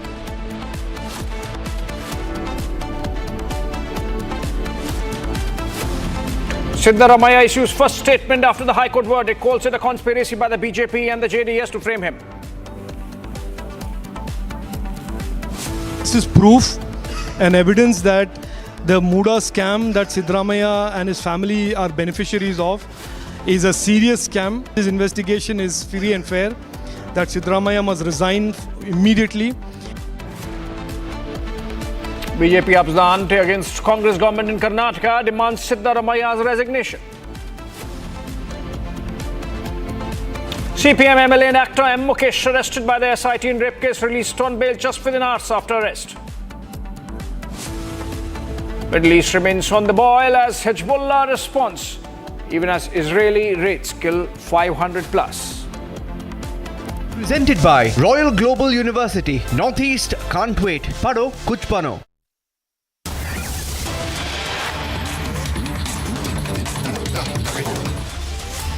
All right, beginning with the breaking news development coming in connection with the NEET paper leak case. There is an update. This is in regard with the NEET paper leak case. Remember, we learned that Union Education Ministry has knocked the doors of the Supreme Court where they have filed a petition. In the Supreme Court, the ministry has said that the top court should provide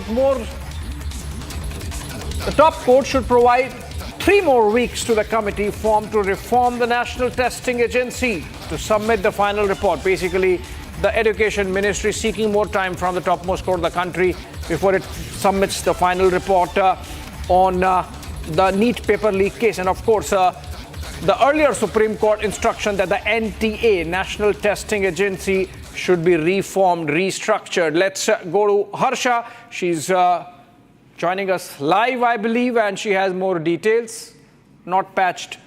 All right, we'll connect with Harsha in a bit. She's the one who's getting this information through sources that the Union Education Ministry, led by Dharmendra Pradhan, has sought more time from the Supreme Court of 3 weeks before it can submit a final report, which includes also a blueprint for the reform of the National Testing Agency. Remember, there were some issues with the NTA mechanisms which led to the paper leaks. Already a CBI investigation is on, and reports and arrests have been made, but then so far as the agency mechanism is concerned, that needs to be restructured as per instructions of the Supreme Court. Moving on for now, and the one big story we have been tracking for you, ladies and gentlemen, the anger over insult to Hindu faith is just getting bigger by the day. Today, in the documents that Republic has accessed, we'll show you how the TTD was,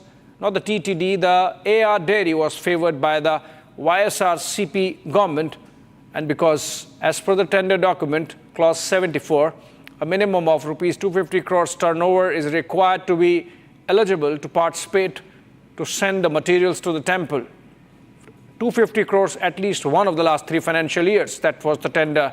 But then Later, the condition was changed. 250 crores was reduced to 150 crores. And thus, the company, AR Dairy, got shortlisted despite not having 250 crores as its annual turnover.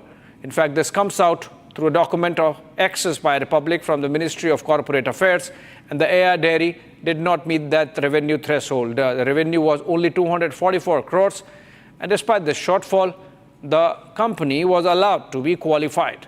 Now, in a fresh document that Republic has accessed, it clearly shows that the tender conditions were in fact tweaked. Was it done in a quid pro quo between the government or the officials at that time? Remember, the government has changed in Andhra Pradesh, and the company is something which is to be looked into.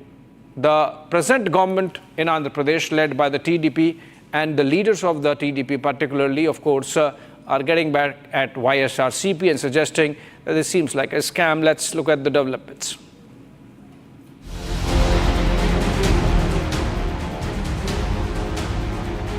In an explosive new twist to the Laddu Row, Republic has accessed papers showing irregularities in the awarding of the tender to the dairy firm for the supply of ghee. Putting the previous YSRCP regime in the dock, documents show AR Dairy was favoured to secure the contract for supplying ghee for making the prasadam. It's the tender clause number 74, which talks about the requirement of 250 crore rupees. Now, that's the eligibility criteria put across in this particular tender document. AR Dairy does not even meet those criteria. 244 is their net revenue as per the documents available at the Ministry of Corporate Affairs. Despite that, this company is actually given the entire tender to carry out the supply of ghee. The controversy around the Tirupati Prasadam Row refuses to die down as seers have come out in protest against the alleged adulteration of the laddus that are served to the devotees at the iconic temple. Hitting the streets in big numbers, the seers condemn the conspiracy to taint the Sanatan Dharma and offend the religious sentiments of a significant section of the country's population. वो भगवत गीता में कृष्ण ने बोला था पत्रम फलम पुष्पम तोयम वो काऊ का घी का वो बोल रहा है वो कंटेमिनेट करके वो प्रसाद दे रहे हैं ये अच्छा है क्या वो मैं कलयुग में ये अच्छा नहीं है वो दूरस्थ लोगों को अरेस्ट करना है दूरस्थ लोगों को अरेस्ट करना है इमीडिएट करना है जो एक ऑफेंस करता है एक राउडी शीटर जो ऑफेंस करते हैं थोड़ी देर में 2 घंटे में पकड़ सकता है बट इतना बड़ा ऑफेंस किया है साधु लोगों को दर्शन भी नहीं दे रहे टीटीडी ने साधु लोगों को दर्शन भी नहीं देता है बट प्रसाद कंटेमिनेट करते जो भी उनका इच्छा से ऐसा करता है क्या ये अच्छा नहीं है वो तो पक्का प्रोटेक्ट करना है ये अभी ये गवर्नमेंट सीरियस से लेना है नहीं तो ये पंगा बहुत बड़ा बढ़ जाएगा देश व्याप्त कर जाएगा फिर बाद में तकलीफ में पड़ जाएगा सब लोग. Meanwhile, even as former Chief Minister Jagan Mohan Reddy faced fury over the Laddu Row, Andhra Deputy Chief Minister Pawan Kalyan continued his temple run as part of his 11-day penance and purification ritual. The Deputy Chief Minister visited the Kanak Durga temple where he was pictured offering prayers seeking atonement for the alleged adulteration sin under the Jagan Mohan regime. He was also seen mopping the steps at the temple compound as part of a purification ritual. Earlier, an elaborate purification ritual was performed at Tirumala to rid the shrine of the taint of alleged adulteration under the previous government. The food regulator under the Union Health Ministry had earlier sent a notice to a dairy firm that supplied ghee for making of laddus at the shrine. A massive controversy erupted after Chief Minister Chandrababu Naidu alleged that the laddus at Tirumala were adulterated with animal fat under the Jagan regime. Jagan, however, refuted the claims, saying the ingredients for the laddus passed all scientific tests. As the public outrage over the Prasadam Row continues, the pressure is growing on Jagan to own up to his sin. Right, former Haryana Chief Minister Bhupinder Singh Hooda, who is also the present spearhead of the Congress party's campaign in the state, remember it's in the midst of elections, has promised that if the Congress comes to power, then the Shambhu border would be reopened and that the protesters would be allowed to go wherever they want to go. Obviously, they want to come to Delhi, and that is the reason why the border remains blockaded. Punjab and Haryana High Court has sought a solution and demanded from the government that it be opened. The government, of course, in this case, the BJP government in Haryana, maintaining that talks have been on and the farmers have to promise that they would not indulge in anarchy and not move towards Delhi and continue the talks rather than obstruct. Somehow, solution has not been found. Given the opportunity to the Congress to politicize the issue further, Hooda there promising that it would be open. Take a look. As Haryana gears up for assembly polls on October 5, former Chief Minister B.S. Hooda has made a bold remark. The congressman seems to have made Shambhu border his poll plank. Listen to what he said. Haryana में कांग्रेस की सरकार बनेगी तो मेरा प्रयास होगा सबसे पहले शंभू बॉर्डर खोलने के ताकि आदमी कोई रुके और किसानों को हरियाणा में जो है एमएसपी की लीगल गारंटी देंगे और पहलवान बेटियों के साथ जो हुआ उनको अब तक न्याय नहीं मिला तो इस वास्ते लोगों ने मन बना लिया है कि अब की बार कांग्रेस की सरकार.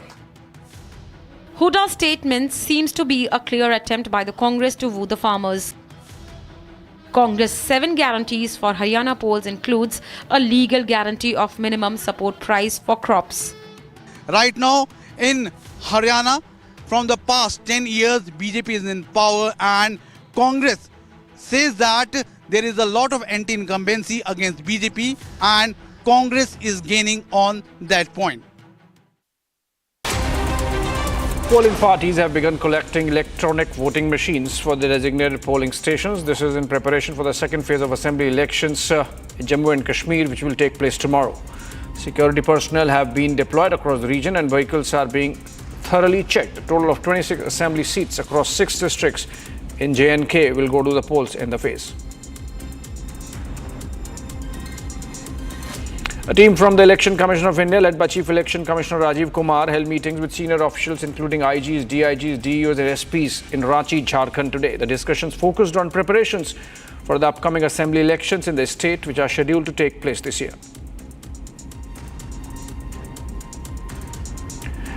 Union Agriculture Minister Shivraj Singh Chauhan met with farmers and representatives from the Farmers Union at the board meeting hall in Delhi. He emphasized that agriculture is the backbone of the country and that serving farmers is like worshipping God.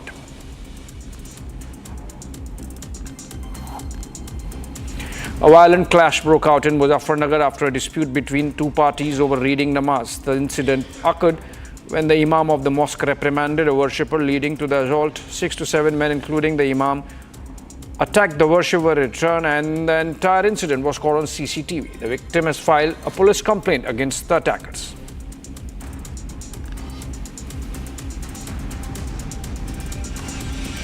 Former Haryana Chief Minister Bhupinder Singh Hooda addressing supporters said if the Congress comes to power in Haryana, they will reopen the Shambhu border. Hooda criticized the current BJP government, focusing on issues related to the farmer movement, injustice faced by wrestlers and law and order.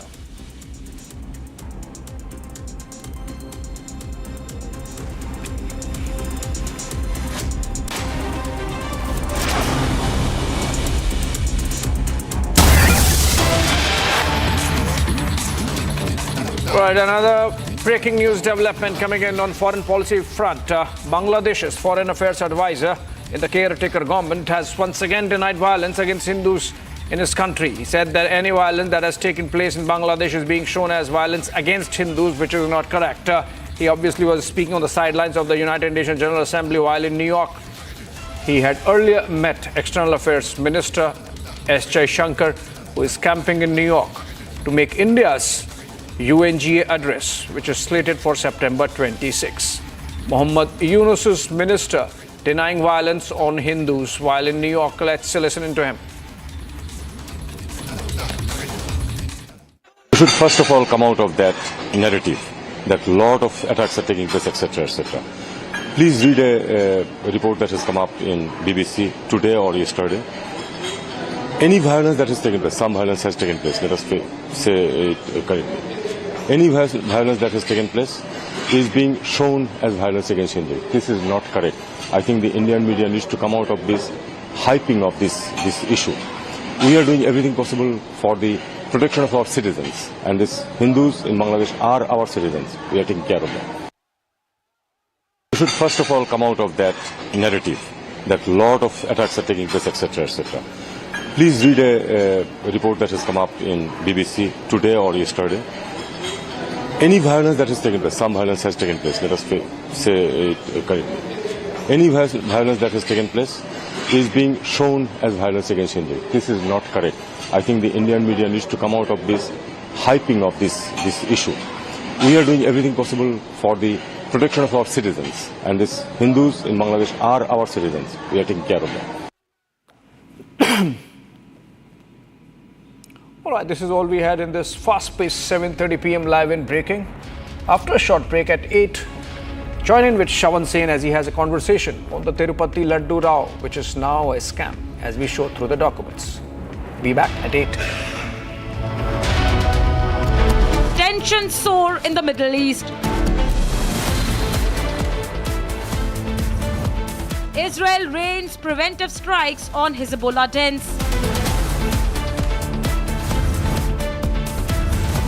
Here is Israel's plan for the next phase of conflict, debating tonight at 8:40 p.m.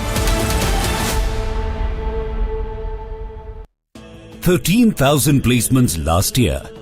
At Amity, we are committed to nurturing passionate, hardworking and proactive professionals.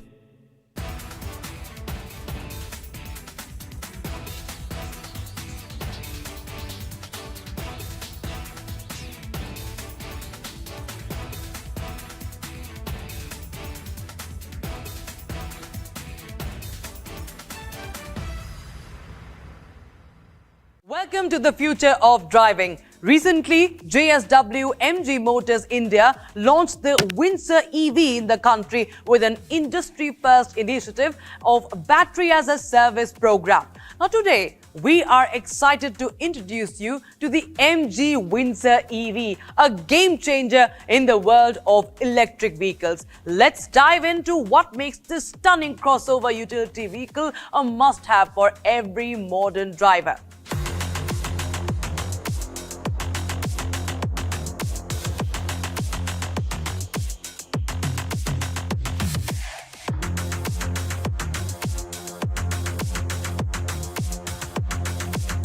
The low cost of ownership, experience and price. That's the number one factor. The MG Windsor EV has launched with an eye-catching price tag of just 9,99,000 rupees. But here's the twist. This price does not include the battery. Instead, the customers can lease the battery through the Battery as a Service model, paying only for what they use.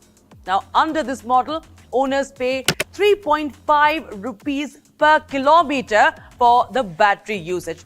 Now, for example, if you drive 1,500 kilometers in a month, that would cost you 5,250 rupees. Now, this approach significantly reduces the upfront cost of purchasing an electric vehicle, making it more accessible to a wider audience. The striking design is another factor. So, talking about the design, this design that is of the MG Windsor EV boasts an aerodynamic silhouette that not only turns the heads but also enhances performance. Its bold front profile, complemented by sleek LED DRLS and projector headlamps, gives it a commanding presence on the road. And with its plush door handles, this vehicle is all about elegance and innovation. The 18-inch alloy wheels provide great comfort inside the cabin and has great ride quality on offer. Now, at the rear, the design of the Windsor EV matches the front with a connected LED DRL and LED tail lamps. Talking about the boot space, it has a massive 604-litre boot space to store your luggage. Now, we shift our focus to the...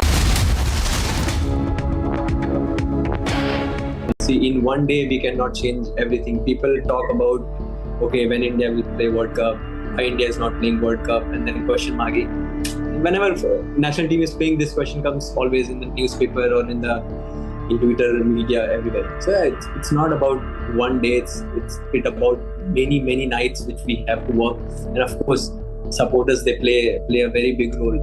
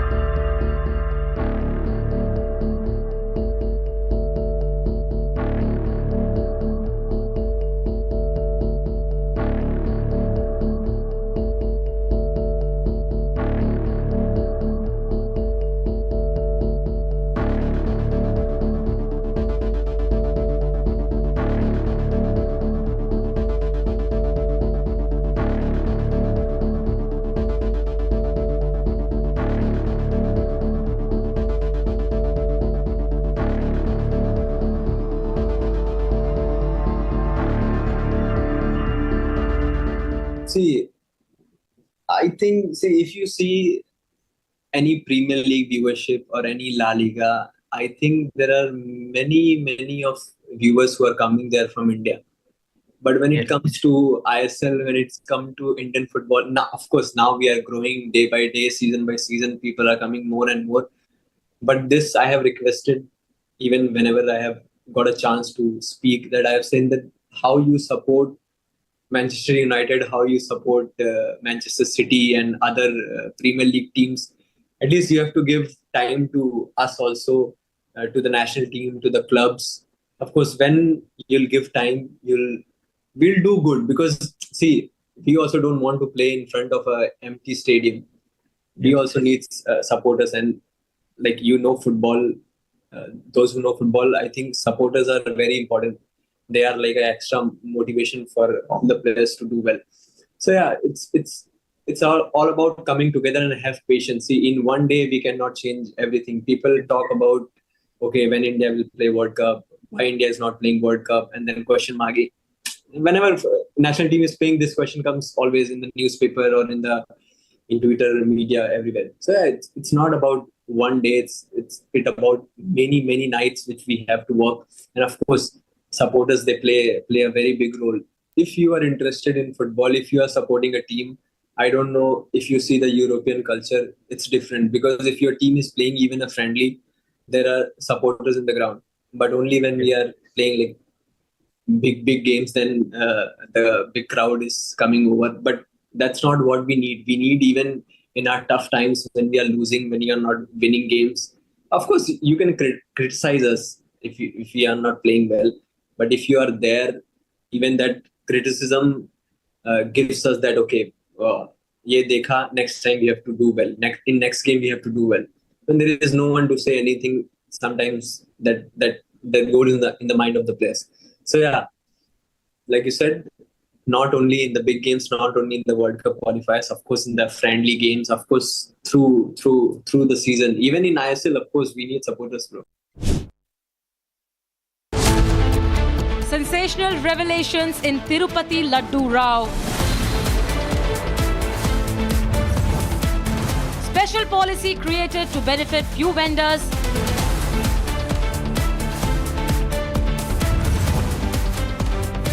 On whose behest was ghee procurement policy changed? Debating tonight at 8 p.m. Co-powered by Club Prime. Raho befikar. Premium smartphones, lowest prices per only on Big Billion Days. नाम ही काफी है यार, मैं बताऊं pack up हो गया यार, क्यों मेरे पीछे पड़े हो तुम? You know, I was a bright student. I wanted to do something, to be someone. Why not start something of your own? Start a business. That would require a big investment. Zero investment. Zero investment? Yes, I am doing it. I am Principal madam. She's my client. I am an LIC agent. Now think big. Become an LIC agent. Visit our website or contact your nearest LIC branch. MDH का kitchen king kitchen में हो तो हम सब कुछ बना सकते हैं। बैंगन का भरता, आलू गोभी, भिंडी मसाला और भी बहुत कुछ। MDH।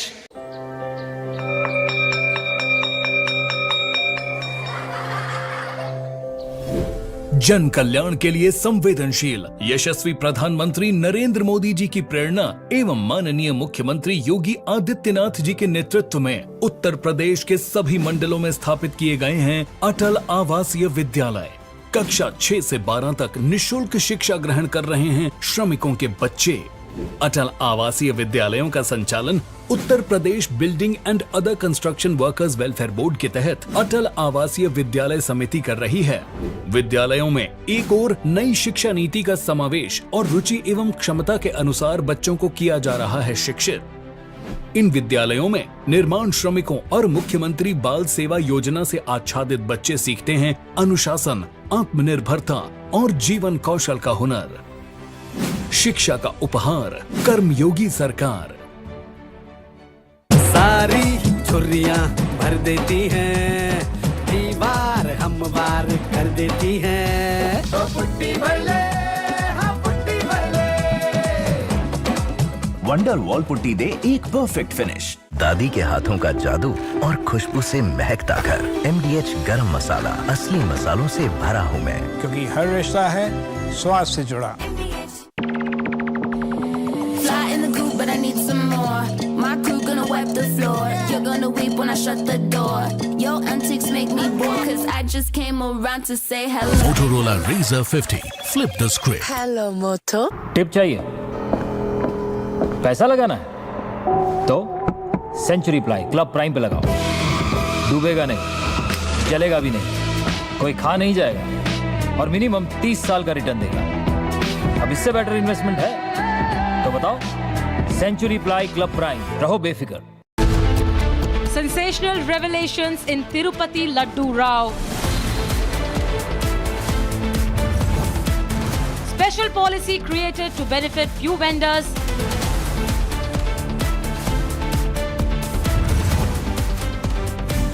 On whose behest was ghee procurement policy changed? Debating tonight at 8 p.m.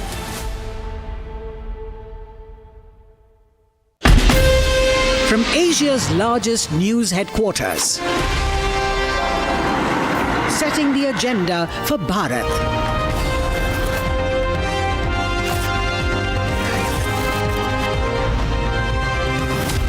You're watching Republic.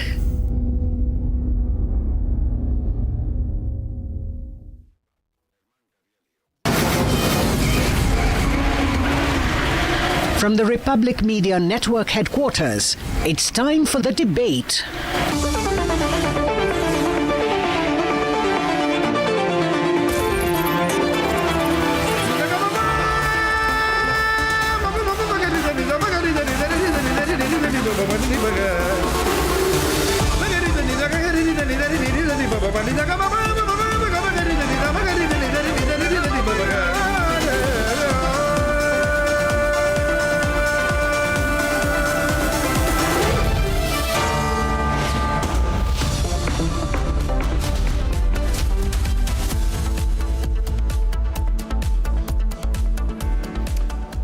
Arnab, welcome you watching the debate with me, Shavan Sen. Ladies and gentlemen, what is it about Hindu Astha that is always questioned, and why exactly shouldn't it really matter?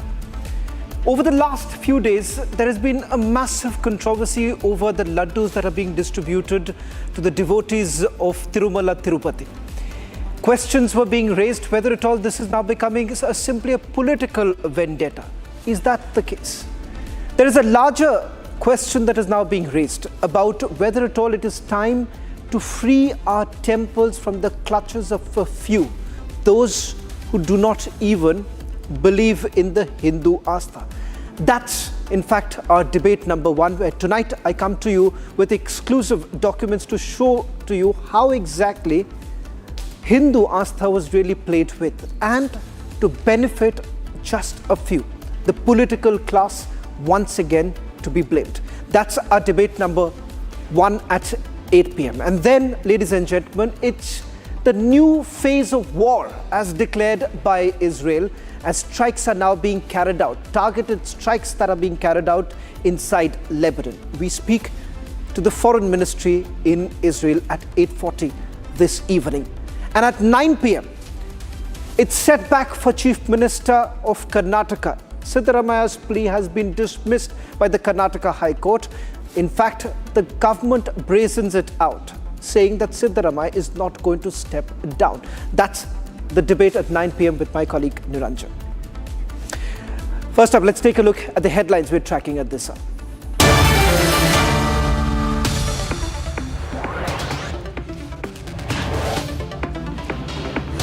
Republic takes the lead in Tirupati ladu controversy, where exclusive documents access nails the truth behind the adulterated ladu that was served to devotees.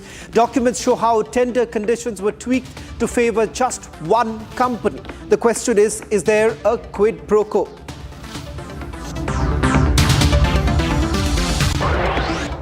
So BJP is trying to dislodge our government through money power,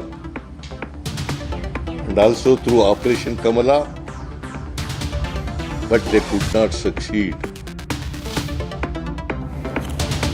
It's a big setback to Chief Minister Siddaramaiah as the Karnataka High Court dismissed his petition challenging governor's approval for the investigation against him in the MUDA scam case. Unrelenting, Karnataka Chief Minister says, "Why should I resign?"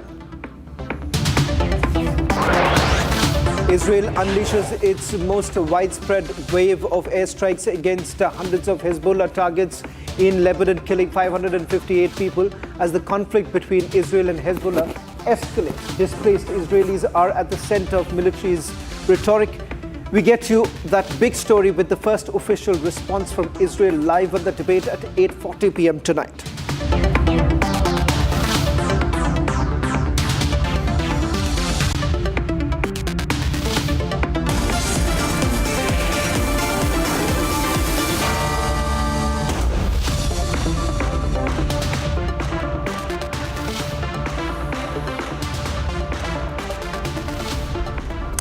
Ladies and gentlemen, Tirupati temple, in fact, has a daily footfall of around 65,000 to 70,000 devotees. On some special occasion, it crosses 1 lakh mark. Annually, the temple receives about 30 to 40 million visitors, which is 3 times more than 9 million visitors in the Vatican City.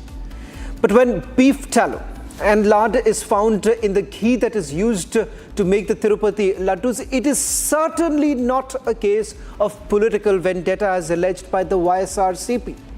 Some, in fact, have gone one step further, arguing that does it really matter and that it is being blown out of proportion. I say yes, it matters, ladies and gentlemen, because at the heart of this entire issue is the astha of the Hindus. It matters to those devotees who stand in a queue for hours put together for the darshan at Tirupati. It matters because it is no random adulteration issue. In fact, just a few days ago, the Vishwa Hindu Parishad recently expressed support for temples to be out of the brunt of governmental control.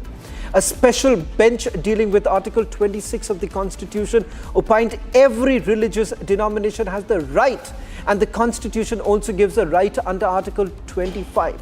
It was said a total of 4 lakh temples are under government control, but not a single mosque or church. We ask why? What's with this entire selective control of religious establishments? Is it now time to free our temples from government control? When questions were essentially being raised about mosques and churches, we said that there is no case of any sort of intervention. So why shouldn't that same law be applied as far as the Hindu temples are concerned? And why is it that few essentially believe that it is part of their wokeism to raise questions when it comes to the Hindu temples? Ladies and gentlemen, let's not forget that it is at the heart of this entire issue is the astha of the Hindus. Every day, nearly 65,000 to 70,000 people visit the sacred Tirupati temple, with crowds peaking at around 1 lakh on some days like the annual Brahmotsavam. The go-to for millions of believers across the world with prayers and hope in their hearts. Recent allegations, fresh reports and official statements have put the spotlight on whether the Hindu faith was toyed under Jagan Mohan Reddy's regime. This has emerged as a matter of public scrutiny after Chief Minister Chandrababu Naidu's scathing disclosures on the Tirupati Prasad Laddu. గీకు బదులు ఈరోజు స్వచ్ఛమైన గీ తెమన్నాం, ప్రక్షాళన చేయమన్నాం. నాణ్యత పెరిగింది, ఇంకా కూడా నాణ్యత పెంచుతాం. అల్టిమేట్గా వెంకటేశ్వర స్వామి మన రాష్ట్రంలో ఉండడం మనందరి అదృష్టం. ప్రపంచం అంతా మన దగ్గరికి వచ్చే పరిస్థితికి వచ్చారు. అలాంటప్పుడు వెంకటేశ్వర స్వామి పవిత్రతను కాపాడుకోవాల్సిన బాధ్యత మనందరిపైన ఉంది. ఇది కూడా చేస్తామని చెప్పి కూడా నేను మీకు తెలియజేస్తున్నా. The Vishwa Hindu Parishad has called for temples to be brought out of the brunt of government control. Was Jagan indeed toying with Hindu faith? In a clincher exclusive, Republic completely exposed the quid pro quo in the tender scam. The required revenue threshold was initially set at 250 crores. However, AR Daily Foods, the ghee supplier's total revenue was recorded at 244 crores according to documents furnished by the Ministry of Corporate Affairs. The TDP also went on to claim that the documents accessed by Republic is just the tip of the iceberg. The initial requirement for any company to participate in the ghee tender of TTD is that they should have a turnover of 250 crores. But after the YSRCP government came to power and after YV Subbareddy was made the chairman of TTD, to favor companies like AR Foods, they have deliberately altered the tender conditions. The question that comes to the fore, despite the 6 crore shortage in revenue requirement, why was the order given to AR Foods Private Limited? Republic also accessed another clincher document. Jagan, in fact, did make changes to the revenue threshold in the tender document. The revenue requirement initially set at rupees 250 crores was all of a sudden lowered to 150 crores, raising a shockwave of suspicion. Republic Media Network, the first channel to have broken the story, had earlier accessed an explosive piece of evidence or report by the National Dairy Development. Fish oil, beef tallow, traces of pork, all of these were used in the Tirupati laddus as per this report in black and white. To corroborate the findings of this report, the Tirumala Tirupati Devasthanam had also come out with an explosive statement. Here the double confirmation. Animal fat that has come as an annexure, it took some time for us to interpret that. What is that S value? So many, you will be confused. By that day, I did have that expertise. We consulted experts later on and then we found that it has an animal fat also. We took some time to understand the report, especially the annexure 1 part, which is very clear now. Jagan continues to insist on the aspect of political conspiracy against him, but Jagan also seems to deflect from whether the laddu was laden with traces of meat under his regime. I myself am writing a letter to the Prime Minister, and myself am also writing a letter to the Chief Justice of India also explaining to them as to how Chandrababu Naidu has twisted the facts and why action should not be taken on Chandrababu Naidu for having done so. Top sources say that a special investigation team has been formed by the government to probe further into the allegations. IPS officer Sarvashrestha Tirupati will be leading the team alongside Harshavardhana Raju and Gopinatha Jetty. As the demand for full disclosure to millions of devotees of the Tirupati Mandir grows, the question is, can a matter concerning divine religious faith of millions be brushed off as a political conspiracy? Was the supplier of ghee favored? Were the regulations tampered with? Big questions yet to be answered. Let's debate.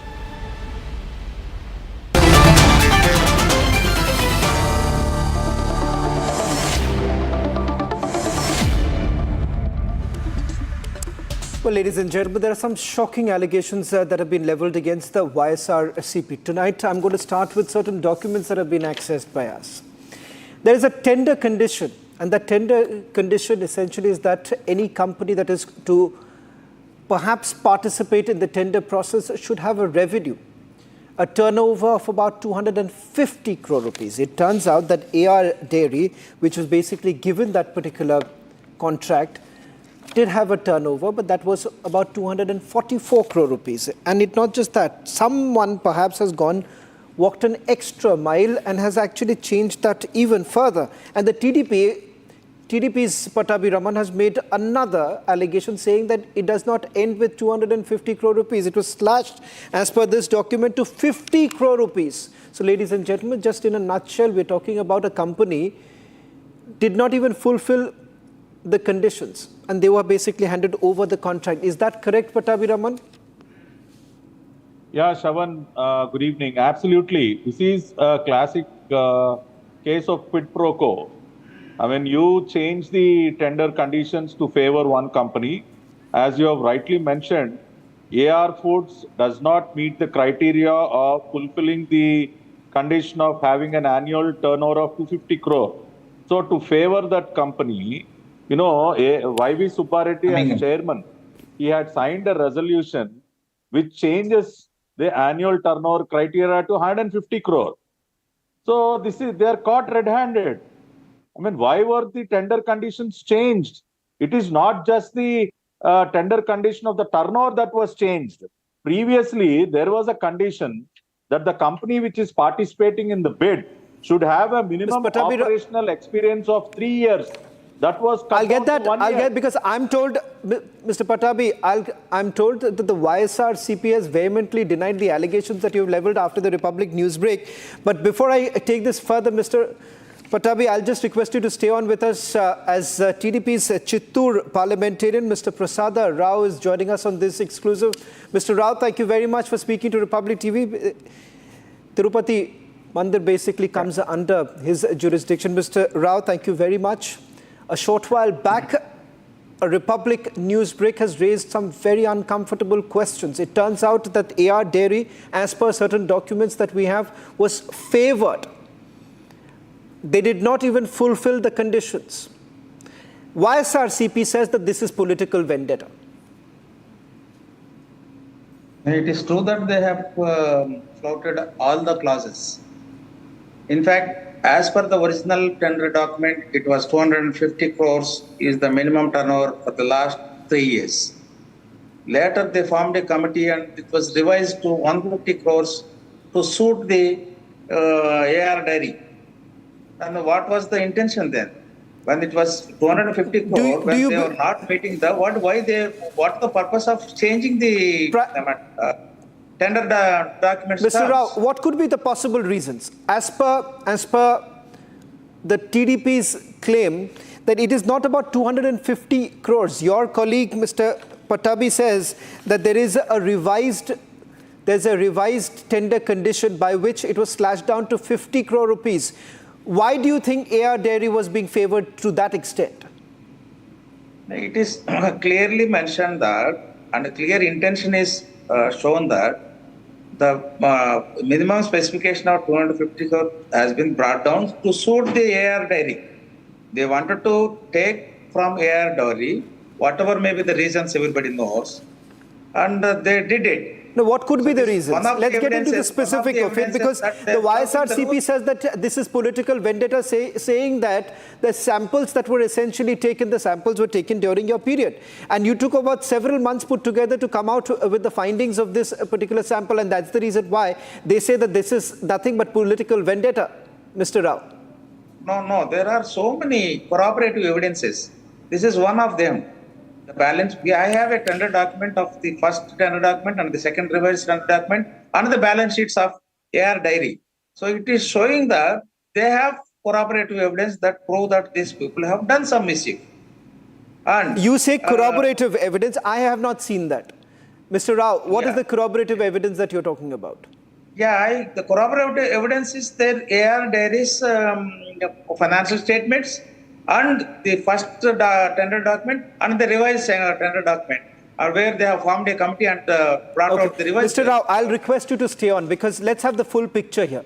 Let's have the full picture here. Satish Reddy of the YSRCP, he's also the General Secretary, is also joining us. I want both the TDP as well as the YSRCP on our screens right now as we get into the specifics of this entire case. Mr. Reddy, question number one.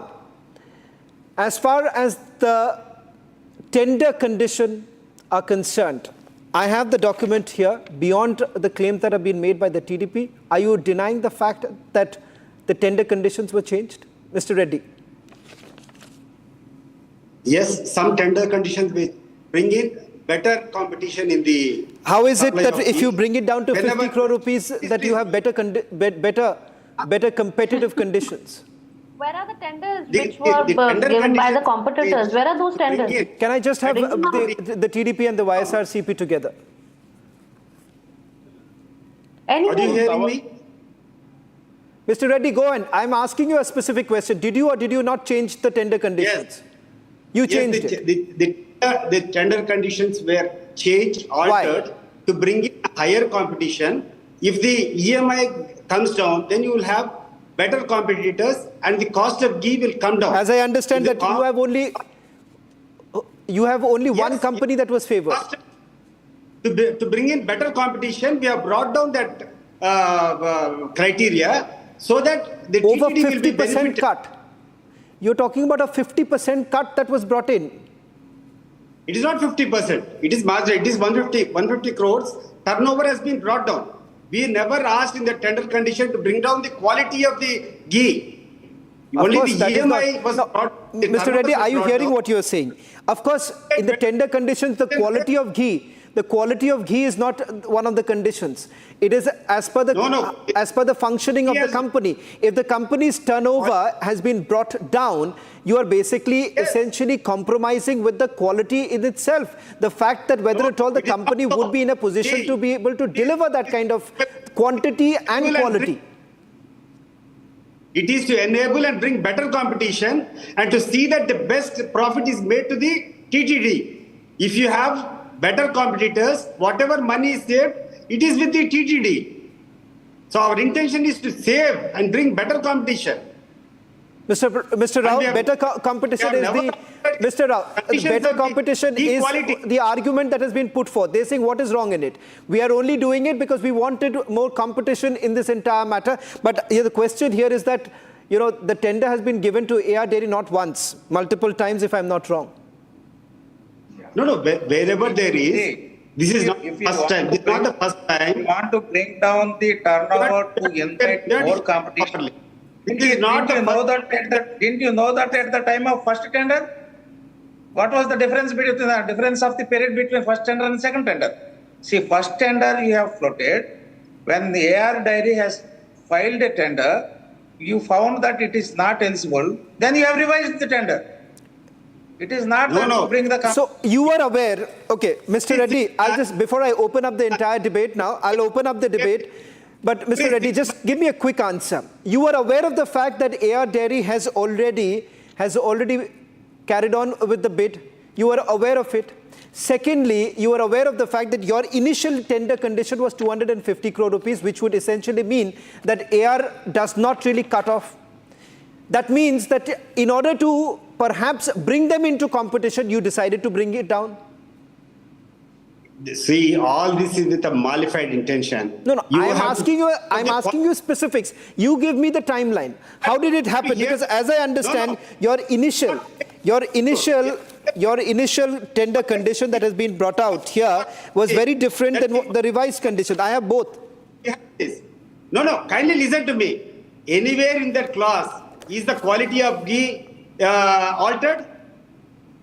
The quality of ghee is the same. Only thing is the tender qualification. If you have minimum turnover, then you will have better competition.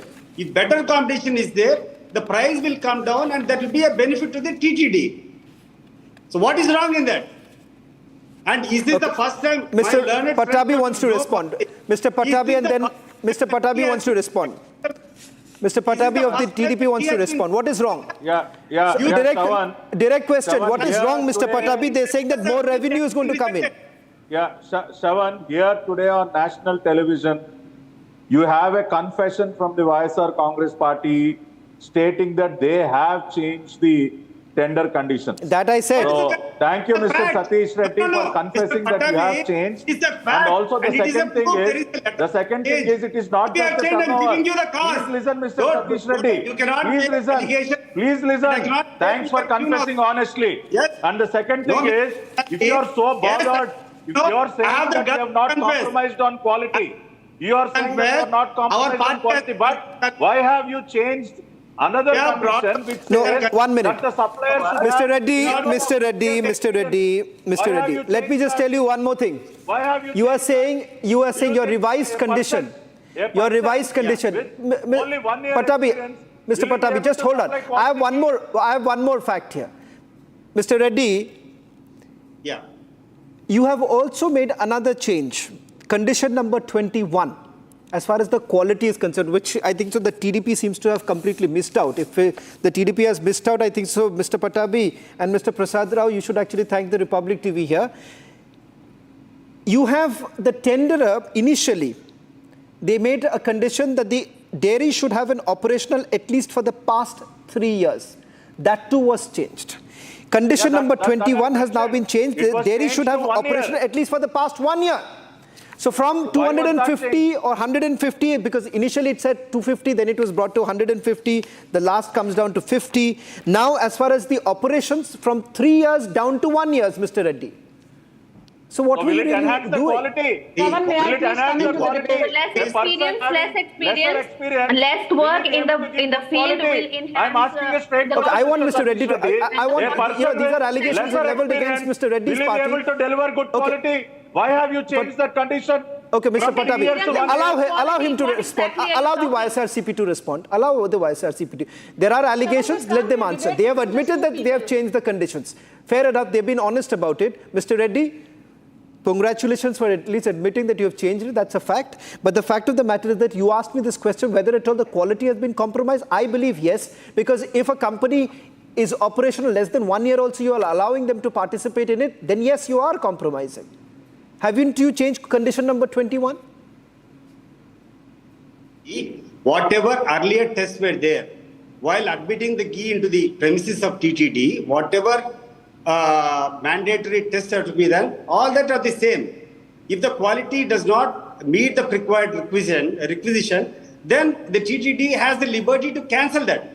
And this is not the first time. This is not the first time that the supply of ghee was rejected.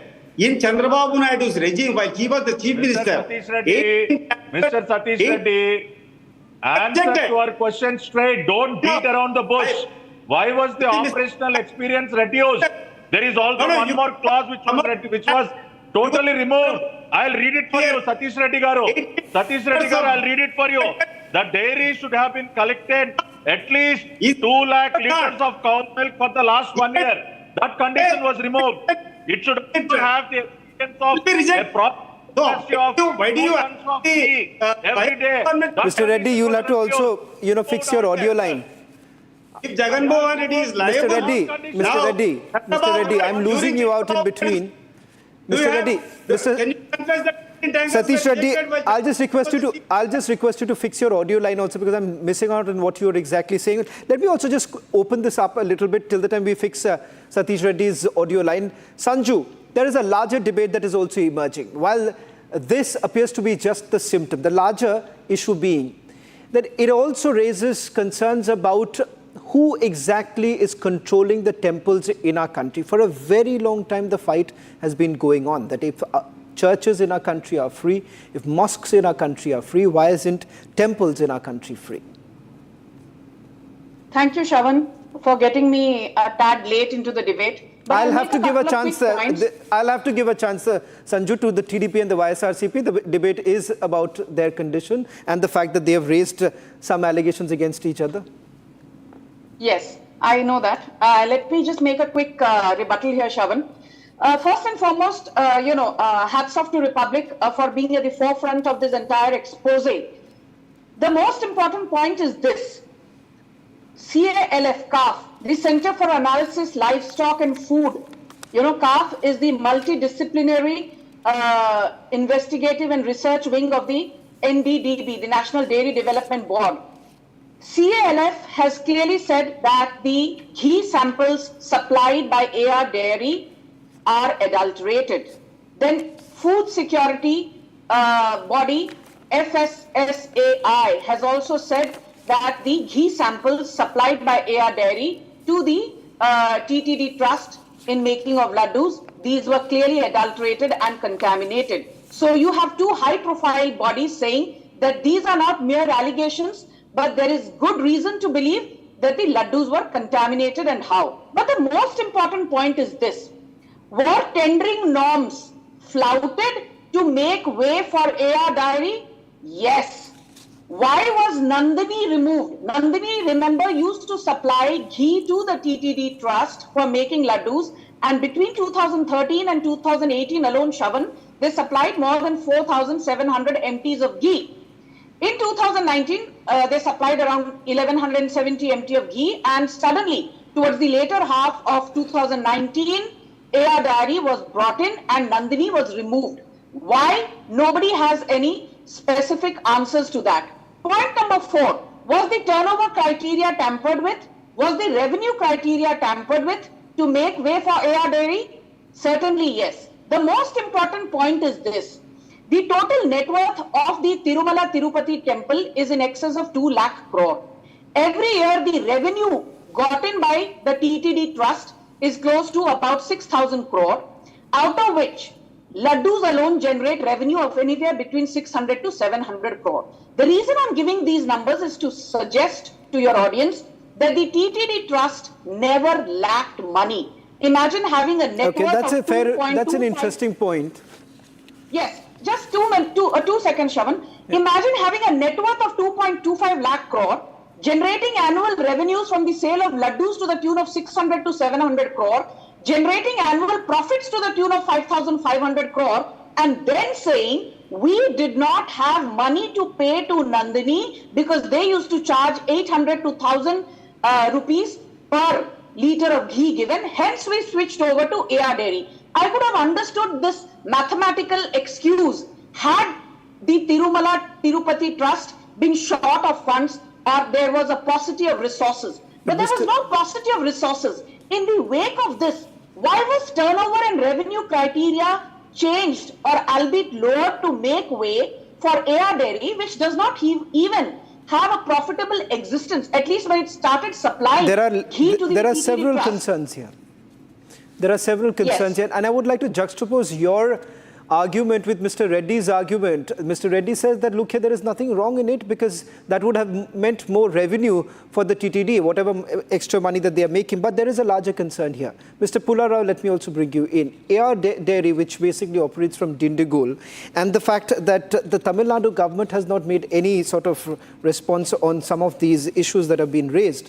You've had the MD of that very company simply saying that there is no possibility.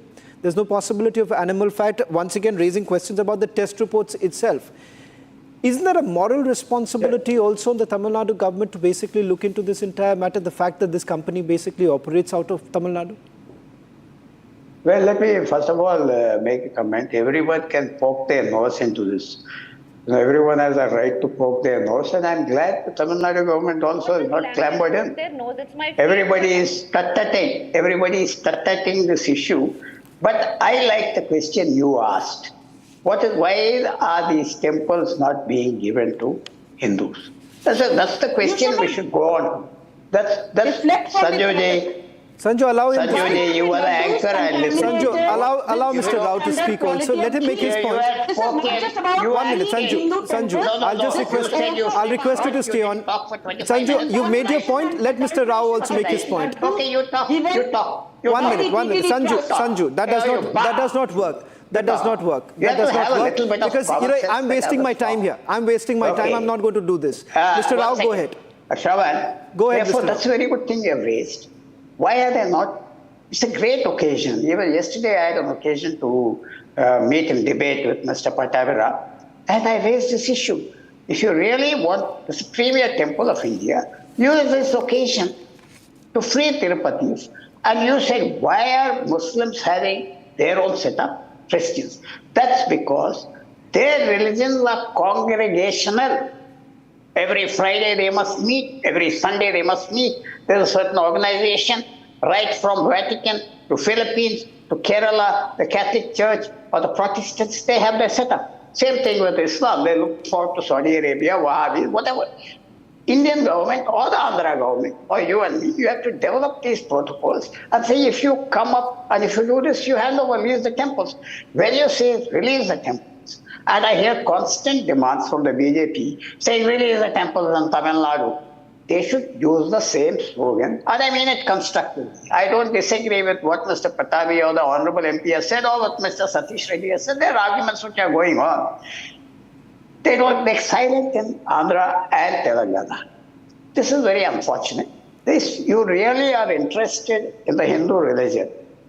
Hindu religion, is in difficulties. Is in difficulties because of various reasons. There are other religions which, has become a competition in the world. Who owns God or whatever. Therefore, this is an occasion.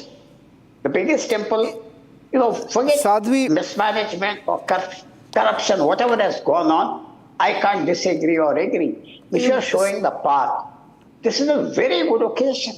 Of course it is. Listen, and I've been saying this. Managing it well. Sadhvi Jayabharti, just to take forward. Allow me 1 minute. Yeah, please go ahead. We are debating on whether allegations are correct or not. If allegations are correct, what are the corroborative evidence? Let us not bring religious thing into the discussion. One thing. Let us not regional feelings into this discussion. Better we restrict to ourselves to these allegations. Whether these allegations are correct. There is a Mr. Rao. There is a larger sentiment. Please do understand. There is a larger sentiment here. This is a national. Of course, it is, and hence it requires. We need to look at the larger picture here. See, Mr. Rao, I understand the compulsions that you and your party and perhaps the YSRCP would have to perhaps restrict this to about some of the irregularities, malpractices that were happening. But as a national channel, as many have been pointing out, Sadhvi will tell you, Sadhvi Jayabharti will actually tell you why many of us essentially believe that while the government has been talking about, doing away with the colonial hangover, I believe that this is also a colonial hangover. How exactly it all started, how exactly the temples in our country have come under perhaps the clutches of few. It was because of the British. And it is the need of the hour that we need to let that go. Let the temples be run by the Hindus themselves. Yeah, can I speak now? Sadhvi, please go ahead.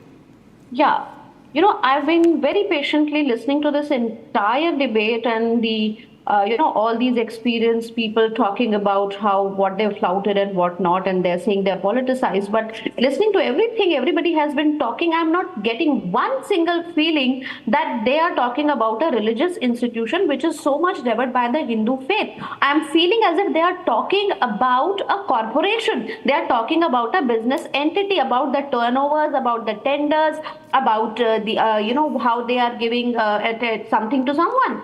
Nobody has given one single impression that they have some devout feeling. And this government, which was previously handling this, the way they have flouted every norm because they have no emotional connect to the faith of Hindus. For them, it is just a business entity to be run. When will these governments rise up to the consciousness that Hindu faith is equally important? Somebody was speaking just a while ago. Hold on, sir. I did not disturb you while you were talking. I got my chance last, and I expect that I am given my chance to speak. I did not interrupt anyone. Have that much courtesy. I'm the last speaker on the debate as of now. Mr. Reddy, allow Sadhvi Jayabharti to make her point. She's been patiently hearing. I think so she's making an argument. Hold on. Sadhvi. No.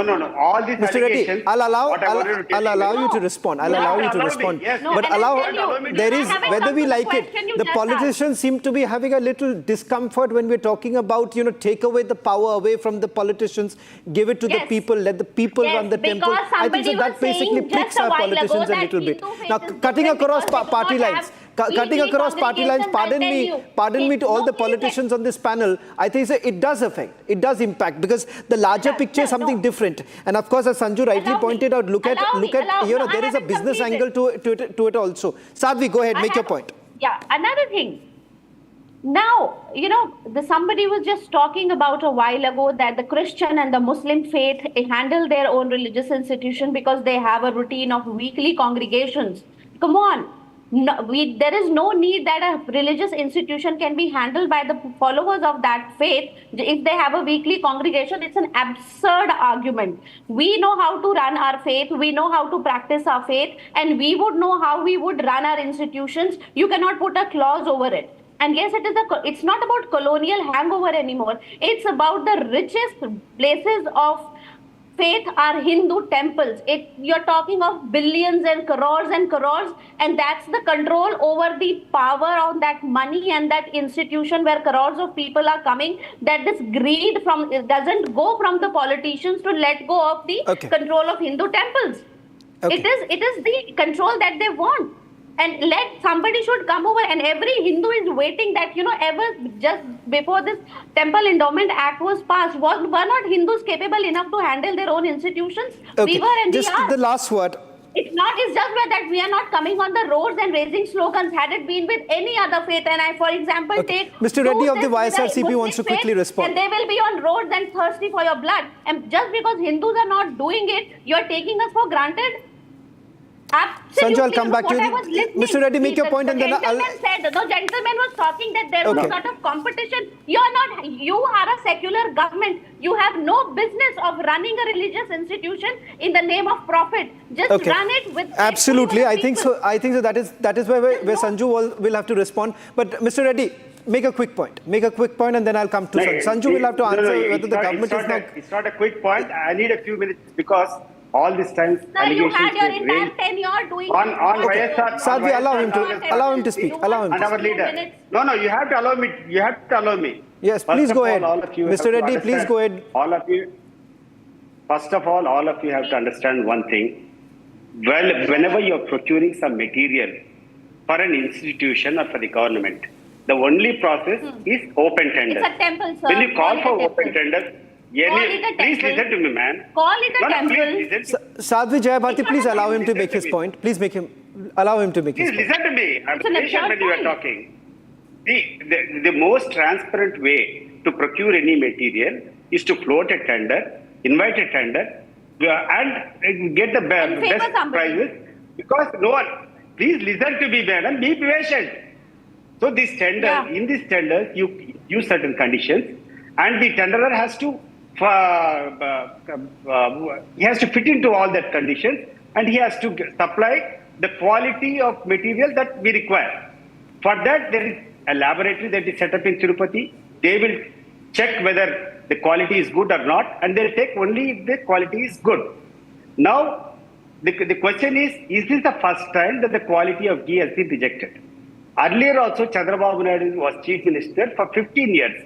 During his regime also, 18 tankers were rejected on the context that they did not meet the required quality.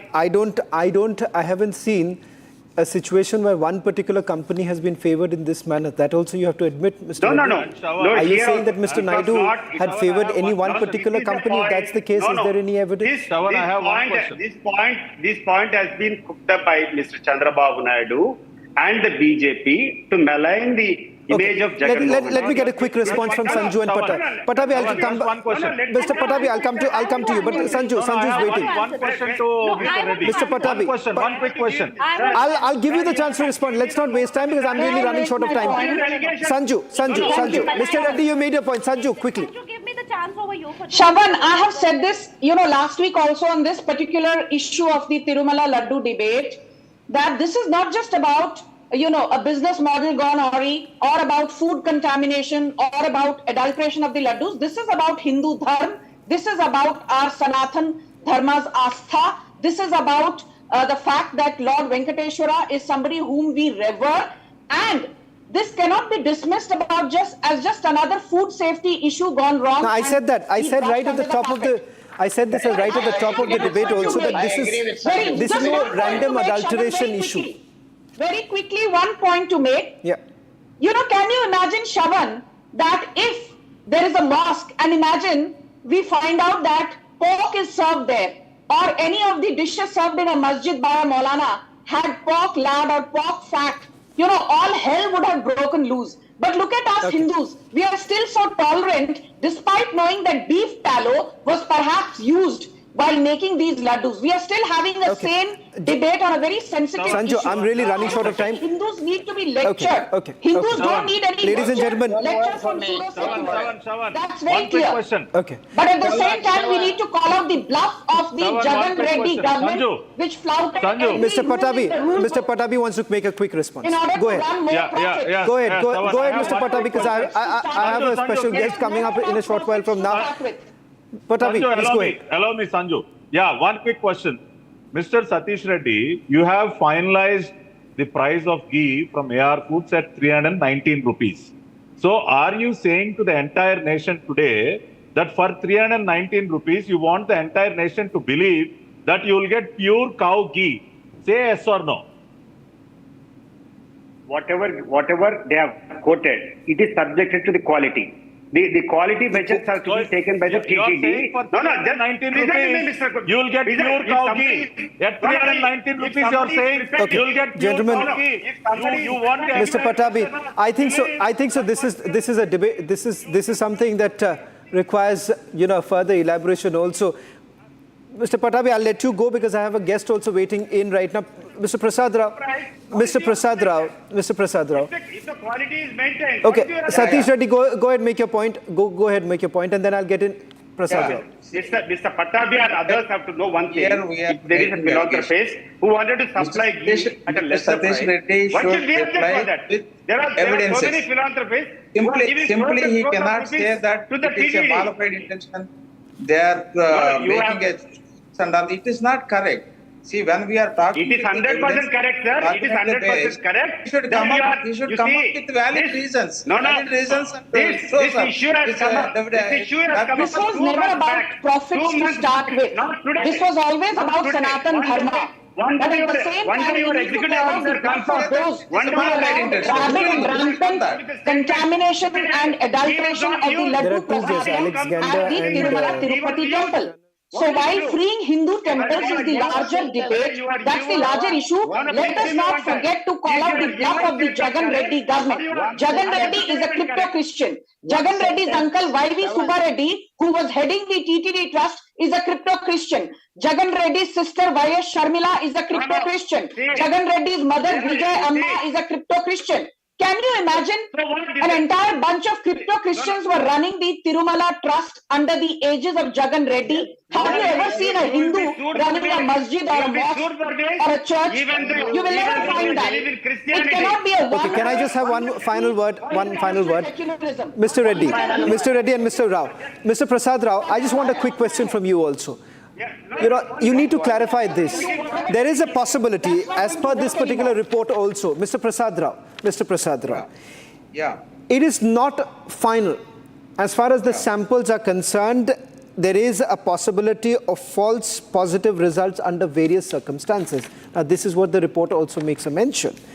And there is a list of about 8 issues there. So are you absolutely sure? And if you are so very sure, why don't you hand this over for a further investigation rather than sitting on it? Exactly. See, there is a allegation made regarding ghee adulteration. One thing. You give it to the Central Bureau of Investigation. Let them look into it. Let there be an impartial inquiry into it. Because, Mr. Rao, I think so this issue goes beyond political mudslinging. It went already beyond political. We are trying to say there is a dairy development board report, which is, valid report. And in the corroborative thing, what they did, also we are trying to say there is a tender document that has been altered. There is a turnover that has been reduced. There is experience that has been reduced. These are all corroborative evidence. This is what we are saying. And gentlemen, I'm really running short of time. Mr. Reddy. Okay, Mr. Reddy. Yes, sir. Mr. Reddy. Sir, one thing. Just 10 seconds, and I need to wrap up. The one thing what this nation have to know is when these tenders have been floated, when the ghee has been supplied, the executive officer told that ghee has not been taken, that it has not been consumed. So there is no question of laddu contamination, number one. Number two, even if there is a contamination, any responsible chief minister, he will not let down the sentiments of the Hindus before proper investigation, before proper knowledge. Now this chief minister, this present chief minister, please listen to me, ma'am. Sanju, I'll give you the chance. Sanju, I'll give you the chance. Just let him make his point. Please listen to me. Sanju, just allow him to make his point. Just allow him to make his point. Why was Nandini removed? Why are tendering now? Sanju, allow him to at least make it. He's trying to respond. Floating revenue and turnover norms. This is not the proper way. No, this is not the proper way. They don't have any experience to start with. Sanju, please hold on. Allow him to at least respond. Nandini from the entire Allow him to respond. I got your point. Nandini is also something that they will have to answer. Mr. Reddy, go ahead. Make your point. Yes, if there is a proper responsible chief minister, what was the need to compromise on quality? Confusing the sentiments there was no shortage of resources. There was no shortage of financial capital. Why then did you play with the asta of Hindus? Why did you play with the asta of Sanatanis? When you are making the is supreme. Without hearing the reply, how can you shout like this? Why did you deploy AR Dairy? Why did you remove Nandini? How can somebody supply ghee at the rate of 300 rupees a litre when good quality ghee comes at nothing less than 1,000 rupees a litre? Don't disturb me while I'm speaking. Please allow me to make my point. Don't disturb me while I'm speaking. If there is a Sanju, please allow him to make his point. Otherwise, we're not being able to hear him out. Quality milk. Okay, Sanju, you've made your point. Allow him to respond to your question. If there is a responsible chief minister, the first thing he would do is he will not let down the sentiments of the Hindus by spreading such a false rumor. The first precaution is to take is he has to see that action has to be taken on any authority who has allowed this to happen. Has he done that? 2 months of time has gone by. What is the action he has taken? Why we Subba his uncle, who mismanaged the affairs of the Tirumala Trust? Your duty is not Did Jagan Reddy blacklist AR Dairy? Okay. It is the current state government which has blacklisted AR Dairy. Ladies and gentlemen, it is gentlemen, thank you very much. I'm ending this here. I'm ending this here because we're getting in some more breaking news. Sanju and Mr. Reddy, thank you very much. I need to wrap this up. We're getting in some more breaking news now coming in. We'll be shifting our focus onto what's really happening currently in Lebanon, as Israel has unleashed its most widespread wave of airstrikes against hundreds of Hezbollah targets in Lebanon, killing about 558 people.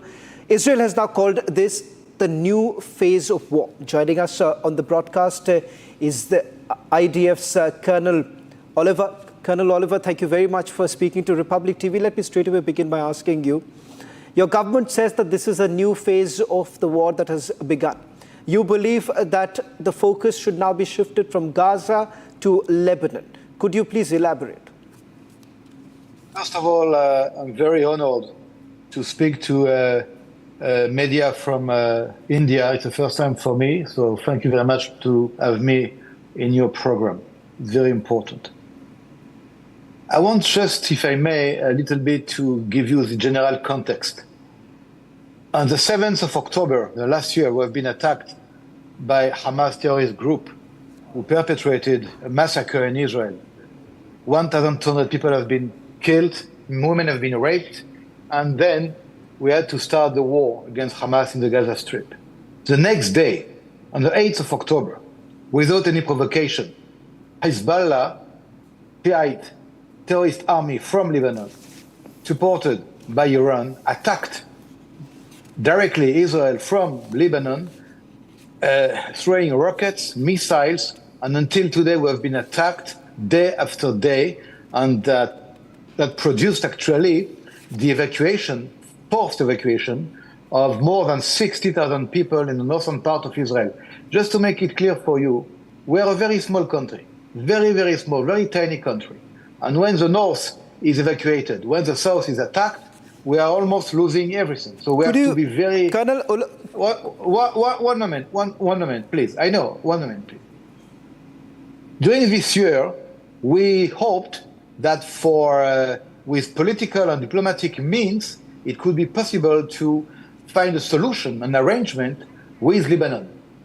But it was not successful, and at the end of the day, as a sovereign state, where the right, the self-defense right to attack and to rip off from our border this threat. That's why the last week and the last 2 days, we have actually launched a military campaign against Hezbollah.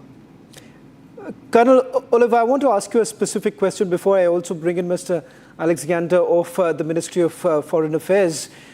Colonel Oliver, in terms of the specific targets that you're looking at right now, this skirmish was been going on for quite some time. Why now? Do you believe that your targets have been identified and these targets pose a grave threat to Israel at this point in time? I'm asking because of the timing of this entire war. I understand, and any question is very good. So thank you for the question. What you are calling skirmish is actually what we call in English leak, low-intensity conflict. But it is, as a matter of the fact, on the bottom line, it is a war, a real war, because the rockets are launched every day against Israeli people, civilian communities, farms, kibbutzim, moshavim, who are actually farming centers in Israel for many years, and people cannot live there. Cannot live there.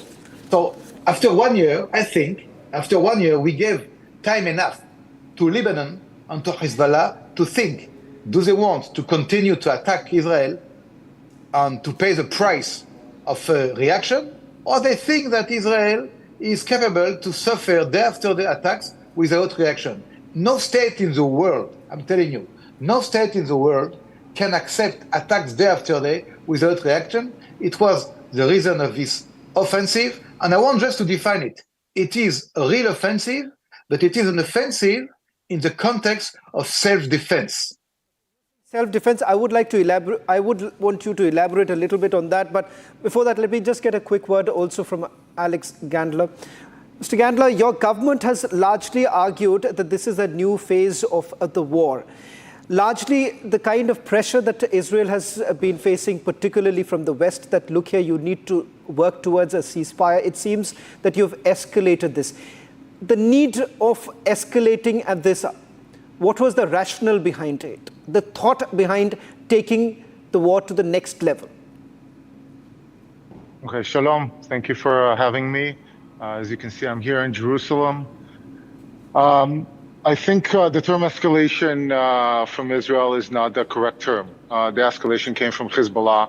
During the last several weeks, we've seen an escalation from Hezbollah shooting rockets at northern Israeli cities and towns and villages. Hezbollah has perpetrated terrible acts against Israelis, killing 12 children just a few weeks ago. The decision to go out and attack in Lebanon, attack against Hezbollah, is in order to bring more than 60,000 Israelis back to their homes.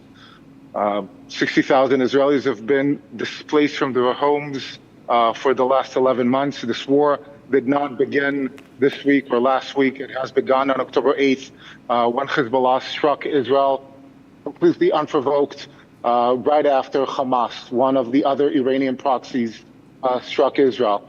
If you look at the whole situation by itself, it's not just Hamas or just Hezbollah or just the Houthis in Yemen or Kataib Hezbollah in Iraq. We're talking about an all-out war that is waged by Iran on Israel, encircling Israel with this ring of fire, attacking Israelis, civilians for almost a year now. We're getting close to the October 7th anniversary. You need to understand this is not new. Okay. The fact that we're speaking now is because Israel has decided to put a stop to this escalation by Hezbollah. Colonel Oliver, if you had to elaborate on the threat that looms large over Israel at this point in time, could you elaborate what has really changed? How exactly has the Hezbollah been armed over the last few weeks? Hezbollah, as a matter of fact, is the biggest terrorist army in the world. I want to be the biggest terrorist army in the world. Full equipped, armed, financed by Iran, like just said the diplomat from Jerusalem. And this group as weapons like a regular army. I even can tell you, because I know the figures, that Hezbollah has more missiles than most of the European armies, regular armies in Europe, except Germany, Britain, and France. But 200,000 missiles, long-range missiles, cruise missiles, and as a matter of fact, the intention of Hezbollah, like the intention of Hamas, because of Iran, is to destroy the state of Israel. So we are facing an existential threat, and the intention is there, the weapons are there, the political support from Iran is there. So we have two possibilities: to wait and to be attacked, or to initiate. After 1 year, I think that we have the right to initiate. But again, I don't want to be neither apologetic, neither a victim, because Israel is a small country, but a very strong nation. And I think that we're also one of the only democracies in this region. And as a matter of fact, we respect the international law, we respect democratic values, we respect ethics, but we also respect life and also the right to defend our women, our children, our elders. You know, I'm sometimes surprised by reading the press because they are talking about the other side, like we are not paying the price of victims, of dead, of wounded. You know, in this war has been imposed on Israel. And when you see the number of weapons in Lebanon, a state without government, without clear government. One moment, please, just 1 point. No, there are problems for medical assistance, but there are plenty of money for weapons, like the same issue in Yemen. And just 1 point, Iran, where Iran is, in Yemen, in Lebanon, in Iraq, in other places in the world, it's chaos, it's distortion, it's destabilization. And Israel has the right and will continue to fulfill this right of self-defense until when? Until the population of Israel is able to come back, to return to their homes fully in peace and in serenity. Without this achieved goal, we'll continue to strike Hezbollah. We are not in a war against Lebanon. Just 1 point, last point. We are not in a war against Lebanese people. Like we are not in a war against Palestinian people. We're in a war against Hezbollah in Lebanon and against Hamas in the Gaza Strip. Gentlemen, thank you very much for joining us on the debate tonight and putting this into perspective as to why exactly Israel essentially believes that it is time to act, particularly from the threat emanating from the northern borders. That's all that we could pack on this edition of the debate. On the other side, a big setback for Karnataka Chief Minister Siddaramaiah. Will he step down? That's the big question. Debating tonight at 9 p.m. with my colleague Niranjan.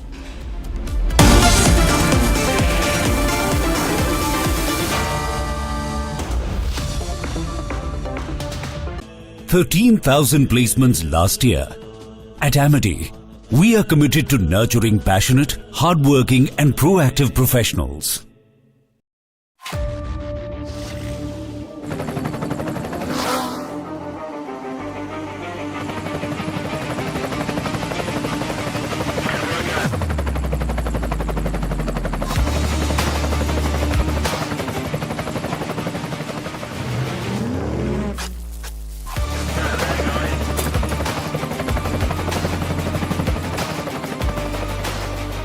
Director, the taste of success. 2 cappuccinos to go. I don't care for no songs and proses. I don't care for no sweet boys with roses. All I want is a touch of love.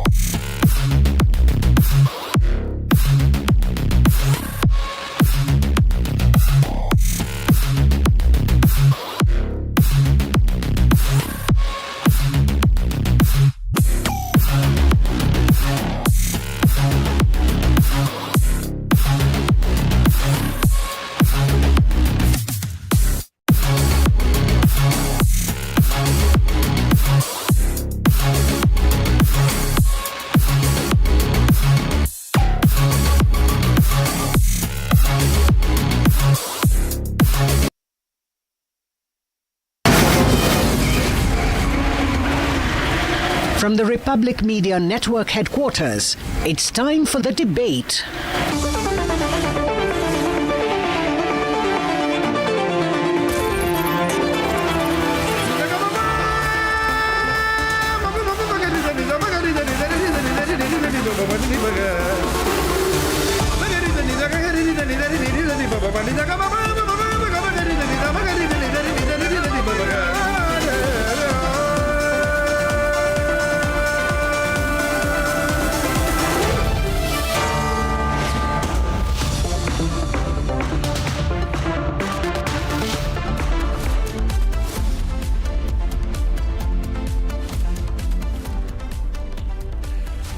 Thank you for joining us on the debate.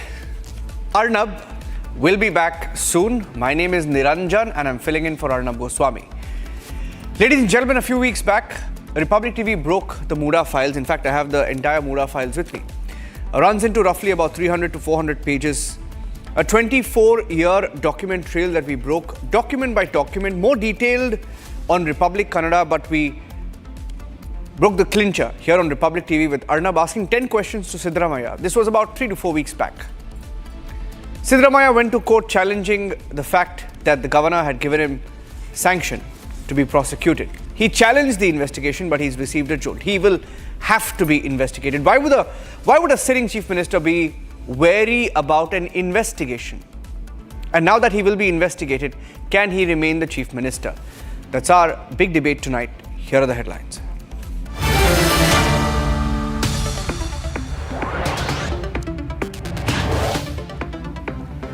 Siddaramaiah will be investigated. He cannot block the investigation.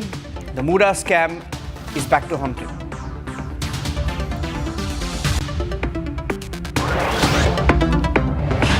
The Congress party jolted in Karnataka, which it deemed as a model state. Will Siddaramaiah now resign after the jolt from the High Court?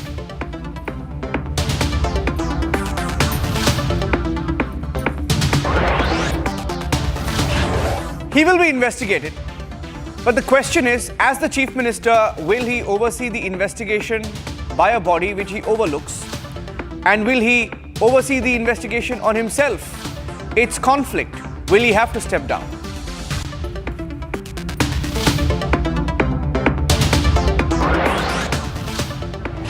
Tirupati ladu controversy gets bigger. Republic TV accesses key documents that shows tender requirements tweaked by the YSRCP government under Jagan.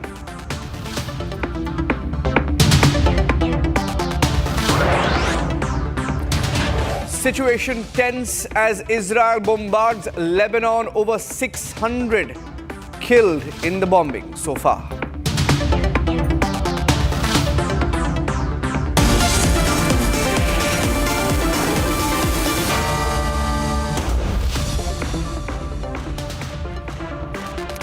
It's a case study for the ages, ladies and gentlemen. In the age that we live in, it is a case study. And the case study is as follows. In the year 2004, you spend a little over 5 lakh rupees. So you spend 5 lakh rupees. And in 20 years or lesser than that, 5 lakh rupees becomes 64 crore rupees. In the words of the Chief Minister, the value of the property, the prime allocation that he got in his wife's name is valued at 64 crore rupees or more. So how does 5 lakh rupees become 64 crore in less than 20 years? A question that we all need answers to. Siddaramaiah will be investigated in the MUDA scam. But the question is, can he remain the Chief Minister as he is investigated? Take a look at the story so far today. Chief Minister Siddaramaiah ji to resign from the post of Chief Minister immediately. Kumar Swami Rajiname Kotidara. He is not involved with any scam. It is a political conspiracy by the BJP. It needs to be investigated thoroughly and impartially. We will face them politically.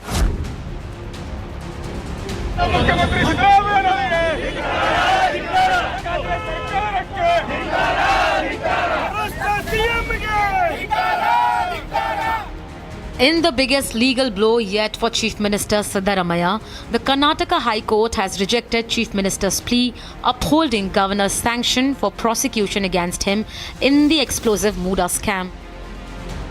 The single judge bench has ruled that the evidence against the Chief Minister is too serious to ignore.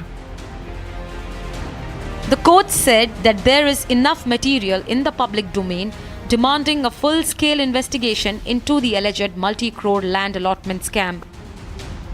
The verdict comes after a major expose by your channel unraveling a decade-long paper trail showing how Siddaramaiah and his kin secured sweetheart deals in the alleged MUDA scam. The story starts in 1992 when a preliminary notification is made public to notify land. That's where the story begins. Siddaramaiah is nowhere in the picture. That's until 1997 when a farmer steps forward and he claims the land is his. 5 years after the nature of the land is faked, Siddaramaiah's wife enters the picture. She simply gifted the land, and they even lie about the nature of the land, calling it agricultural land. And this is at a time when there's a paper trail being created calling it agricultural land, while on the ground, the land in question has been developed and sold already as plots. Imagine this, sold as plots but fake trail created as agricultural land. Interestingly, this was at a time, the gifting of the land was at a time when Siddaramaiah himself was asking for Yediyurappa's resignation over a denotification scam. Unfazed by the mounting pressure, Siddaramaiah has now moved to Supreme Court, challenging the High Court's decision to uphold the governor's green light for prosecution. The Chief Minister has called the case a conspiracy aimed at toppling the Congress government in Karnataka. When questioned about calls for his resignation, Siddaramaiah hit back, stating he will not step down and that he is prepared to face this politically. BJP is trying to dislodge our government through money power and also through Operation Kamala, but they could not succeed. ಯಾಕೆ ರಾಜೀನಾಮೆ ಕೊಡಿ? ಕುಮಾರಸ್ವಾಮಿ ರಾಜೀನಾಮೆ ಕೊಟ್ಟಿದ್ದಾರಾ? ಬೇಲ್ನಲ್ಲಿ ಇದ್ದಾರೆ ಅಲ್ಲ, ಬೇಲ್ನಲ್ಲಿ ಇದ್ದಾರಪ್ಪ. ಅವ್ರು ಕೇಳ್ರಿ. It is only enquiry ಮಾಡಿ ಅಂತ ಹೇಳಿರೋದು ಅಲ್ವಾ? ಎಂಕ್ವೈರಿ ಸ್ಟೇಜ್ನಲ್ಲೇ ರಾಜೀನಾಮೆ ಕೊಡಿ ಅಂತ ನೀನು ಕೇಳೋದು. ಅವ್ರಿಗೆ ಉತ್ತರ ಕೊಡ್ತೀನಿ ನಾನು, ಬಿಡು.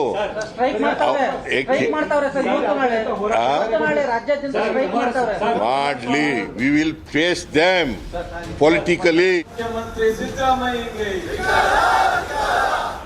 Meanwhile, the BJP has pounced on the opportunity, going all out against the Siddaramaiah government following the High Court's verdict. The party has intensified its demand for the Chief Minister's resignation. The BJP, turning up the heat, has demanded not just Siddaramaiah's immediate resignation, but a full-blown CBI investigation into the alleged scam. Today, the respected High Court has clearly said in its verdict that the governor's action was clearly as per the law.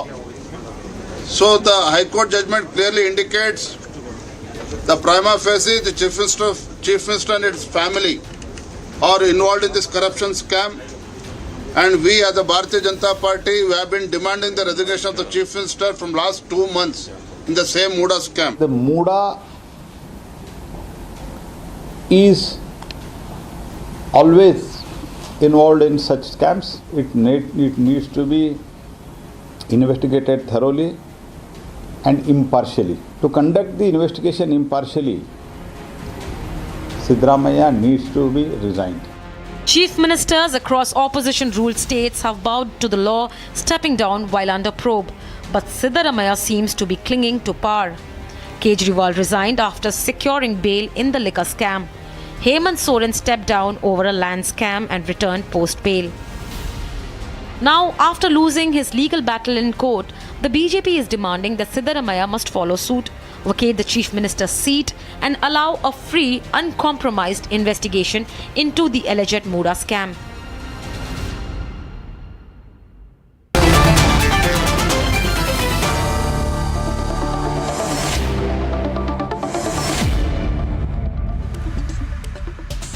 On top of the debate this evening, I have two very esteemed panelists joining us on the Karnataka debate. I have Tejasvi Surya, who's a member of Parliament, Bengaluru South, joining me first up, along with Jagadish Shettar. Jagadish Shettar is the former Chief Minister of Karnataka and also a BJP MP.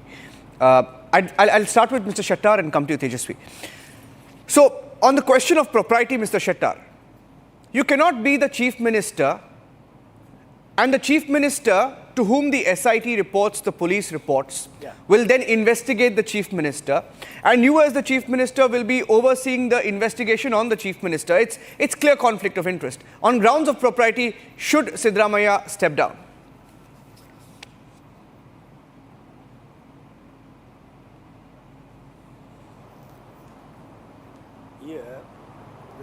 When they alleged so many things, when Honorable Governor has given prosecution sanction, at that time they criticized a lot of things against the Honorable Governor. And apart from that, they criticized politically against the BJP and central government also. Now, they challenged the order of the Honorable Governor before the High Court of the Karnataka, and now after a long hearing, even senior counsels from the Delhi, they also argued a lot of things in favor of the Siddaramaiah. After all arguments, now Honorable High Court has given the verdict and upheld the whatever the order passed by the Honorable Governor. Being as an advocate, practicing advocate, Siddaramaiah ought to know the basic laws, basic rules of the judiciary. When there is a clear-cut case, even in the observation of the High Court judgment, that a prima facie case is proved, when allegations against Siddaramaiah regarding a MUDA scheme, he is talking everything except MUDA case. If you see in the assembly, when the adjournment motion put up by the BJP, he has not at all given opportunity to hearing to allow the debate in the assembly. He has not answered. And the next day, he called the press conference. He gives all the answers in the press conference. It is the attitude of the Chief Minister Siddaramaiah. Because of this attitude, and there is a verdict, there is a judgment from the Honorable High Court, then there is, when investigation is going on, when a complaint is going to appear before the representatives court, and court will definitely ask the investigation authorities to start the investigation. Then the investigation authority, once it started, they have to file the FIR against the Chief Minister. And who are the authority officers? They are working under the Chief Minister. How independently, impartially, they can investigate. So, only the need of the hour is Siddaramaiah has to resign for this post and allow the investigation officers to impartially investigate it. Absolutely. Point taken. Tejasvi, you're a lawyer, and Mr. Shettar made a point that Siddaramaiah himself, being a lawyer, has made very fundamental mistakes, legal mistakes in this particular case. Now, the court has said, and I have a summary of the findings mentioned in the court order, and I quote, the court says, facts narrated in the petition would undoubtedly require an investigation in the teeth of the fact that the beneficiary of all these acts is not anybody outside, but the wife of the petitioner. I'm not getting into the facts of the case. We know a scam is a scam is a scam. But how damaging is this for the Congress party? Tejasvi.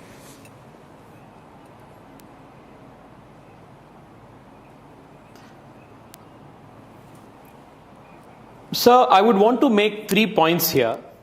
First, the High Court has pronounced a very reasoned order. It's a very detailed order. And in the judgment of the court, it is made abundantly clear that the order of according sanction to prosecute the Chief Minister by the Governor does not lack application of mind. But the court goes a step further and says that this is a case of abundant application of mind. So the fact that the campaign or the propaganda that the Congress and the Chief Minister's circles did, that the Governor has hastily passed this order without due application of mind, has been rejected at the threshold by the court. Second, the court also makes a very important observation regarding the complicity of the Chief Minister and his family members in the alleged irregularities and the alleged scam. He says the the chief minister cannot run shy from investigation because the allegations are serious and the allegations concern his immediate family. So this again is a very big blow to the chief minister and his cohorts, which kept saying that this entire MUDA allegation was a BJP creation, and even prima facie it doesn't stand the test of law.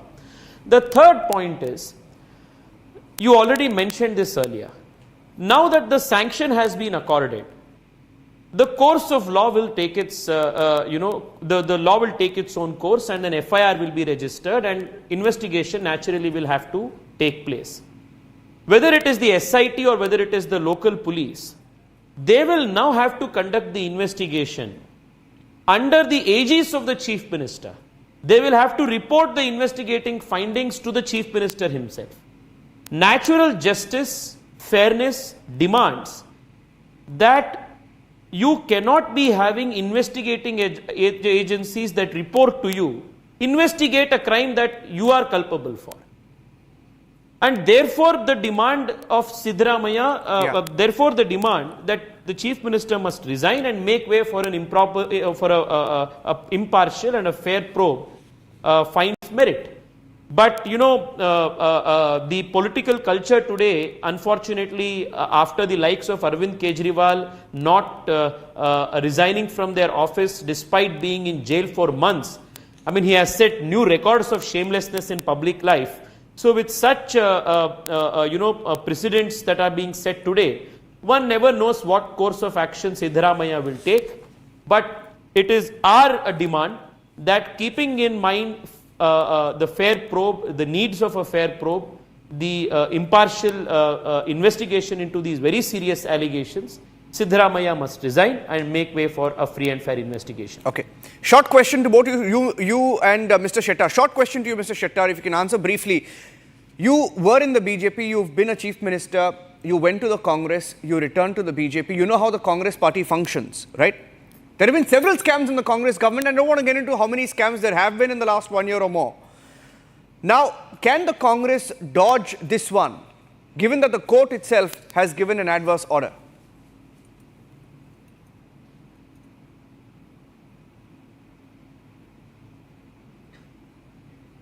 Definitely, Congress is a national party and they have to face in the national level.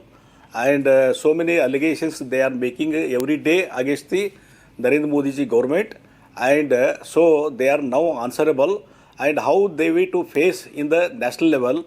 And I think when Congress chief minister on the prima facie case, and there is a verdict from the Honorable High Court, there is observation against the Siddaramaiah, then how to tolerate the Congress party?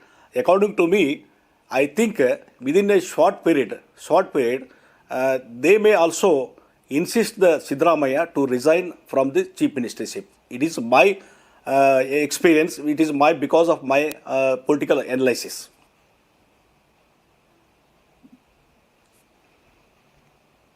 Goswami, they were front runners, and now already in the last 1 month we've seen on Republic Kannada there are at least 7-8 people who've come forward and said, I want to be the chief minister. Some saying I deserve to be the chief minister, some saying I have the qualifications to be the chief minister. So has the race begun?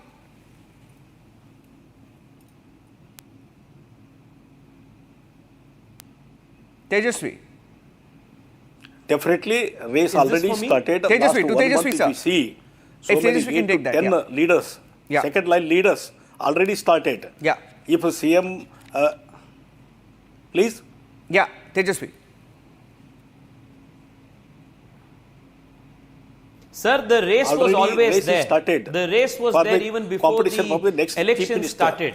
So many people, so many leaders. Yeah, there's a little bit of a delay, sir. Mr. Shettar, there's a little bit of a delay. So I'm just, with your permission, asking Tejasvi to continue. Yes. Sir, the race was always there. The race started even before the Congress party went to elections. There was a race on who is going to be the chief minister face of the Congress party.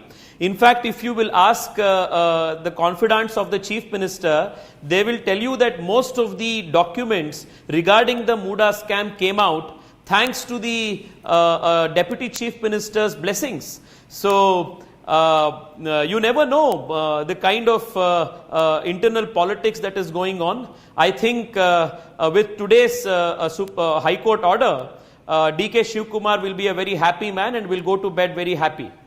Interesting times ahead. There's never a dull term for any government in Karnataka.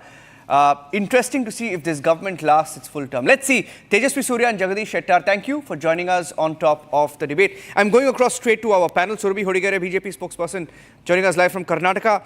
TJ Abraham, who's the complainant, the first complainant in the case, live from Bengaluru. Pradeep Kumar, another complainant, was to join us, not with us live yet. I have TR Prasad Gowda of the Congress, Syed Aslam, political analyst inside the bus. Let me start with TJ Abraham. TJ Abraham, they called you names. They said you were an agent, you were a blackmailer. Eventually, you have won, right? And Siddaramaiah has lost in court.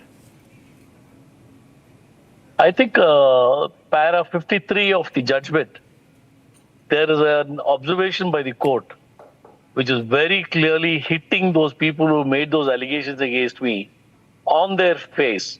It's a slap on their face. I'm very, very happy. A paragraph has been dedicated to the attacks that were there on me and the way the court has felt how those attacks were baseless. Now, leaving that apart, coming to today's order, it's a fantastic order. It's a very reasoned order. I don't know how the Congress or the Siddaramaiah is going to overcome this. Now, they initially said the complainants were planted by the BJP. Correct. Including me. Correct. Now, next was the governor's office has become the office of the BJP. Now, today, when they say, when I heard the Chief Minister saying, it is a political conspiracy, are they now pointing their finger at the High Court also? They have no limits to pointing their fingers. Now they're saying it's the if the order is very clear, is it a political conspiracy against Siddaramaiah? They have questioned the court in the past. They have questioned the court in the past. They have attacked the judiciary in the past. Mr. Abraham, they have done that. So no, anybody else speaking about the court is okay. You are supposed to be an officer of the court. An advocate is supposed to be an officer of the court. He is supposed to defend the integrity of the court. He is supposed to uphold the integrity of the court. He is not supposed to question the court outside the court. If he has a problem, he can go to the court. He can bring it to the notice of the court. He can talk to the court, but not on the street. That's a very sad reflection of what is happening in this country. Yeah. Especially the Chief Minister, a practicing advocate he claims himself to be. Yeah. I have. Can I come in, please? Just one Can I second, come in on this? Yeah, 1 minute. I haven't introduced Sumansi Raman. He's also joining us on the panel. He's joined us late, so I'll just introduce him. And I'll get in the first response from the Congress party, TR Prasad Gowda of the Congress. TR Prasad, I remember when the first ever sanction to prosecute a chief minister happened, and I'll get Surabhi to respond to you. When the first ever, note came in from the governor's office for sanction to prosecute a chief minister, if memory serves me right, it was to prosecute Mr. Yediyurappa in Karnataka. Yediyurappa. Yeah. And he had to resign. And I think he did. He didn't claim political conspiracy, or he may have, but either way, he quit. Should Siddaramaiah quit? Prasad Gowda.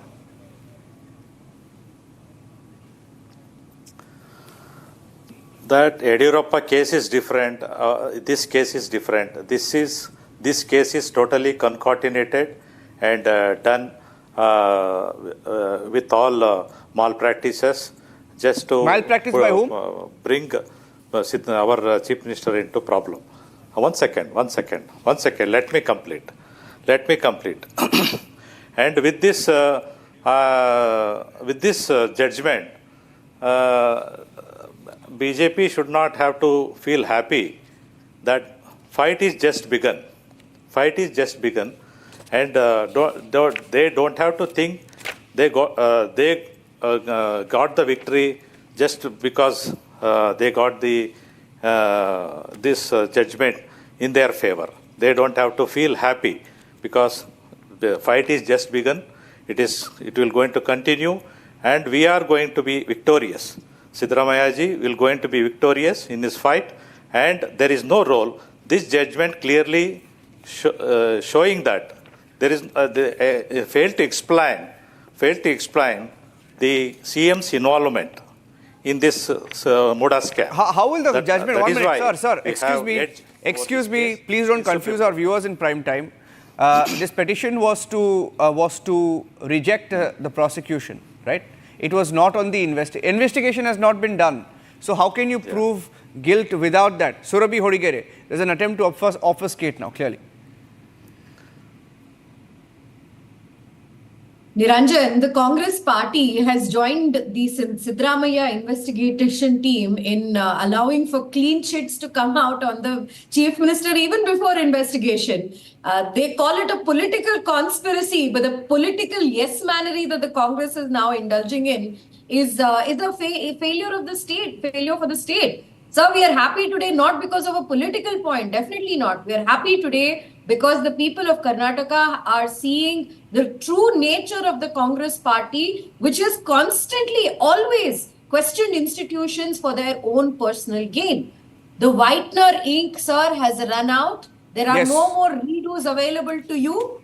This is laying bare the fact that the chief minister, who has claimed that in his entire political career, I have not had any black mark, today is running from temple to temple because there is definitely that sense of guilt. Please do not spread misinformation. Priyank Karge, the fact checker in chief, I'm sure will come to your rescue. There is no pronouncement of guilt or innocence in this court order. This court order only quashes the petition to stop any investigation. If the Honorable Chief Minister is so sure that he has not done anything wrong in the MUDA scam, why not go in for investigation? Why not go for fair inquiry? When our Honorable ex-Chief Minister Yediyurappa ji was being questioned and was in the same situation, it was not a different case. It was a very similar situation where the sitting Chief Minister was under investigation, was to be inquired, and the CM said, CM said, I'm going to step down so there is no conflict of interest. Does Mr. Siddaramaiah have the moral authority that he has been so, casually proclaiming about? Does he have the authority or not to step down and let there be a fair investigation? I just want to make one point and I will end. Niranjan, there has been another case that Siddaramaiah investigation team, SIT, has been formed, the Valmiki case, where 187 crores has gone for election spending outside of Karnataka. In this case, although Chandrasekhar, the person who committed unfortunate suicide, has named the minister and said that he was responsible, the minister's name is not there in the SIT charge sheet.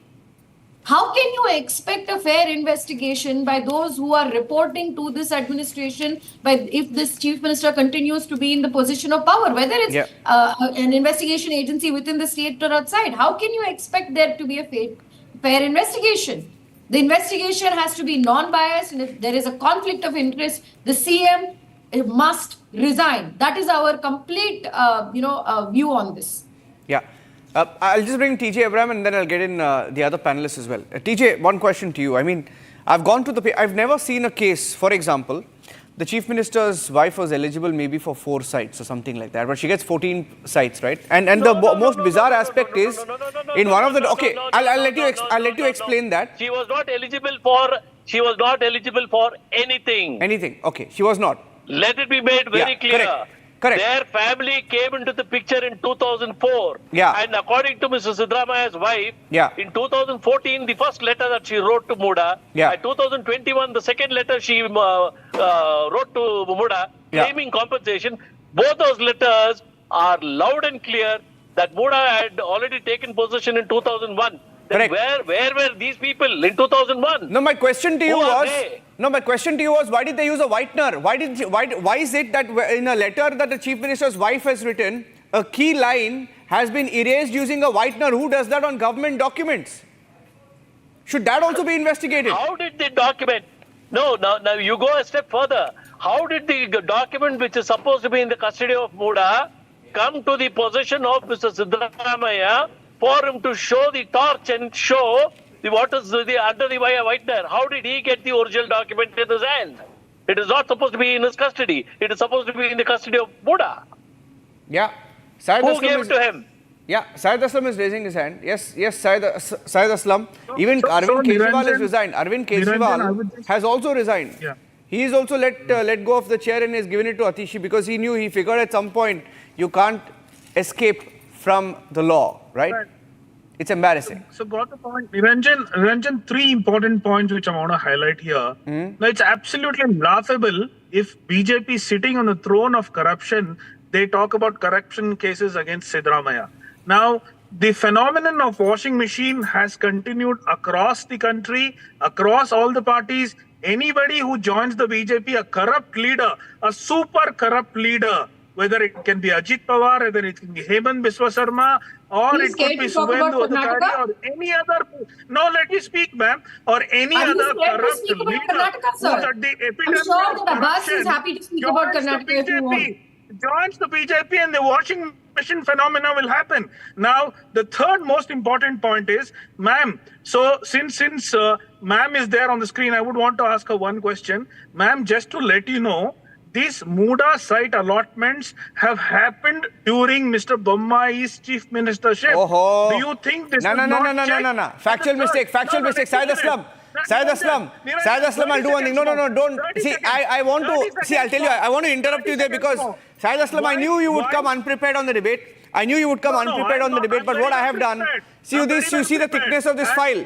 You see the thickness of this file. It's 400 pages. No, 1 minute. I'll give you the fact. No, wait. I know you made a point.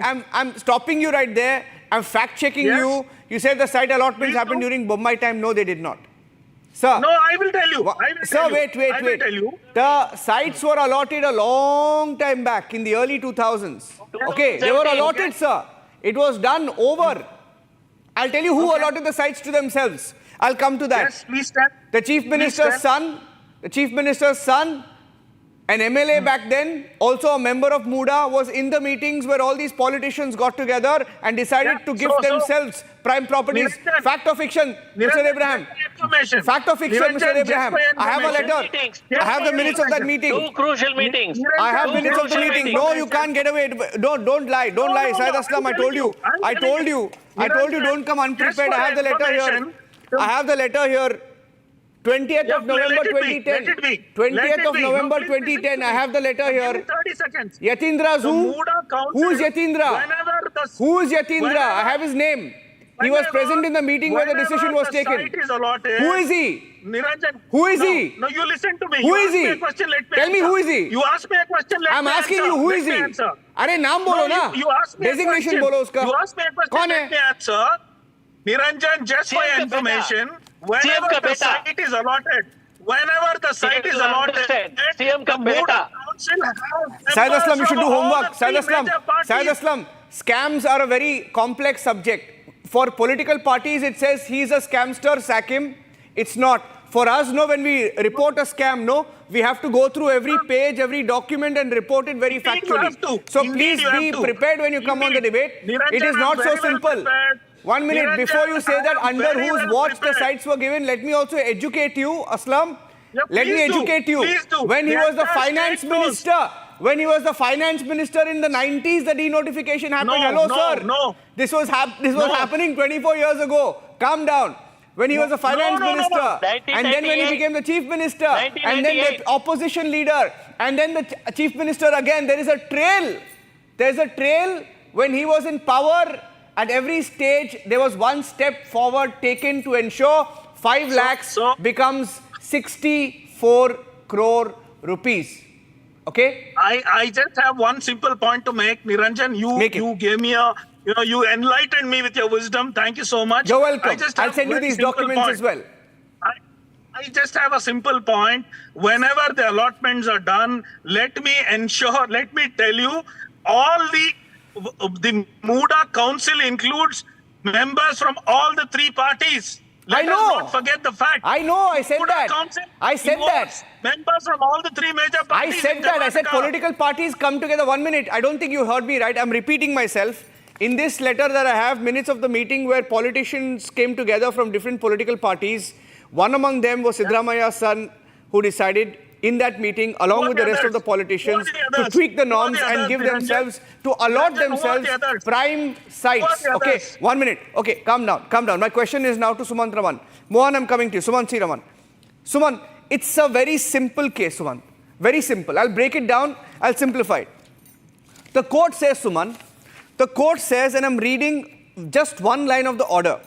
The court says today, the facts narrated in the petition would undoubtedly require an investigation. In the teeth of the fact that the beneficiary of all these acts is not anybody outside, but the wife of the petitioner. Okay? The court has said that.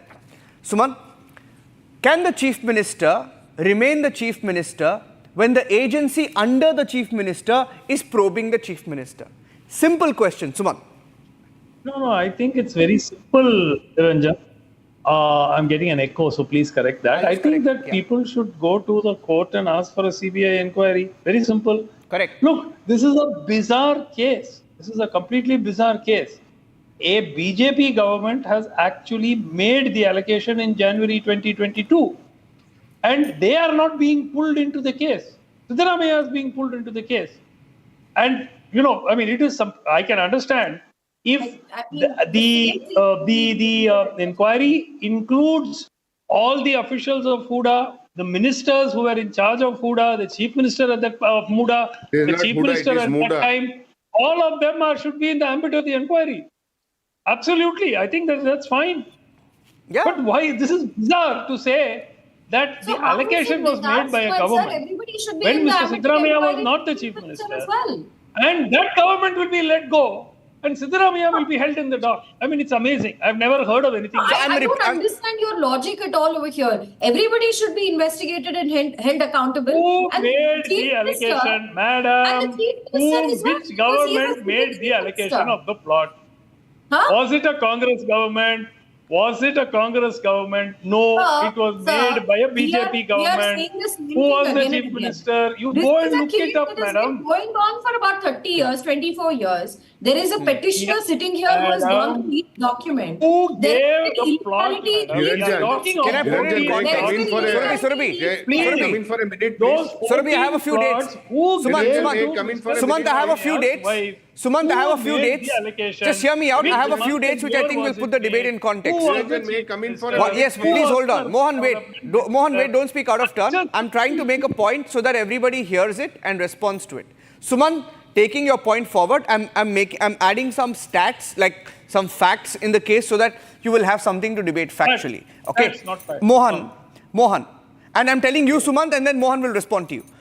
2017, the allotment decision was taken during Siddaramaiah's tenure as CM. Allotment decision was taken in 2017. Wait. 2022, it was just the allotment that happened. The actual allotment happened during Bommai. But irregularities reported in MUDA to Bommai. Hear me out. See, you have to hear. Let me speak. Otherwise, you have to let me speak. You have to let me speak. I'm giving the timeline, sir. Sumant, hear me. Allotment during 1 minute. Hear me calmly. Okay, give me 10 seconds, please. Can I speak for 10 seconds in this show? 1 minute. Sir, I'm the anchor, sir. Let me speak for 10 seconds. Hold on. Sumant, hear me. Sumant, hear me. 2017 allotment during Siddaramaiah. 2022 allotment during Bommai, but irregularities were reported to Bommai. Bommai made a commission of inquiry in November 2022. Report came in 2023 October during Siddaramaiah government. Wait, Siddaramaiah is sitting with the report. Siddaramaiah has the report and he's not tabling it. Sir, hello, he's not tabling it. Am I right or am I wrong? Mohan. Let me ask a simple question to Sumant C. Raman. What was the prayer in the affidavit of the Siddaramaiah and Manu Singhvi to quash the governor's order? What the High Court has given the order? High Court has given the order upholding that. Why you are not following that? Why you are talking nonsense from left to right and everything from everything? Listen to me. You are saying a plot was given illegally to Siddaramaiah. I am asking who gave it. Listen to me first. Sir, your government gave the plot, sir. Why are you again hiding that? High Court has said prima facie. We have found that Very the good, petitioner sir. is involved. Let the investigation How you are happen. denying that? If he has got morality, okay, Siddaramaiah doesn't have morality. Does Congress have morality, Sumant Raman? Sir, Even they don't have first his you head. tell me, sir. They don't have his I head. tell you what. If the File a Congress case, High Command has Supreme got Court, morality, ask for a they should CBI ask for his inquiry. resignation Let first. the CBI It has conduct been an inquiry. rejected. We'll Let him find go out through who the gave investigation. it, when If it he was comes given, clean, who are if the he comes officials, clean, who are the I'm the ministers first who person to polluted. say, I'm will first see that. person to say namaste to him. As Yadurappa came out, let him go through that. Why you halla gulla for all this, Sumant Raman? The High Court has given order for I am investigation. saying, please Till order the a investigation CBI is inquiry, over, sir. let him Ask the resign. court. Go If he to has court. got guts. Get a CBI Mr. Bommai has inquiry. made the Why committee. political? Mr. Bommai has made the committee. After all, Listen to this. after Listen all, to this important one. Listen to this important you one. should ask. Listen to you this should ask for important CBI one. inquiry. Mr. Bommai How has it made was the committee. given in 2022. The committee gave the report, and the Siddaramaiah government, when it's in power in 23, why they have not acted on it? They are ready to act on everything. They don't have anything to say. Siddaramaiah prima facie is a accused one. Let the FIR happen, let the investigation happen, and then he will face the music. Yeah, I want to 1 minute. But but he has a point. Sumant, 1 minute. Sumant has a point. Sumant, 1 minute. Sumant has a point. Mohan, wait. Sumant has a point because I believe that there are people from different political parties who have benefited. Okay, I believe there could be a case where different political parties, people from different political parties have benefited. Okay, Abbas has different spoken. political parties without name. But the problem is we don't know. Don't have name. Problem is, Sumant, there is a report to this effect which has not been tabled. No, Niranjan. There is a report to this effect which has not been tabled. There is a report, Sumant. There is a report. I want to get Abbas on that. There is a report. Why don't you table the report and go for an investigation? Sumant Abbas, and then I'm getting Surbi back. Yeah. From BJP. Wait. Mohan, wait your turn. Mohan, wait your turn. The investigation go on. Mohan, wait for your turn. Don't speak out of turn, please. It's getting noisy. Whoever is accused, let them be hanged. I've come for It's getting noisy. Hold on. Abbas. It is not. He has been. Sir. Mr. Mohan, Siddaramaiah, Sir, I have Mohan, come can you for please, 2 minutes hello? into the debate. Allow me 2 Who minutes time. signed the Niranjan, file? can I come in, please? Who gave the Yeah, land? just Abbas versus Surbi, yes. Thank you, Niranjan. Firstly, Anna, let us understand that, yes, to my good friend Surbi, the BJP spokesperson from Karnataka.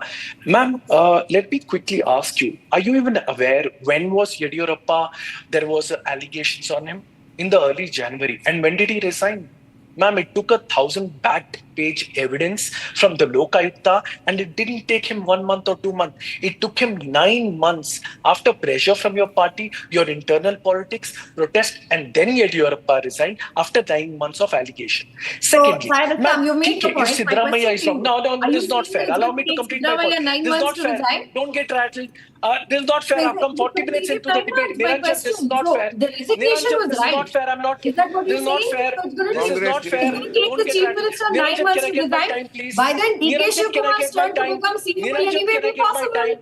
The internal squabbles in the Congress are already on the surface. Or is it only BJP people are allowed to talk here? That in 9 months, CM Siddaramaiah will resign. Thank you for that clarification. Niranjan Narayan Swami, can I get my Yeah, I know time? my name. Abbas, I know my name. This Please is not tell me. fair. I know my name. This is not fair. This is not I know fair. my name. Tell me. The point was that I'm not allowed to speak. Only BJP your people point are was that allowed he to should speak. resign Okay, earlier. Surabhi, right? give him 30 seconds. Give him exactly 30 seconds. Let's see if he makes any sense for 30 seconds. Abbas, go ahead. I'm giving you 30 seconds. Go ahead. If Siddaramaiah is wrong, please bring in the CBI. Please probe him. But the fact of the matter, what about your alliance union minister? What about Kumaraswamy? What about JT Devegowda? What about BJP MLC Vishwanath? What about them? What about SR them? Okay, Mahesh? Abbas, They're let's all talk part facts. of What about them? beneficiaries. What about They're them? What all about part them? of the beneficiaries. What about them? But nothing. Why? Because they're BJP allies. Only Oh. Siddaramaiah. Why?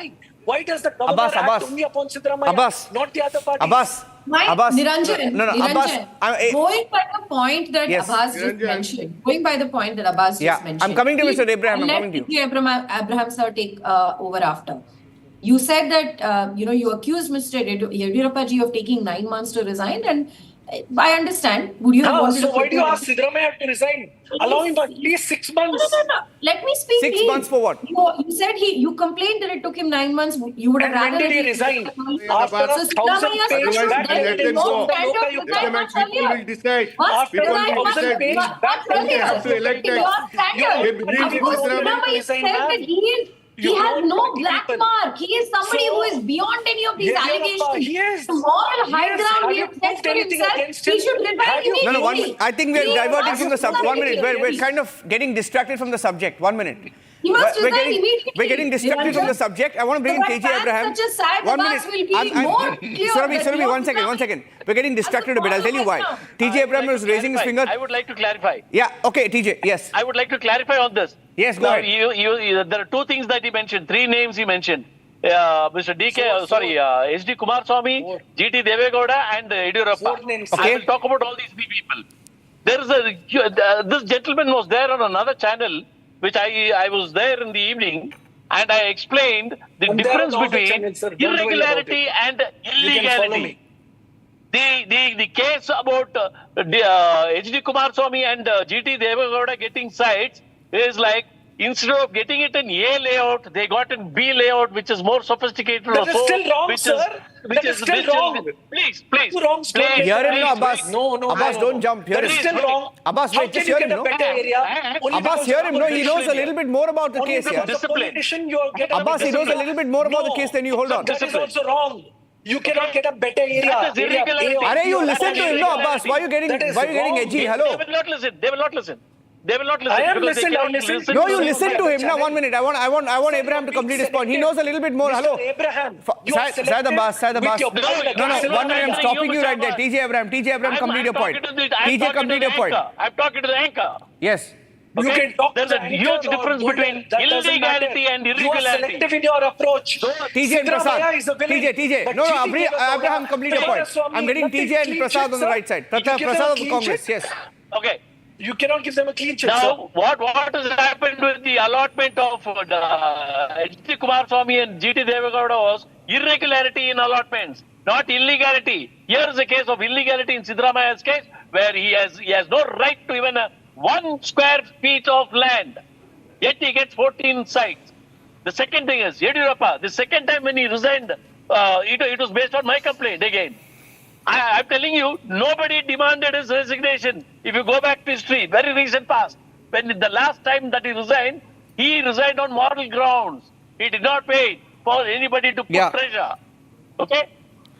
Let's be fair to the old man who resigned on moral grounds. Yeah, I'm getting Prasad. I'm the complainant against him. Yeah, Prasad. I'm the complainant against him. And I talked to him. Yeah, Prasad, see, all of you are in Bengaluru. I mean, Sir, if you sir. take a rickshaw or a bus to Rajbhavan, you'll realize that there is no case in the other three the people who are, instances that you mentioned. This yes. Prasad, go ahead, make your point. Yeah, the people who are demanding, these people are demanding CM's resignation, and on what moral ground these people are asking, and still there is no involvement in the CM's Siddaramaiah's involvement. They are failed to show. Court itself is failed to show. Sir, then and okay, 1 minute. They are taking judiciary. The central government itself is involving judiciary. I just want to end by saying 1 point. I want to end by making 1 point. I'll end by making 1 point. In today's age, no, I want to know in today's age, TJ, I want to know in today's age how 5 lakh rupees, how 5 lakh rupees becomes 64 crore rupees. I want to know how 5 lakhs becomes 65 crore rupees. And I also know one more. And you know what? You spoke about morality, Mr. Prasad. Mr. Prasad, you're sitting there and you're waving your hands, right? You're waving your hands. No, you're waving your hands at me. Let me make you up. The whole system. Sit down there, man. Useless fellow. Sit down. Read the order before you speak. Go read the order. If you don't know to read, you don't have to teach me, Mr. TJ Abraham. You don't have to teach me. I'm running out of time. You are not the master here. Running out of time. Only because I'm running out of time. Only because I'm running out of time. This is getting out of hand. Thank you very much. Thank you very much. Surabhi, TJ, congratulations. Take it easy. It's okay. You won the case. It's fine. You won. Siddaramaiah lost. Thank you very much for joining us. Thank you. Okay, and that's it on the debate. Arnab will be back. We at Republic TV are tracking the story very, very closely. In fact, we've been reporting on it for over a month or two in Republic Kannada, and even Arnab debated it, asking about 10 questions to Siddaramaiah, and the truth has won. An investigation cannot be blocked. Only an investigation will tell you whether there was a scam at all. And why is anybody trying to block an investigation? That's a question to think over. Thank you for watching the debate tonight.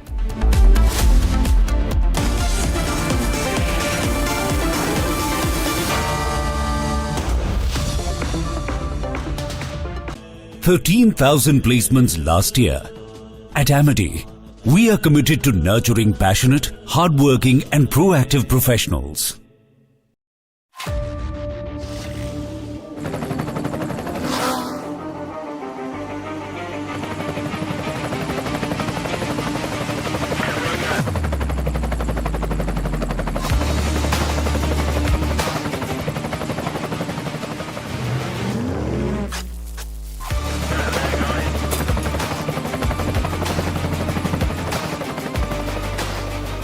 Director, the taste of success. I don't care for no songs and proses. I don't care for no sweet boys with roses. All I want is a touch of love.